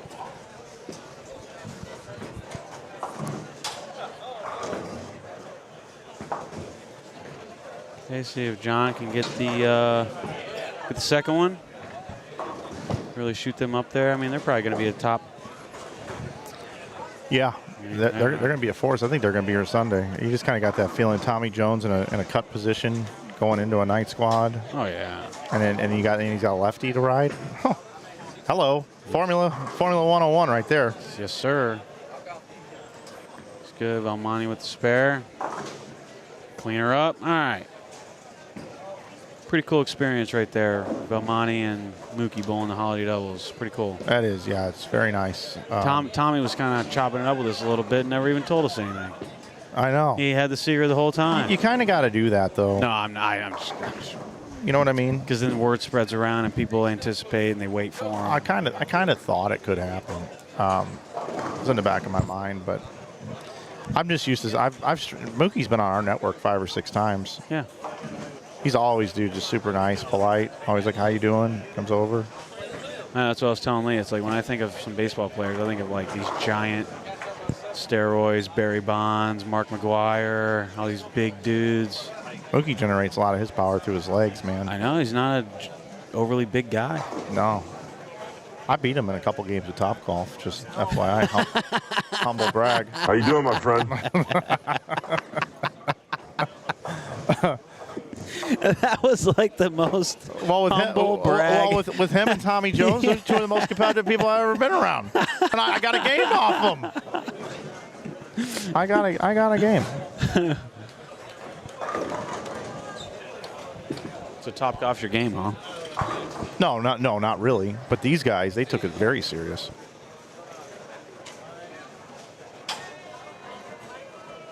Finishing up here on the right pair. Good shot there, balanced. Got a nice game.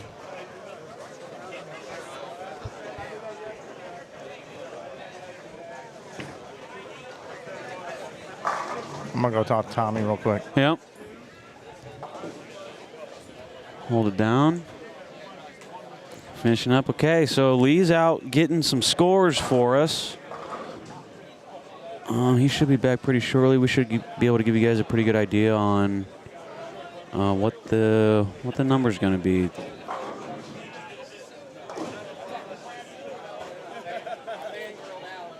Thanks for showing this. It's been on my shop for 3 days. Keep up the great work. Thanks, Scott. We're going to have Tommy Jones. Just Tommy? Yeah, we're just going to have Tommy. Okay. Mookie's got to get somewhere, which Okay. I completely understand.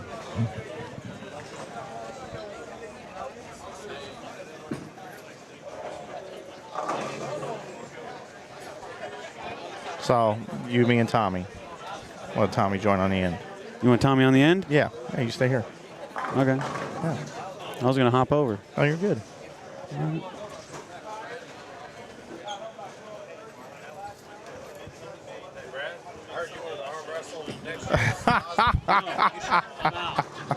out, man.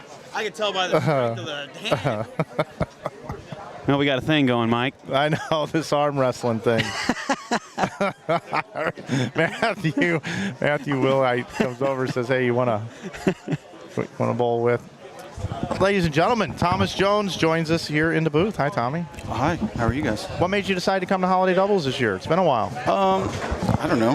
Gene asked me to bowl, and he's got one of the biggest strike balls I've ever seen, so it seemed like a no-brainer to kind of go and bowl with Gene. And tour's going to come up soon, and if I don't make myself go bowl, it's still 60 at home. We'd be out playing golf today. I mean, we know you're back home shooting the 20 to 30 games a day. You don't have to claim this, We know you're working hard out there. Yeah.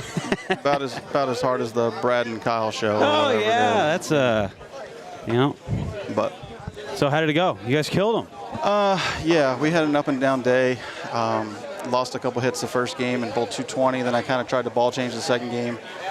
Had spare open and changed back to the ball that I used the first game, bowled 260, 260. So it's just one of those things. I don't bowl that many tournaments on the quote-unquote house pattern or easier pattern. So I second-guess a lot of things a lot of times when my ball doesn't strike, chasing score, and get caught up in seeing the way that I see the lanes on tour a little bit. And, you just got to – at the end of the day, it's still bowling. Somebody's going to win. Somebody's going to lose. Yep. So you got DJ picking you up at the airport and everything, right? Yeah, he picked me up at the airport. Been here since Thursday, and wondering if you guys got heat outside. It's cold. It is cold. Yeah, I'm not a big fan of that. But I get to bowl in shorts, so that's good. What do you guys been doing since you've been in town? He hit me up about hockey tickets the other night. We were going to go to the hockey game the other night, but then my flight was delayed a little bit. It took a little while to get bags, and we didn't make it to the hockey game. So we have been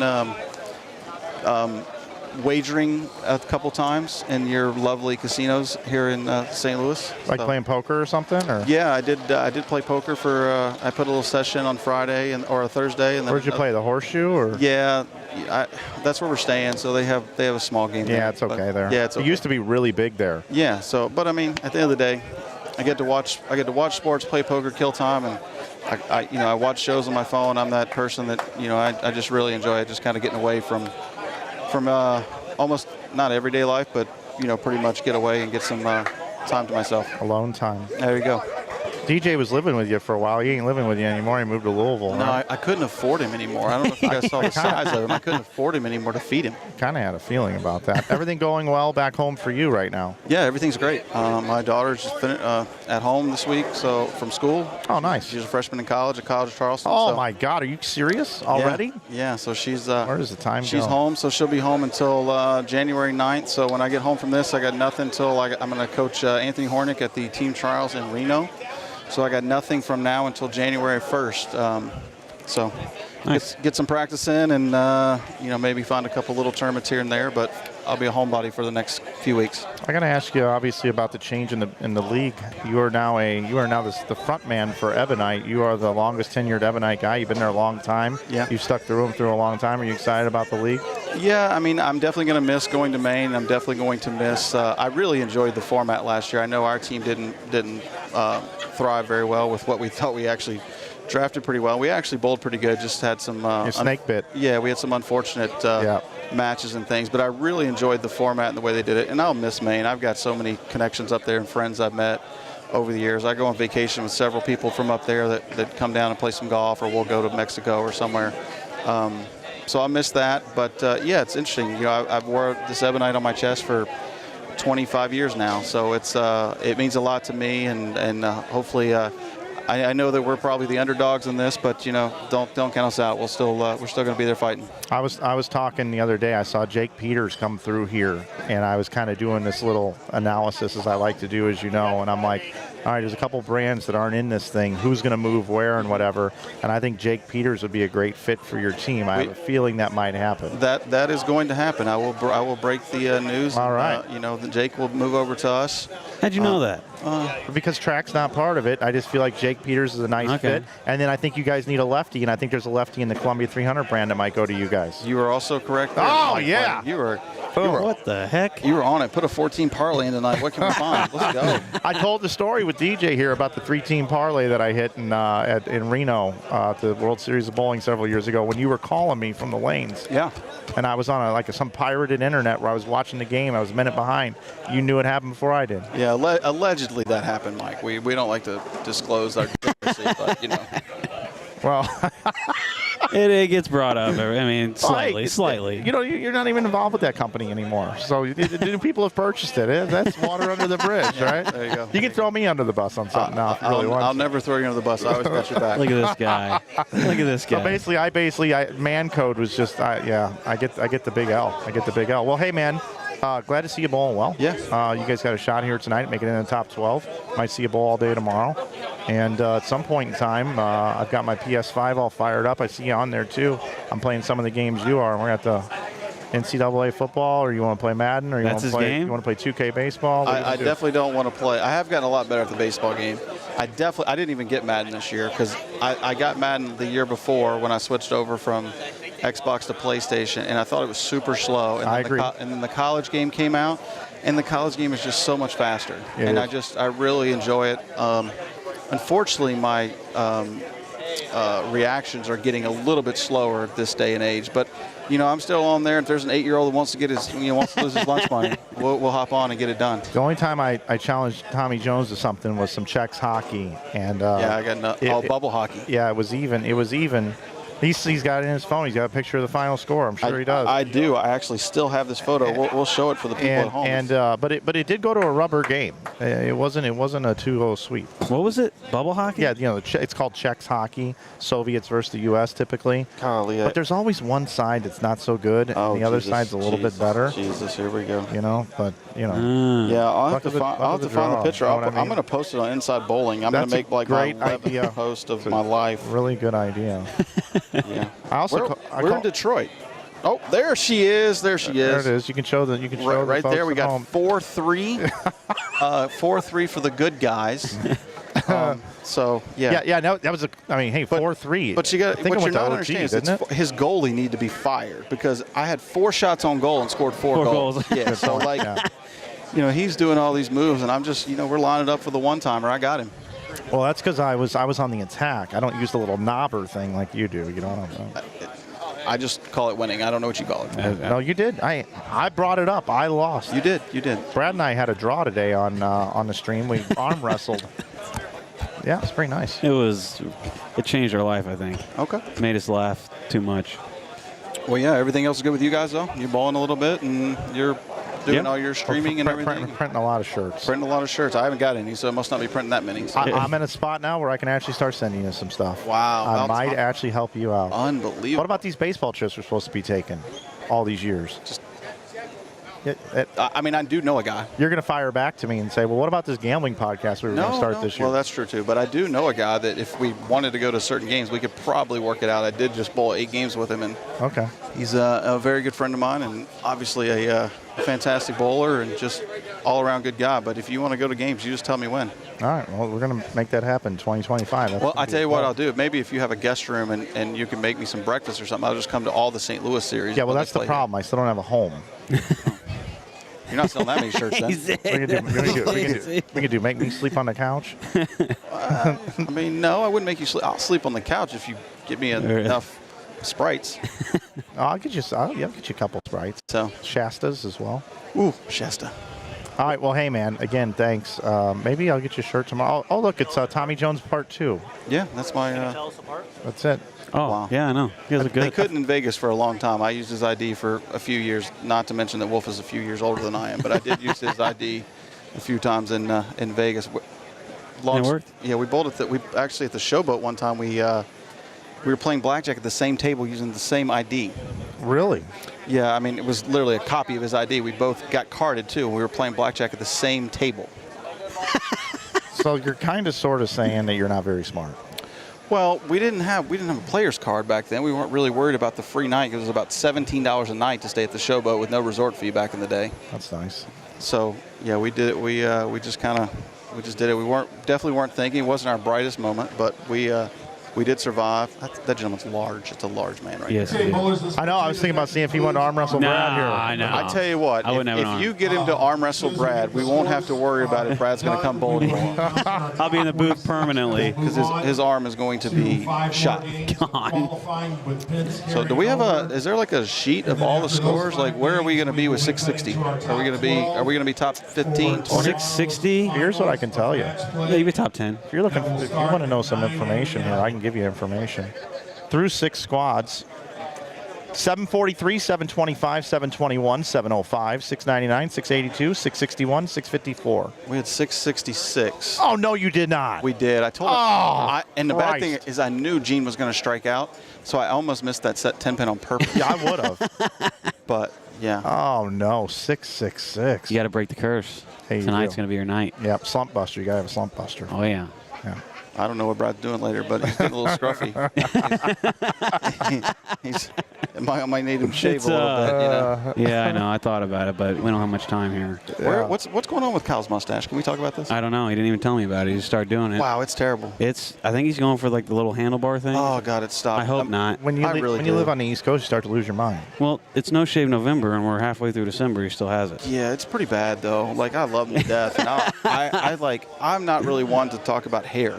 But, man, that's bad. I saw it the other day, and I thought a divot landed on his face, and he, played golf and got stuck. Yeah, and you see him clean shaved on the side. You're thinking, you didn't just want to touch the mustache a little bit? Yeah, let's give that a trim. Kyle, if you're listening, which you're probably not, but if you are, shave that she. It's not good.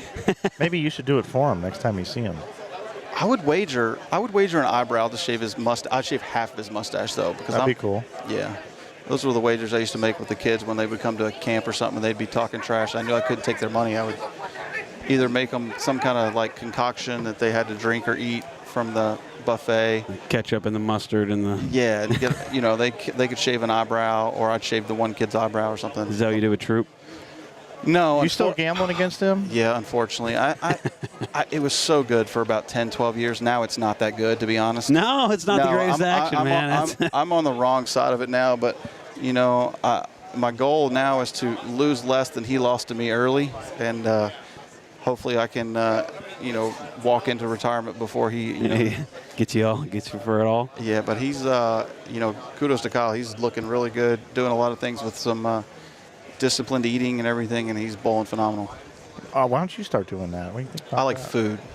Yeah, well, you like cheeseburgers. I do. Ketchup. I do, but the diet is starting on Monday. My sponsor, or my old sponsor, it's kind of like my second dad, Lito Venice, he calls me and checks on me all the time, asking me my weight and stuff. So if I'm not below 205 when I go on tour, it's not good. He might disown me. So I'm going to have to. We're going to have to lose 15 pounds in the next month or so. So. Nothing to it. Brad, I like food. I know, I do too, man. Yeah. I'm with you. Yeah, I like food. And I like food, and I like playing PlayStation. Food, PlayStation, and adult beverages, they don't really work out for the losing of weight. You got that giant stretching machine in your living room, though. I do have the giant stretching machine. Have you machine. seen the stretching machine? No. It's pretty gnarly. Yeah, it's basically like a Taekwondo type martial arts thing. And the guys from Vice actually got me on it, and stretches, and you do all kinds of stuff. And when it's in the living room, I do it very frequently. When it goes to another room in my house, which is not that big, I struggle to walk to that other room and do it. So my right hip was starting to let me know about it, too, right there at the end. I was like, whoa, we need to find the finish line so we can go. Now you got to bowl tonight. Get some drugs in this hip. Thanks, Tommy. Yeah. See you soon. All right, yes. Bye, bud. All right. Tommy Jones, everybody, joining us in the booth. Always a pleasure to catch up with Tommy. Yeah, he beat me in that bubble hockey, man, 4-3. He did. He's got a picture. Lee brought this note over right here. We have a tie. He says unofficially a tie for 46 and 47th at plus 523, which would mean a one-game roll-off, which really isn't anything that we're really big fans of here when we would like to take a short break. But, of course, we're going to bring it to everybody, which means we may have to place an order here for something to, like Tommy Jones mentioned, to like some food. What time we got? Looks like the time right now is 6:33. 6:33, and I said that the stream's supposed to start at 8, which I'm always planning a little bit later. Squad's supposed to start at 7, but it never does, so I moved it to 8. The top 46, but right now the number is 523. But this is very unofficial, very, very unofficial. Hopefully, you guys enjoyed that interview with Tommy Jones. Tommy's always one of the guys I like to be around. And let's go on to Hallman and Rice. Okay, guys, we're gonna. What do you think? Should we break the stream? Not break the stream, but keep the stream on, and we'll hang out for a few minutes. Well, we're gonna leave. I'm gonna put it on the lanes. I'm gonna put a little graphic up that says possible roll off or something like that, and then we'll keep you posted as soon as we have an official number. Then this stream goes down. We come back at probably around 7:45 or so Central Time with the next round, unless we do have a roll-off, then it'll be a little bit later. So, Bud Kroll walking by. A lot of great players here, Brad. No, they're all here. The top dogs are here. I hope Landon Jordan made it back. Oh, yeah, he's here. That's who I'm rooting for. It's a tough drive, though. I hope he's safe. Yeah, me too. 4 hours in the rain. All right, everybody, we are going to take it to the lanes, like I said, and we'll have everything ready to go. If you're looking for something to do, you can go shop at Inside Bowling. Get some of these hats. I sold all of them here. Actually, no, there's one left. About 30 of them today. People are buying them here. Nice. So you can get them online. Brad, always a pleasure. Thanks for being here. Yes, sir. And we'll take it out. Let's go to these lanes right here. Banner pair, St. Clair Bowl. Folks, we'll see you here in just a little bit.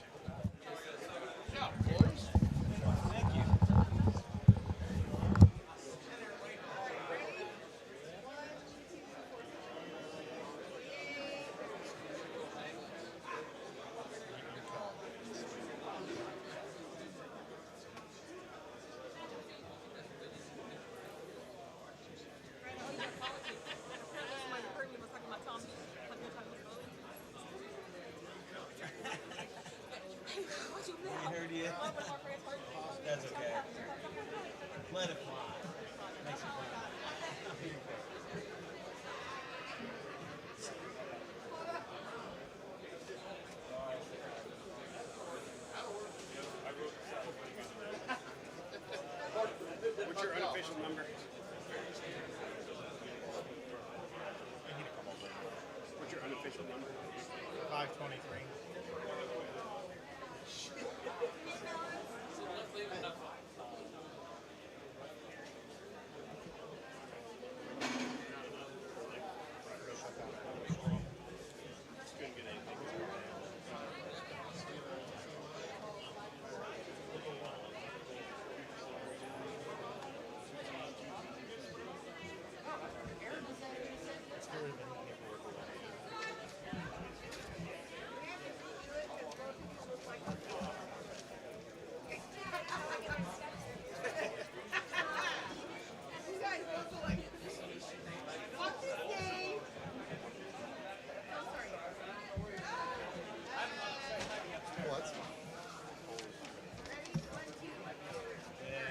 Here's my sheet.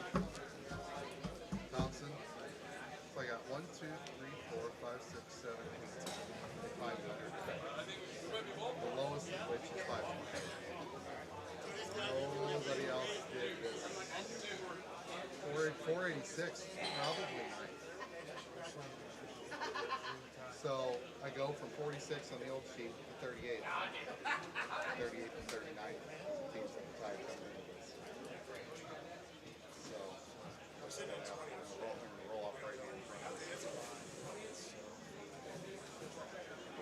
Well, I think I told him. I told Ryan.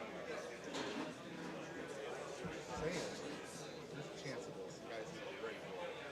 Talk to Jerry, got the cameras figured out, the procedure figured out, how much of those 2 teams, three teams.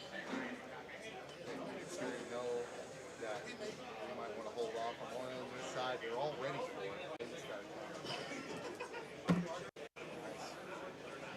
ball stressing me out more than this. We're up by 1. This game has not been more than 3 points in tighter direction. Yeah. We went there last year. Like the special or whatever. Under 4 timeout, up by 1. We only like 70 for the first.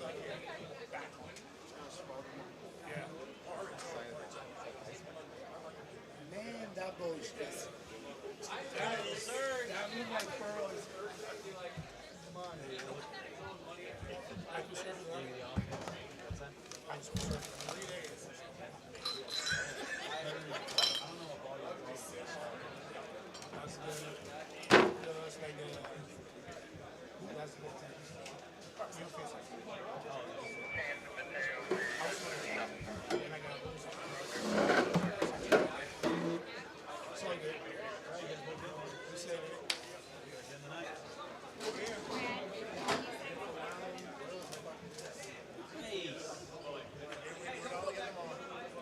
Oh, it's heroin. Anywhere you want, as big or as small as you like.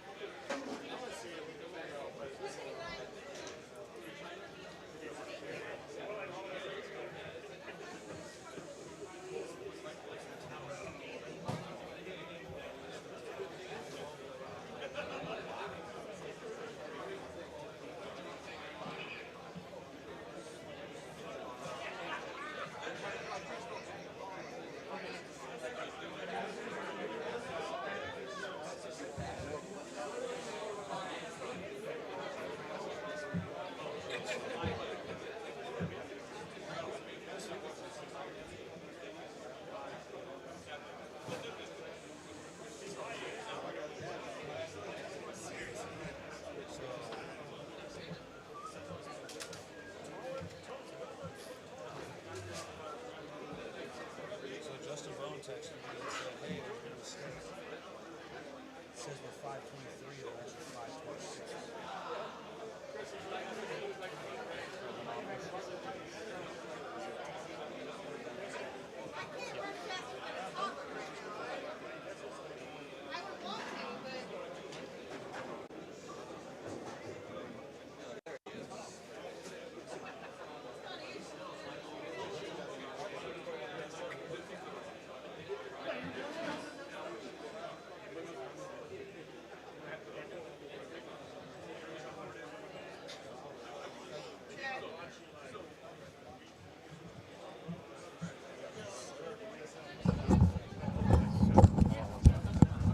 Hey, everybody, just want to let you know about something. This 523 official cut number tie, potentially, is the Bone team is on there, but we're getting a report from Justin that their score was actually plus 526. Why we're getting that number now, it's probably because they're drawing attention to this tie. That should have been corrected before. So anyway, Brad's in the tournament office letting them know. Of course, all the scores will be double-checked. Just want to let you know that there may not be a tie with this piece of information I have. Of course, everything I'm reporting is unofficial.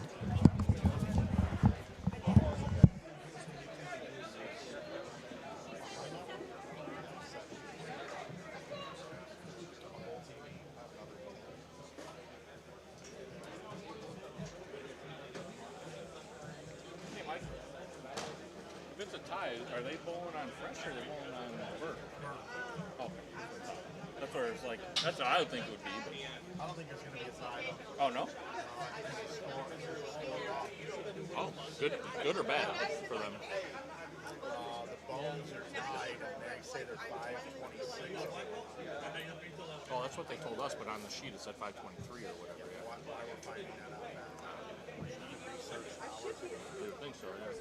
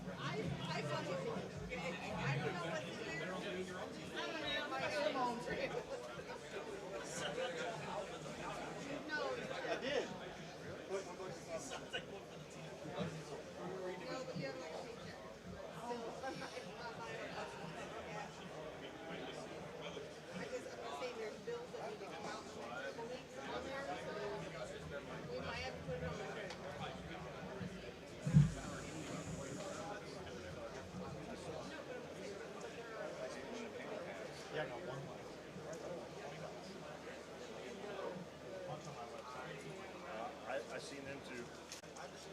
Thank you. Gary does all that part. Appreciate it, man. Thank you. Great job. Thank you very much, man. Appreciate the support.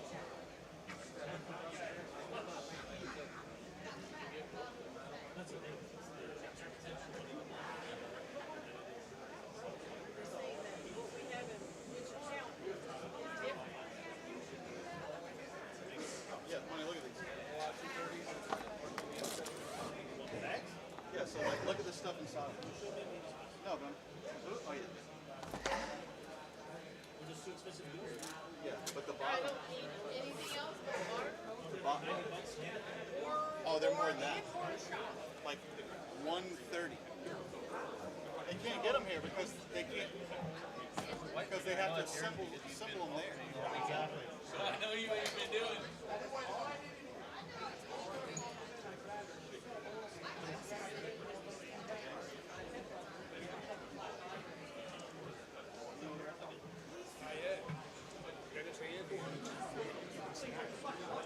Okay. I'm gonna go fucking light this hip on fire. I put my holes in road. I know you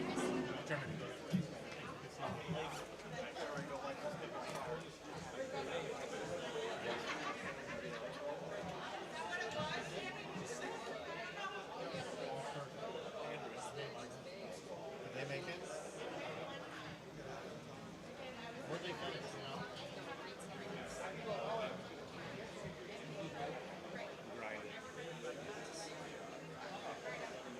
We had like one big game over 500. Everything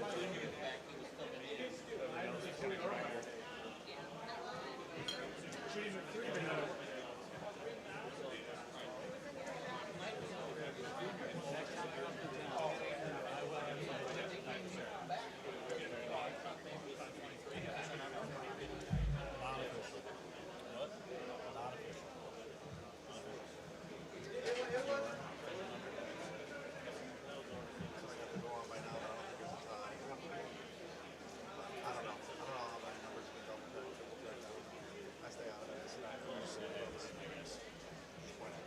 No, they came out of the office and said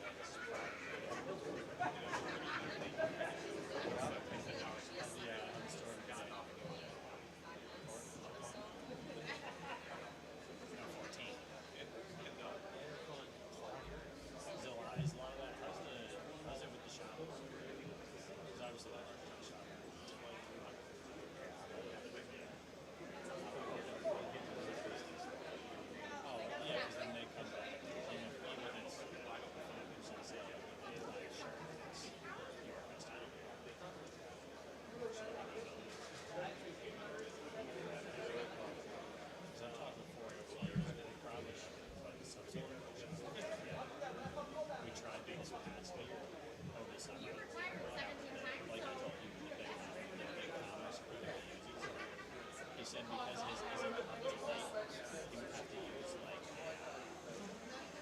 he would have had to use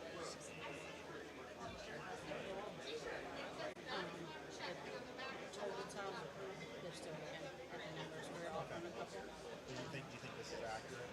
So that's that's after that. Thank you.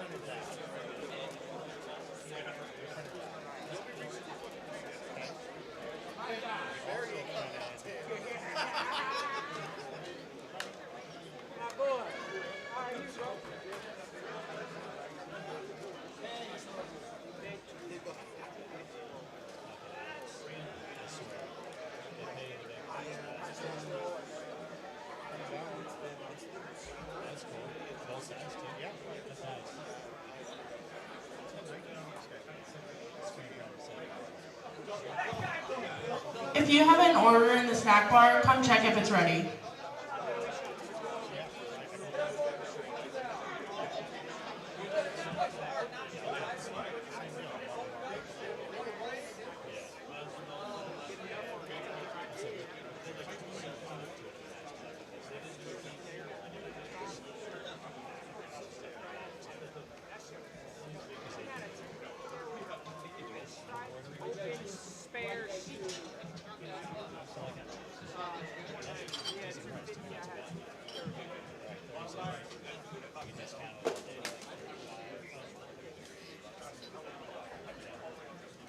That is badass. I told this brother. That started with like 3 in a row.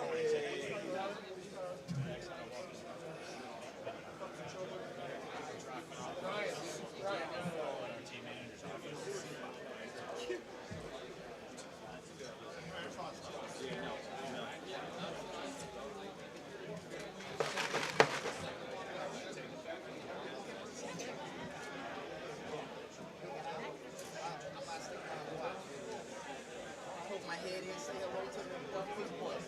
Get all my life. We'll see you in a few months.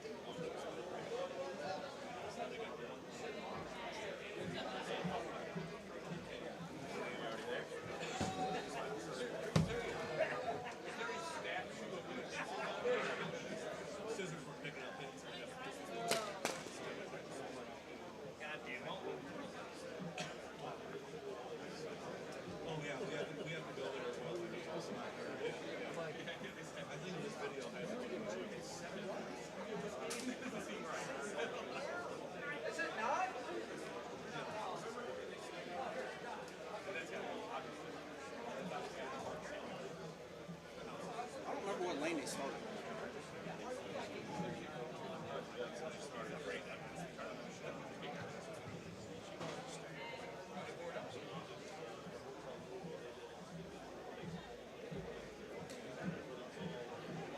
Okay, bowlers, we have our finals. In 46th place, no ties, was Bassford and Rodriguez at plus 525. 525 is our top 46. The number to cash is 459.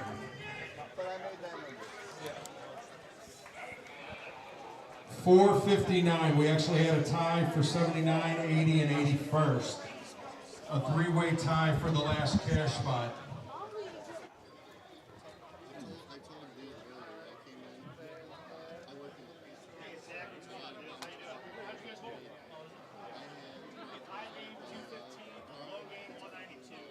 I are the most okay games. Just 2 make holes. They make a couple split. Double spare. Double spare.